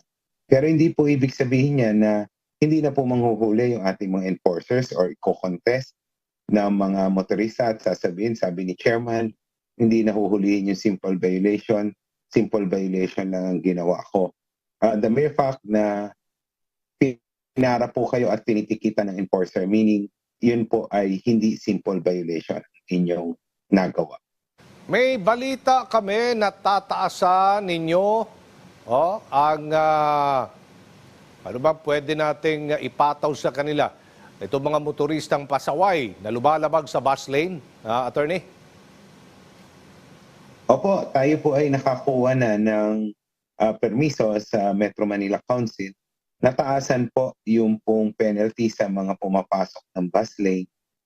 Sa atin pong panukala o resolution, ang first offense po ay 5,000 pesos. Ang second offense ay 10,000 pesos plus 1 month suspension ng license and kailangan po mag-undergo ng seminar. Pag third offense naman po ay 20,000 pesos plus 1 year suspension ng lisensya. At pag fourth offense po ay 30,000 kasama po ang revocation ng lisensya ng nagba-violate. Wala ba tayong mga camera na nakalagay po dyan sa mga bus lanes? Dahil pag walang mga tauhan ng MMDA ay talagang may dumadaan po dyan. Hindi naman marked vehicle, hindi naman red plate. Oo, mga private na mga sasakyan, pati na mga motorsiklo. Chairman. Meron po tayong mga CCTV cameras. In fact, meron po tayong mahigit 200 CCTV cameras na inilagay sa buong kahabaan ng bus lane. Unfortunately, may TRO pa po yung ating NCAP. Kaya po hindi po natin magamit sa panghuhuli. Pero we expect and hopefully malift na po yung suspension na yan or yung TRO sa NCAP para po mas maging madali yung pag-enforce po natin itong bus lane policy. Baka meron po kayong malagang mga anunsyo o advice na hindi namin natanong, Chairman. Pagkakataon nyo na po ito ngayon. Go ahead po.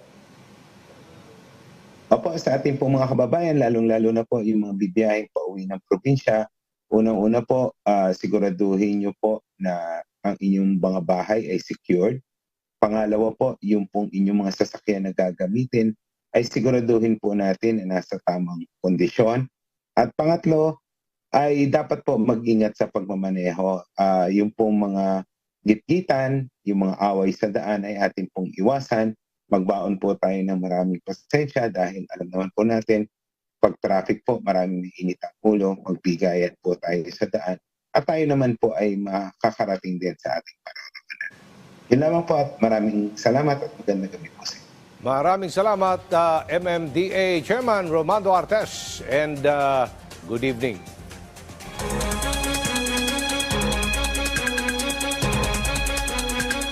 Kaliwat ka ng mga pagpatay ang naitatala ilang araw bago ang hatulang bayan, barangay at SK election. Yan ang ulat ni Bien Manalo. Patay ang kumakandidatong barangay Kagawad habang sugatan naman ang kaalyado nitong kapitan ng pagbabarilin sa barangay Maingan, Masbate City. Kinilala ang mga biktima na sina Juby Pintor, 44 na taong gulang at si Joseph Martinez, 59 na taong gulang. Ayon sa ulat ng Masbate City PNP, nasa isang lamay ang grupo ni Pintor nang biglang napadaan ang grupo ni Dolores Onopia na kumakandidato sa pagkabarangay kapitan. Nagkaroon umano ng mainit na pagtatalo sa pagitan ng mga biktima at ng mga taga-suporta ni Onopia na nagresulta sa pamamaril. Naisugod pa sa ospital ang mga biktima pero idineklara ring dead on arrival si Pintor, habang nakatakas naman ang nasa 8 pang sospek. Tinutugis na ng mga pulis ang mga sospek habang patuloy na inaalam ang tunay na motibo sa pamamaril. Dead on the spot ang isang lalaki matapos na tambangan at pagbabarilin sa West Poblacion, Bayugan City, Agusan del Sur. Kinilala ang biktima na si Hirokini Watanabe, 24 na taong gulang.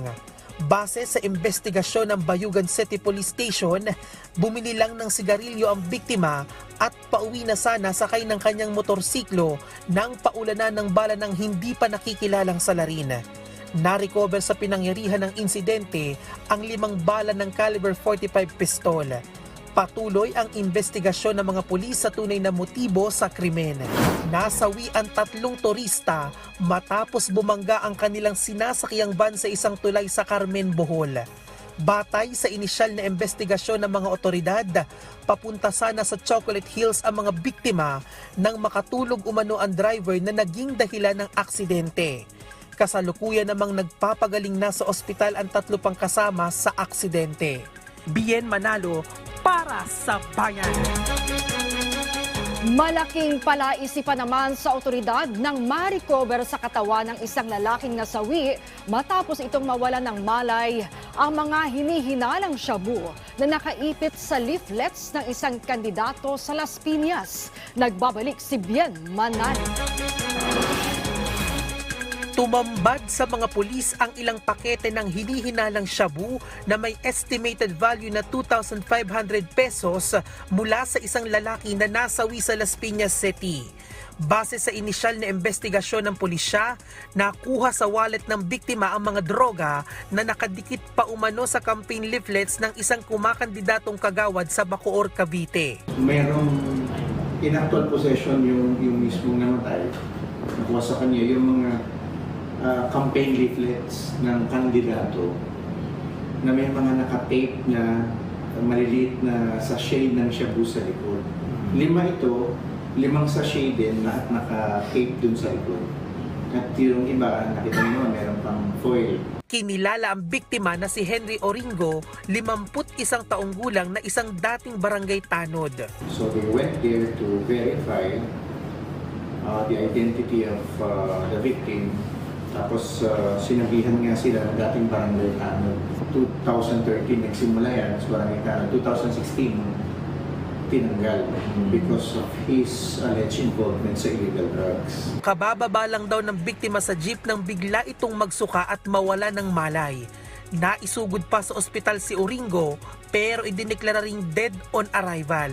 Sa tinagal-tagal ko na rin sa service, sa police service, first time ito na meron ganitong, hindi ko alam kung pang-kampanya to or pang-ano, hindi ko alam kasi siyempre hindi na natin matatanong yung tao, pero ang leaflet kasi para ipamigay, bakit may nakatape bawat leaflet, may nakatape na siya.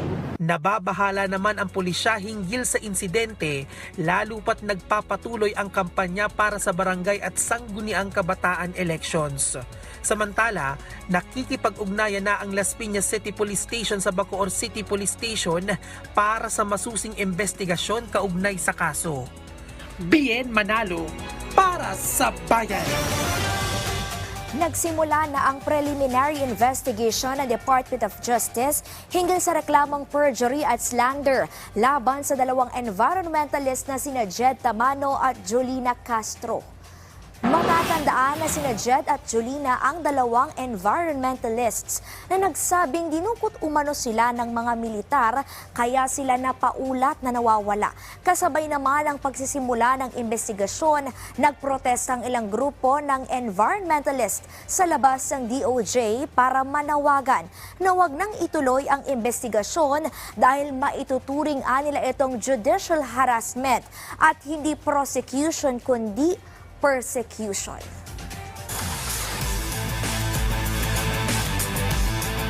Ulat Sports muna tayo. Ngayong darating na PBA Commissioner's Cup, patutunayan ng top rookie ng 2023 draft class na si Stephen Colt na mag-iiba na ang ihip ng hangin para sa kanyang koponan. Yan ang ulat ni Rafael Bandayrel ng PTV Sports. Bilang number 1 overall pick ng 2023 PBA Draft, mabigat ang responsibilidad na bibit-bitin ni Stephen Holt kahit siya'y baguhan pa lamang. Si Holt ang pinakabagong miyembro ng Terra Firma Jeep na umaasang sa tulong ng 6'4" guard, magbabago na ang kanilang kapalaran ngayong darating na PBA Commissioner's Cup. Para sa isang pangkaraniwang rookie, halos imposible ang misyong agarang makaapekto sa pag-usad ng isang koponan. Pero hindi pangkaraniwang rookie si Holt. Bago pa siya mapadpad sa Terra Firma, nakapaglaro na siya sa iba't ibang bahagi ng mundo. Ilan lamang ang Melbourne United ng National Basketball League ng Australia at Canton Chargers ng NBA G League sa mga koponang pinanggalingan ni Holt. Kaya naman mataas ang kumpiyansa ng Phil-Am Cager na agaran niyang maipaparamdam ang kanyang presensya. I've been an impact player, my whole career in Europe, playing against NBA caliber players in that environment. Obviously, Europe is a different beast with the games, the travel, and that competition. So, again, at the end of the day, I just got to stick to me. Just be true to who I am. Naniniwala rin ang 31 anyos na manlalaro na abot kamay ng terra firma ang isang pwesto sa PBA playoffs kung magagawa nilang baguhin ang kultura at mentalidad ng buong koponan. It's all about winning. I know this team has struggled in that facet, and obviously I'd love to make the playoffs. Every year in my career, so far I've made the playoffs, so I'm not trying to have that streak end with terra firma. Sasalang si Holt sa kanyang unang laro sa PBA sa darating na 10 ng Nobyembre pag nakaharap ng Jeep ang Northport Batang Pier sa Smart Araneta Coliseum. Rafael Bandairel para sa Bayan. NBA fans, magsisimula na bukas ang 2023-2024 season ng National Basketball Association kung saan 4 na bigating koponan ang agad maglalaban para sa opening night. Western Finals rematch agad ang unang laro sa pagitan ng defending champions na Denver Nuggets at Los Angeles Lakers. Ganap na alas 7 ng umaga, Philippine time sa Ball Arena. Pangungunahan ng two-time MVP na si Nikola Jokic, ang Nuggets na muling makakaharap si LeBron James na papasok na ng kanyang ika-20 season sa NBA.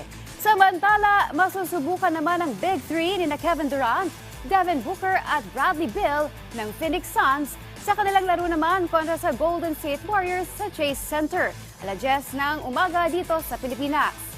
Aabangan ang unang laban ng All-Star guard na si Chris Paul sa kanyang former team mula nang siya ay matrade itong nakaraang off-season.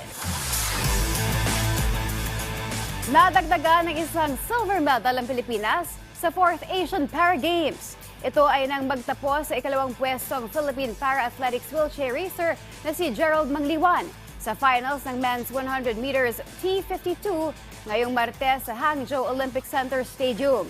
Sa kabuang oras na 18.65 seconds, naitala ni Mangliwan ang kanyang personal best record na sapat para maibulsa ang unang pilak na medalya ng bansa sa quadrennial meet.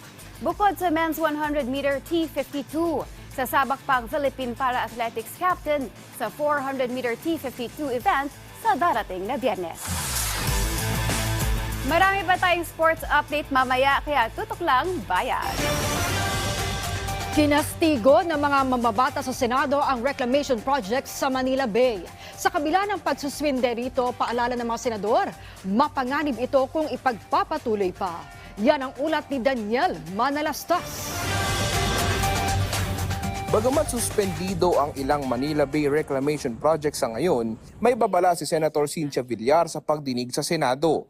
Alam mo, ang worry ko sa Manila Bay, baka lumubog ang Metro Manila pag hindi nyo tinigilan yung reclamation na yan. Alam mo, parang hindi sila naniniwala that there is a possibility na lulubog ang Metro Manila. Ipinaalala ng mambabatas ang ilang trahedyang nangyari sa ibang bansa dahil sa kapabayaan sa kapaligiran, tulad na lang umano sa Indonesia. Anya, hindi sana mangyari ito sa Metro Manila. Can you imagine the Philippines na lulubog ang Metro Manila? So, tapos lahat tayo dito. Di ba? Yung sinasabi din ng Manila Hotel that they're afraid kasi ang lapit nila sa There is that possibility eh. Hindi imagination lang yun eh. Tingin naman ng ilang senador kung sa ibang bansa ginagawa ang reclamation para mapabuti ang port operations, pero dito sa atin kabaligtaran. Sa ibang bansa, di ba, they reclaim actually to improve their ports. Di ba gano'n na nangyari? They reclaim to improve their ports. Yes, karamihan. Dito sa atin... Reclaim to destroy the ports. Yung impression ko, we reclaim, but not for the purpose of improving the port. Kasi ang purpose niyata nito, ending ito is condo. Humarap din sa pagdinig ang ilang port company at naglabas ang reklamo sa ilang reclamation projects. Of the 15 reclamation projects that were there, we took exception only to 4. There will be other repercussions as well in terms of our ability to serve the stakeholders. Nasermo na naman sa pagdinig ang Environmental Management Bureau ng DENR. hinggil sa reclamation project sa karagatang sakop ng Las Piñas at Parañaque. Pwede ba yon? Ha? Hindi mo na kinoconsider kung mag-flood kami? O mamatay lahat yung aming mga fishermen na umaasa sa Manila Bay for their livelihood? Ha? It was never considered? Ha? Ang kinonsider mo lang yung nag-apply sa'yo, na kaibigan mo? During the evaluation, there's a third-party review committee who are ikaw ang EMD Hindi mo na kinonsider yun? Ha? Ba't mo ituturo na naman iba? Turo ka ng turo ng iba eh. Ba't hindi ka na lang nag-stay sa Cebu? Doon ka nakipag-away, hindi mo na pinakialaman ng Manila Bay. Daniel Manalastas para sa Bayan. At abangan mamaya, Pinay Volleyball Celine Domingo maglalaro sa volleyball team ng Thailand. At 5 microfinance institution at 20 micro-entrepreneurs pinarangalan sa Second Digital Financial Inclusion Awards. Ang lahat ng yan sa pagbabalik ng Ulat Bayan.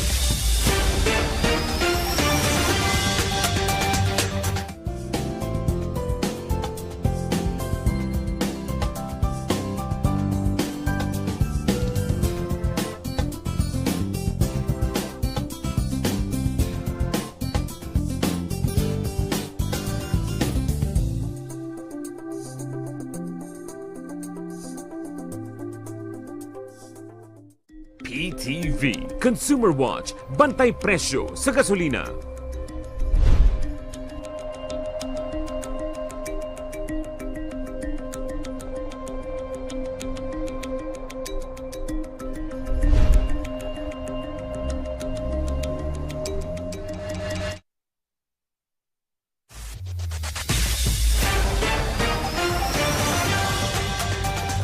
Sinaksihan ni Pangulong Ferdinand R. Marcos Jr. ang paglagda sa United Nations Sustainable Development Cooperation Framework. Ito po ang kauna-unahang sinaksihan ng isang Pangulo ng Pilipinas ang Cooperation Framework ng UN.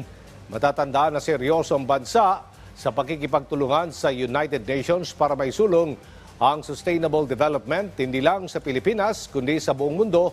Pinirmahan ang framework ng DFA, NEDA, at Resident Coordinator ng UN sa Pilipinas. Ito po'y magsisilbing gabay sa kooperasyon ng bansa at UN sa pagsusulong ng 2030 Agenda for Sustainable Development, gayon din ang climate action at environmental sustainability. As it is oriented to support Philippine government policies and priorities embodied in the 8-point socio-economic agenda, the Philippine Development Plan, and Ambisyon Natin, it enjoins UN agencies in the government's determined pursuit of the highest aspirations of our people. Pinanguna naman ng Council for the Welfare of Children ang talakayang Makabata, the 31st National Children's Month. Lain po nito na itaas ang kamalayan ng publiko at mas patatagin pa ang mga ugnayan ng pamahalaan at pribadong sektor upang labanan ang malnutrisyon at child stunting o pagkabansot sa bansa, kaya din ang mental health at karapatan para sa kapakanan ng mga bata.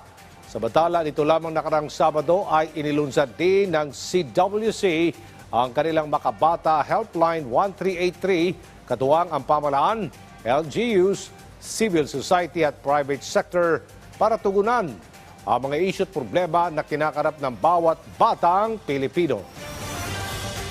Sa pananaw po ng Council for the Welfare of Children, hindi po natin kayang iasa sa gobyerno lahat.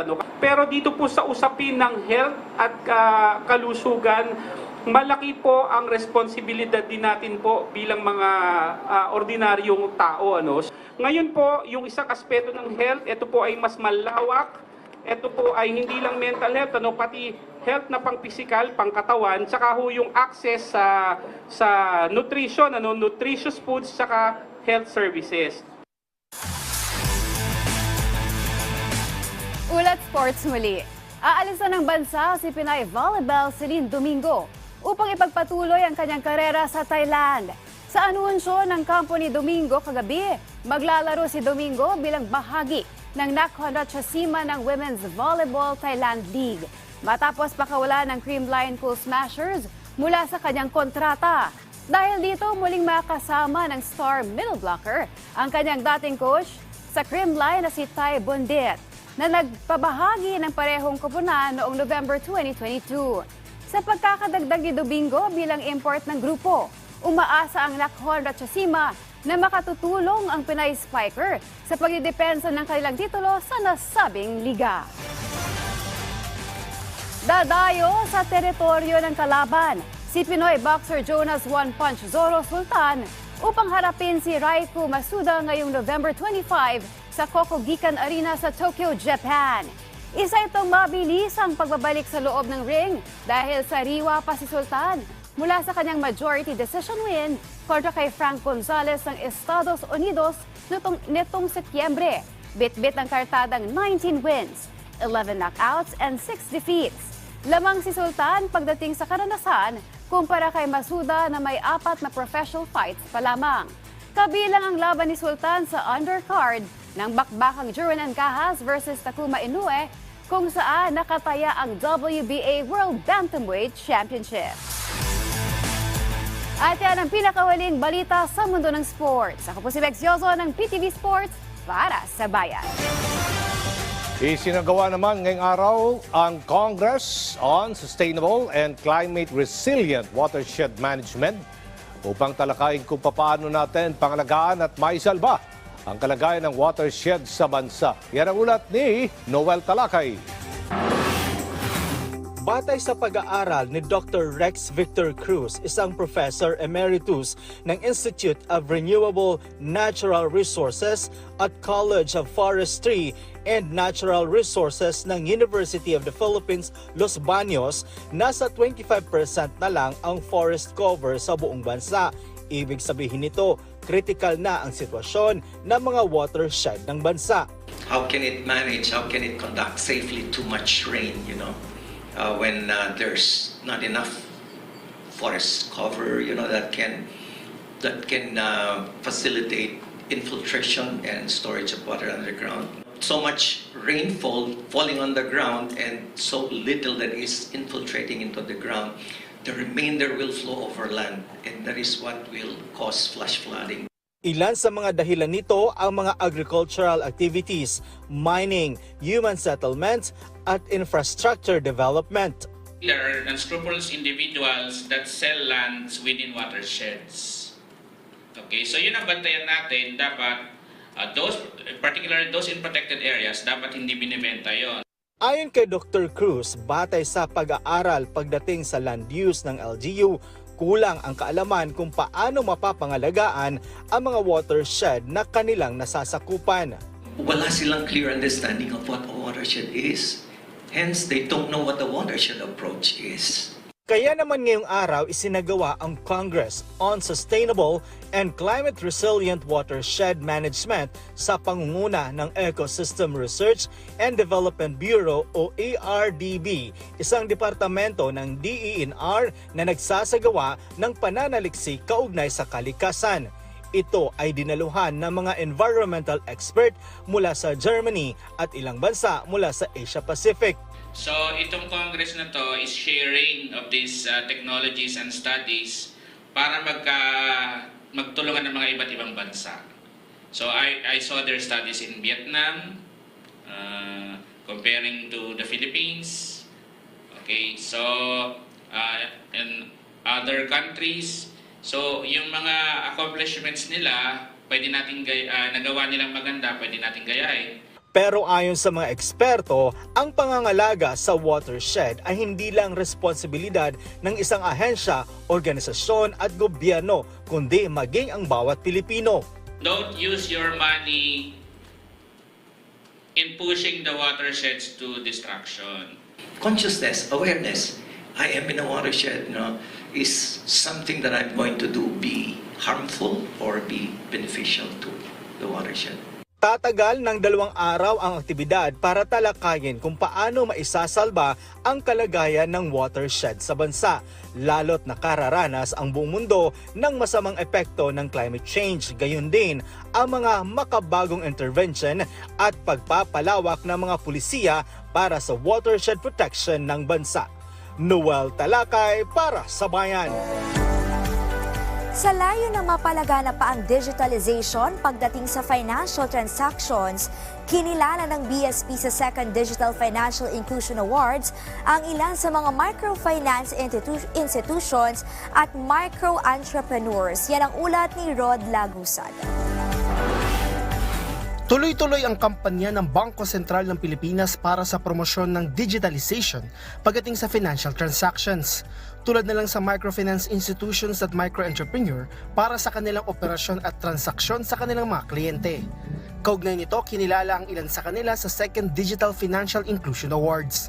Ang DFIA ay isang financial inclusion program na pinondohan ng City Foundation kung saan katuwang ang Microfinance Council of the Philippines, grupo ng mga microfinance institutions sa bansa, at ito ay suportado ng BSP. Dito ay pinarangalan ang nasa 5 microfinance institutions at 20 micro-entrepreneurs mula sa iba't ibang bahagi ng bansa. The digital solutions they adopted range from e-commerce, social media marketing, and use of e-wallets. Layo ng BSP na 50% ang total volume ng retail payments ay maging digital at maisamang 70% ng Filipino adults sa formal financial system. Nitong 2022, nasa 42% ang share ng digital payment transactions. Nasa 56% naman ang account ownership nitong 2021 at tumaas nitong 2022 sa 65% ng household. Yes, we are gaining ground, but there is still so much more work to do. Micro enterprises and microfinance improve the lives of so many Filipinos, and more so when they are digitalized. Rod Lagusad, para sa Bayan. Samantala, ginanap sa Cebu ang Philippine Combatives Training Camp kung saan tinuruan ang mga martial artists mula sa Australia at Estados Unidos ng Filipino martial arts na arnis o eskrima. Yan ang ulat ni Jessie Atienza ng PTV Cebu. From here. Grab again. Tahimik at matamang nagmamasid ang mga banyagang bisita sa demonstration na ipinakita sa eskrima o arnis. 10 araw na malagi sa Pilipinas ang nasa mahigit 20 mga martial artists mula pa sa Estados Unidos at Australia para matutunan ang pambansang martial art ng Pilipinas. Ito ang Philippine Combatives Training Camp.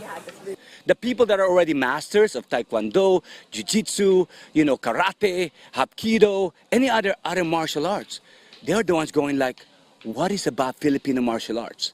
Because you know what? The Filipino martial arts can complete what they have, can complement what their art. That's the missing link. Now, if you know how to do this, but you don't know how to do the knife with it, then it changes that game. You know how to grapple on the ground, but what if somebody puts a knife on you? How are you going to grapple on the ground? You know who you're going to seek? Filipino martial artists, because that's our specialty. Hindi lang ang pag-aaral sa arnis ang natutunan ng mga lumahok, kasama na ang mayaman na kultura at pamana ng Pilipinas. Malaking bagay ito para sa kanila, lalo na sa mga mapopromote o aangat sa kani-kanilang martial art system. I'm learning it from the birthplace, and so it's awesome. I just feel it. I feel the magic around it. As yesterday, as we were traveling and we see the kids doing it, all the way from the adults doing it, I just feel like I'm even more a part of now the Philippine martial arts, just being here.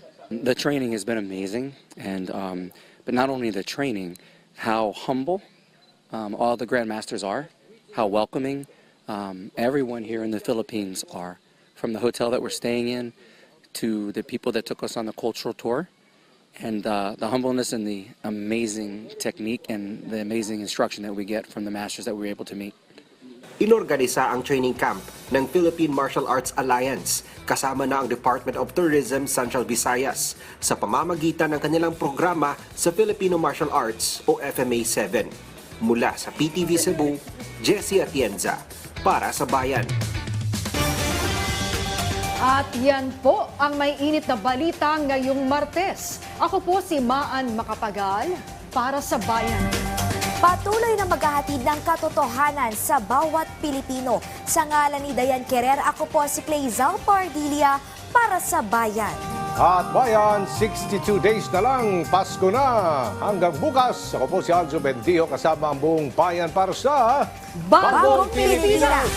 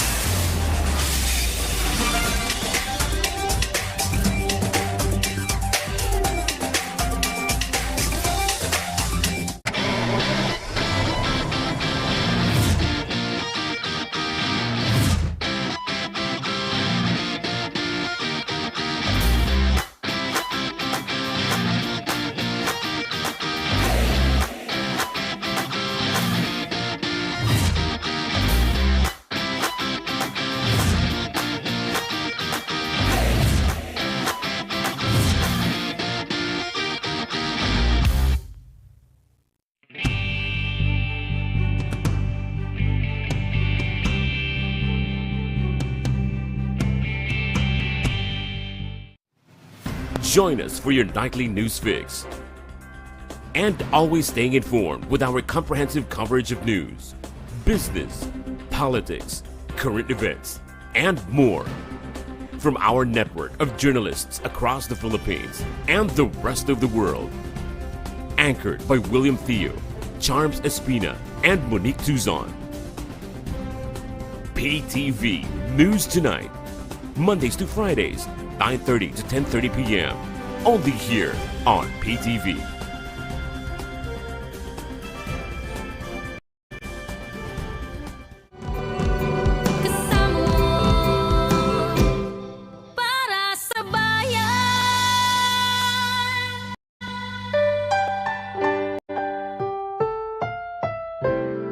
Ang susunod na programa ay rated PG. Ito ay nangangailangan ng patnubay at gabay ng magulang para sa mga batang manonood.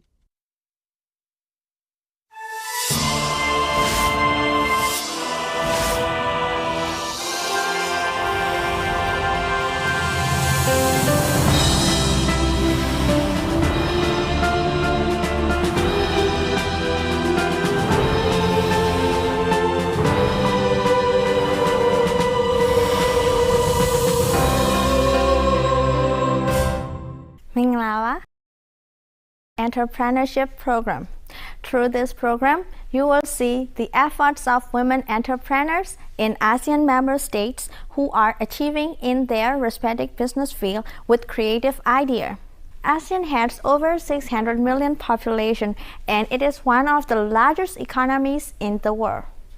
In accord with the economic growth in the region, the women participation in the business sector plays one of the crucial roles. Now, women in ASEAN contribute their efforts significantly to support the economic progress of their countries through their own businesses and SMEs. You will enjoy sharing business experience and knowledge of ASEAN women, enhancing entrepreneurship and gender equality, and creating a business environment led by women through the program. It will highlight the role of ASEAN women entrepreneurs and share their experience, how they have overcome challenges for their success to the viewers. Let's enjoy the programs of ASEAN member states.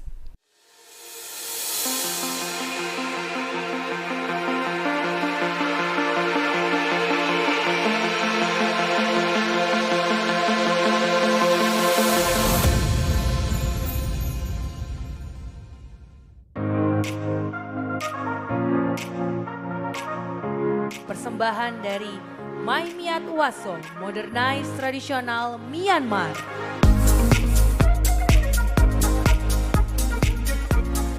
This is designer Mimya Wazo, who is capable to show off Myanmar's unique and eye-catching traditional costume ornamented with gold embroidery to the world. It cannot be denied the fact that Mimya Wazo is a designer who penetrated into Myanmar's designer world with her imaginative and exceptional designs.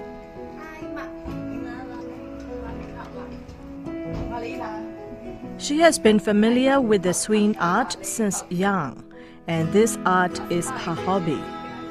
She became a successful designer gradually by trying it honestly. တကယ်အရန်ဝါသနာပါတာဒီအလုပ်ဆိုတော့အိမ်ကိုပြောရဲပေါ့နော်ဒီဟာကိုတနန်းချောင်းတစ်ခုမှာတော့တက်ချင်တယ်စနစ်တကျလေးတက်ချင်တယ်ပြီးရင်ဒီအလုပ်ကိုလုပ်ချင်တယ်ပေါ့အဲ့တော့ဖေဖေကတော့အရန်အားပေးတယ်မိန်းကလေးပေါ့နော်မိန်းကလေးဆိုသူအပြင်ထွက်တာလည်းမကြိုက်ဘူးဒီအသက်မွေးဝမ်းချောင်းဒါလေးကကောင်းပါတယ်ပေါ့အဲ့လိုဆိုပြီးတော့ဒါကိုပဲရွေးချယ်တယ်ရွေးချယ်တော့စင်တီမီတာနဲ့တနန်းတက်တယ်တနန်းတက်ပြီးသွားတဲ့အချိန်မှာတော့ဒီ2007လောက်မှာစိုင်းစားဖွင့်တယ်ပေါ့အိမ်မတိုင်ခင်ကတော့ဒါဆွေမျိုးတွေတငယ်ချင်းတွေကိုချုပ်တယ်အိမ်နီးနားချင်းတွေချုပ်တယ်ပေါ့နော်အဲ့ဒါလေးနဲ့ဒီအိမ်ကနေစပြီးတစ်လျှောက်လုံးဒီဇိုင်းမတီလုပ်ပဲလုပ်သွားခဲ့တာပါရှင် Her outstanding creations are exclusive design of traditional costume in combination with excellent embroidery skill that makes her dresses unique ones. In 2011, she was invited to participate in a fashion show in Bangkok, and she tried to create Myanmar's gold embroidery on the costumes. That is the main claim to her fame, and it represents her symbol all the way through. ရရွှေကြည်ထိုးကိုနိုင်ငံခြားကနေပြီးတော့ဒီကိုမြန်မာပြည်ကလုပ်တယ်ဆိုတာကိုသိစေချင်တဲ့ဟာတစ်ခုတည်းနဲ့ဟိုဆို2011မှာအဲ့ဒီရွှေကြည်ထိုးတွေစာပြီးလုပ်ဖြစ်တယ်ပေါ့ရွှေကြည်ထိုးကတော့ဒီမြင်နေကြပုံစံတွေကတော့မထူးဆန်းဘူးဒီလိုရွှေကြည်ထိုးတွေသွားတယ်ဒါပေမဲ့ရွှေကြည်ထိုးကိုလူပုံနဲ့အင်ကြီးအဝတ်စားမှာလုပ်တာကြတော့အဲ့ချိန်မှာမလုပ်ကြသေးဘူးပေါ့နော်အဲ့လိုဆိုတော့မြန်မာချိတ်လူဟာမျိုးလေးတွေလည်းပုံစံပါတယ်နောက်ပြီးတော့ကြာလူတကူလုံးအယုတ်ပေါ့နော်ပကံခက်ပေါ့ပကံမင်းကလေးအယုတ်ကို dress မှာကပ်ပြီးတော့ဒီရွှေကြည်ထိုးနဲ့ပေါ့နော်စပြီးတော့ဒါနိုင်ငံခြားမှာစပြီးပြဖြစ်တယ်ပေါ့အဲ့ပွဲလေးကတော့2011 Biff and Bill ဆိုတဲ့ပွဲလေးပေါ့နော်အဲ့မှာစပြီးရွှေကြည်ထိုးတွေနဲ့စပြီးပြဖြစ်ပါတယ်ရှင် Her fashionable artworks have been an exceptional and intricate, which can grab the great attention by international communities. Her interest in innovative artwork has been firmly established, and she is able to introduce the elegant dressing style of Myanmar people to the world with her inspired idea. Along with her tapestry work, the art of painting and traditional utensils fashioned by her sister has been cherished and ordered by international clients.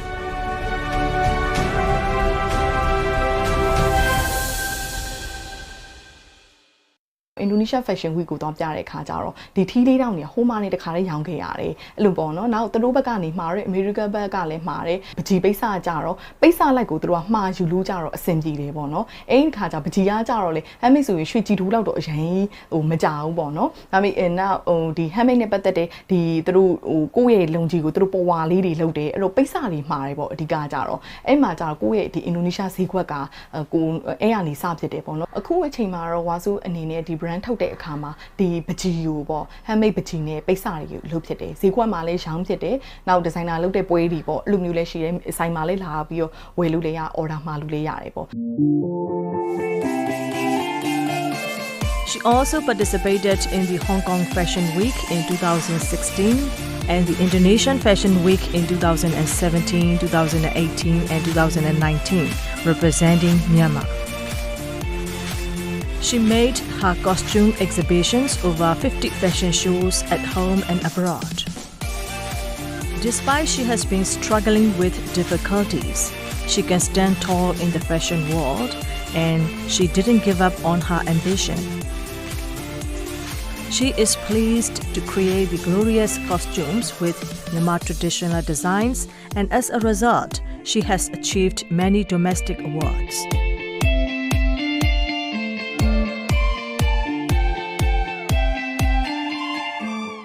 design တစ်ခုထွက်ဖို့အတွက်တော့အချိန်အားဖြင့်ဘာတစ်ခုမှမလုပ်ရဘဲနဲ့ပုံမဆွဲရသေးဘဲနဲ့ဝါဆိုစစ်တွေ2လ3လလောက်အရင်ဦးဆုံးဒီ idea ကိုအရင်ထုတ်ရတယ်ပေါ့နော်အဲ့ထုတ်တဲ့အခါဖြစ်လာပြီးတေချာပြီးလှတဲ့ကိုကြိုက်တဲ့ design လေးဆိုရင်အရင် sketch လေးအရင်ဆွဲလိုက်တယ်အဲ့ sketch လေးရလာပြီးထွက်လာပြီဆိုဒါအောင်မှတစ်ဆင့်ပြန်ပြီးတော့ပုံဖော်ရတော့မယ်ပုံဖော်တဲ့အခါမှာဘာတွေနဲ့သုံးမလဲဘာပစ္စည်းတွေနဲ့သုံးမလဲအဲ့လိုမျိုးပေါ့အဲ့လိုဆိုတော့handmade တွေသုံးတဲ့အခါမှာအချိန်အရမ်းကြာတယ်လူအင်အားလေးသုံးရတယ်လူဒီဝစ်စုံတစုံအတွက်ပေါ့အနည်းဆုံးဓာတ်နဲ့ချီလဲတစ်လဆိုတာဒါအနည်းဆုံးပေါ့နော်အဲ့လိုမျိုးလေးကြာတယ်ပြီးသွားတဲ့အခါမှာအမအကဘသူပကြီးဆွဲတယ်ပကြီးဆွဲလို့ရလာတဲ့ဟာမှာကိုကလိုက်ပြီးတော့ထိုးရတယ်ဟိုမှာရွှေကြည်ထိုးတွေနဲ့ထိုးမှာလားဒါမှမဟုတ်အထဲမှာ accessories တွေကဘာတွေထည့်မှာလဲအဲ့ဒီအတွက်ကြောင့်အချိန်အားဖြင့်တော့တစုံတော့ကြာတယ်လနဲ့ချီဖို့ကြာပါတယ်ရှင် She now launches Happy Heart Brand and Design School and has been producing her own brand. She also disseminates fashion knowledge to Myanmar girls to cherish Myanmar traditions. ကိုတိုင်းဒီအတက်ပညာကိုတက်ထားတဲ့အတွက်ကြောင့်တစ်ဖက်တစ်လမ်းကနေမိသားစုကိုဒါဟာအထောက်အကူပြုနိုင်တယ်ပေါ့နော်အဲ့ဒါမျိုးလေးတွေးစီခြင်းနဲ့နောက်ဆုံးကိုသားသမီးရတဲ့ခါမှာကိုဒီအမွေကိုပြန်ပြီးတော့လက်ဆင့်ကမ်းပြန်ပေးနိုင်မယ်ဒါမျိုးပေါ့အဲ့ဒါမျိုးလေးတွေလည်းလုပ်စီခြင်းနဲ့နောက်ပြီးအသက်မွေးရန်ကြောင့်ပညာတစ်ခုတက်ထားတဲ့အခါမှာဘယ်တော့မှဒီကိစ္စမမှားပါဘူးပညာရွှေဦးလူမကိုပေါ့နော်ဒီအကြောင်းမျိုးကြောင့်ကိုအမျိုးသားဒီကိုနားမှာရှိခြင်းလည်းရှိမယ်မရှိခြင်းလည်းမရှိကိုမိဘကကိုနားမှာရှိခြင်းလည်းရှိမယ်မရှိခြင်းသားသမီးလည်းနားမှာရှိခြင်းလည်းရှိခြင်းမှလည်းရှိမယ်ဒီအတွက်ဒီအမျိုးသမီးတယောက်ဟာဒီပညာကိုတက်ထားတဲ့အခါမှာဘယ်လိုပဲဖြစ်ဖြစ်ကိုချီအောင်ကိုရက်တည်နိုင်တယ်ပေါ့နော်အဲ့အတွက်ကြောင့်အမြဲလမ်းမထောင်နိုင်တယ်လို့ထင်တယ်သူ့နယ်ပယ်နဲ့သူမှာသူကအခက်အခဲတွေအများကြီးရှိမှာပဲကိုဒီနေရာကိုစပြီးလုပ်မယ်ဆိုရင်တော့နောက်ပြန်မလှည့်စေချင်ဘူးမင်းကလေးမှုလို့လေမင်းကလေးဒါသူ့နေရာနဲ့သူအများကြီးလုပ်နိုင်ပါတယ် We should be proud of the role of women in this changing age. Women are brilliant and are empowered in political, economic, and social sectors. Likewise, the development of women's entrepreneurship is the main opportunity to create jobs and new businesses in Myanmar. The success and acknowledgement gained by designer Mimya Wazo should be taken as an exemplary for the rest of the women folk. They should also emulate the successful women from their environs in the field of their interest. If the business opportunities for the women can be promoted, will the women be able to move forward in leaps and bounds?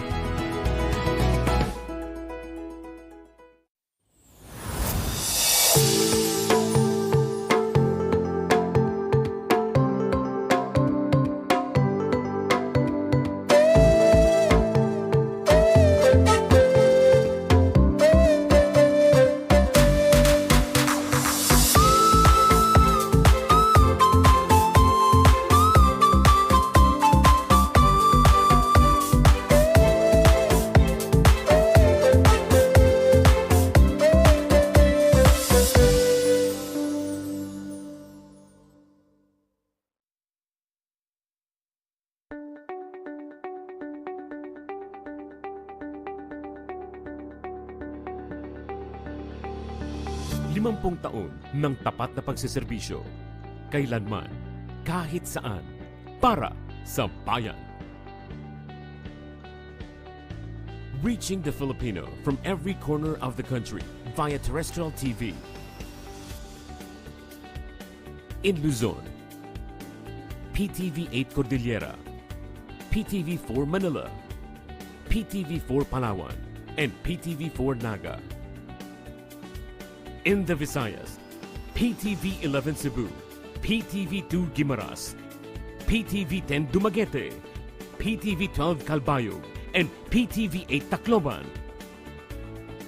And in Mindanao, PTV 11 Pagadian, PTV 11 Sibugay, PTV 11 Davao, PTV 8 Agusan del Sur, PTV 8 Cotabato, PTV 7 Zamboanga, and PTV 48 Davao del Norte.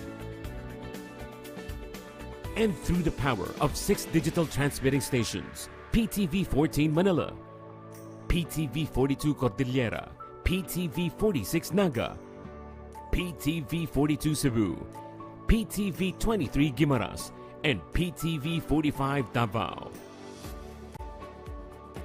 connecting with the rest of the world in the era of digital technology. Through the power of television and our extensive online network, we continue crossing borders to serve the timeless news and information, bridging public service through innovative programs, fostering pride in the Filipino, and inspiring the people to be active partners in nation building. Noon hanggang ngayon, kasama mong naglilingkod. PTV. Minglawa, welcome to ASEAN Women Entrepreneurship Program. Through this program, you will see the efforts of women entrepreneurs in ASEAN member states who are achieving in their respective business field with creative idea. ASEAN has over 600 million population and it is one of the largest economies in the world. In accord with the economic growth in the region, the women participation in the business sector plays one of the crucial roles. Now, women in ASEAN contribute their efforts significantly to support the economic progress of their countries through their own businesses and SMEs. You will enjoy sharing business experience and knowledge of ASEAN women, enhancing entrepreneurship and gender equality, and creating a business environment led by women through the program. It will highlight the role of ASEAN women entrepreneurs and share their experience, how they have overcome challenges for their success to the viewers. Let's enjoy the programs of ASEAN member states.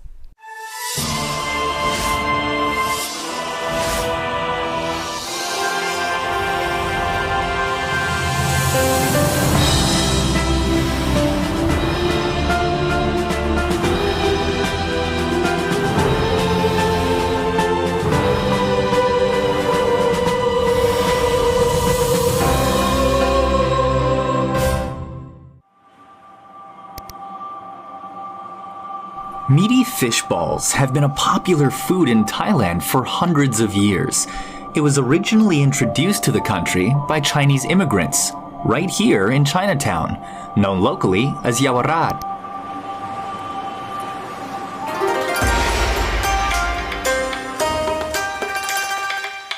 Now, all these years later, this area is still teeming with delicious Chinese restaurants, as well as their famous fish balls. One of the most successful shops that has gained a national reputation is Yu Fishball, run by a third-generation heir of the original business, Gayun Chok Lam Led. However, initially, she wasn't accepted by her older generation, who didn't think the business could be run adequately by a woman.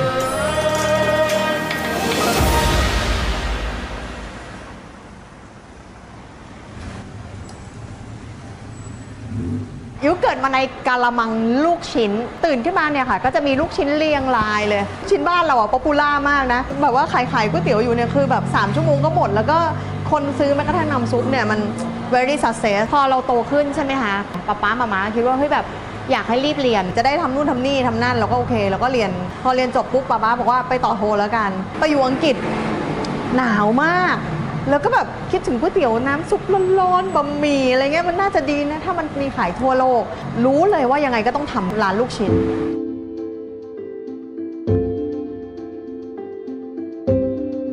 ก็เลยบอกกับทางป๊าว่าเนี่ยป๊าหนูจะออกมาทำร้านก๋วยเตี๋ยวนะป๊าก็ถามว่าออกมาทำที่ไหนหรอก็ฝั่งตรงข้ามร้านป๊าไงอะไรนะเอ็งบ้าเปล่ามันไปไม่ได้ป๊าก็งอนไม่อยากให้ทำอ่ะก็บอกป๊าว่าป๊ายุอยากทำจริงแล้วลือจะใช้ชื่ออะไรใช่ป่ะยุก็เลยบอกว่ายุจะใช้ชื่อยุลูกชิ้นป่า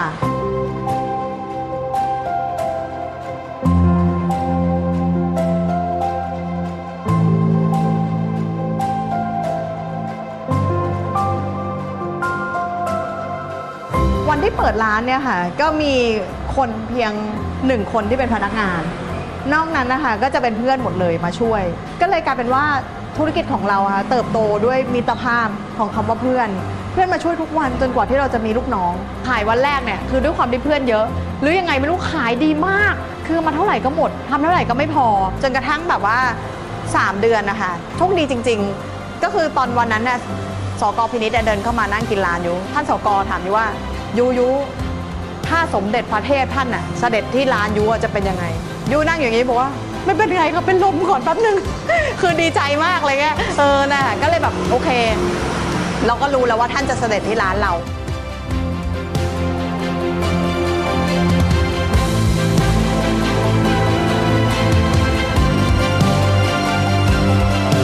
สิ่งที่เกิดขึ้นก็คือยูก็เดินเข้าร้านปกติพอเดินก้าวมาถึงร้านใกล้ๆร้านเราทำไมแถวมันยาวขนาดนี้มันยาวแบบยาวไปถึงวงเวียนโอเดียยาวแบบยาวจริงๆยาวแบบตกกระจายอ่ะนึกออกป่ะไม่คิดว่าจะเป็นแถวร้านเราอ่ะแล้วคือคนแบบเยอะมากก่อนหน้านั้นที่ป๊าไม่คุยด้วยอะฮะป๊าไม่คุยอะไรกับยูเลยจนกระทั่งวันนั้นอะตอนที่ยูเดินเข้ามายูตกใจนะที่พ่อยูเนี่ยมายืนคุมเก๊ะเราเห็นครอบครัวเราทุกคนน่ะมาช่วยเราแล้วก็โอ้โหแบบดีใจมากเลยอะแล้วก็ทำมาเรื่อยๆจากนั้นเองยูก็ค่อยๆขยายสาขาประมาณ20 สาขาค่ะเป็นยอดของการเติบโตแล้วก็ขยายโรงงานนะคะแล้วก็ไปดูในเรื่องของการส่งออกนะคะที่มาของยูลูกชิ้นปลาYule Fishball has gradually grown, winning numerous awards along the way.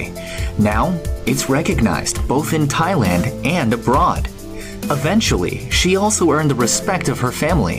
In fact, she has used her experience in selling fish balls to expand into the health business as well.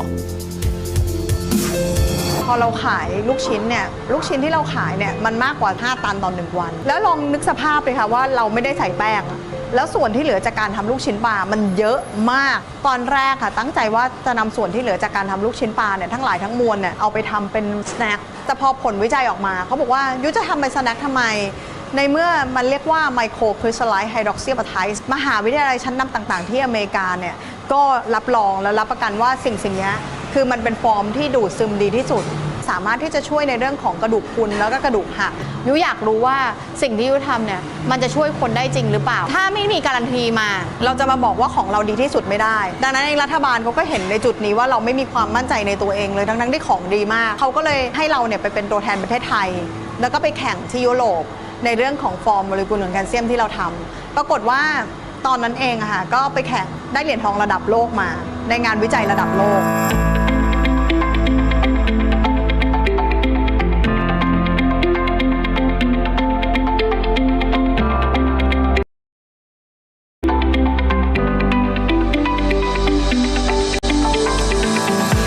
เดียวที่คิดเลยว่าทำยังไงให้คนหายเนี่ยคือทำไงให้คนดีขึ้นจากการที่กินของเรานั่นคือ feeling ที่อยู่ในใจอยู่ตลอดเวลาอะไรเงี้ยแล้วรู้สึกว่ายุมีความสุขถ้าคนแบบว่าบอกต่อว่ากินแล้วหายปวดเข่าจังเลยอ่ะกินแล้วเดินขึ้นบันไดได้กินแล้วแบบเสียงไม่ดังกรอบแกรบพาคุณพ่อคุณแม่ไปเที่ยวได้เนี่ยค่ะก็เป็นที่มาของ UNC ค่ะอาหารเสริม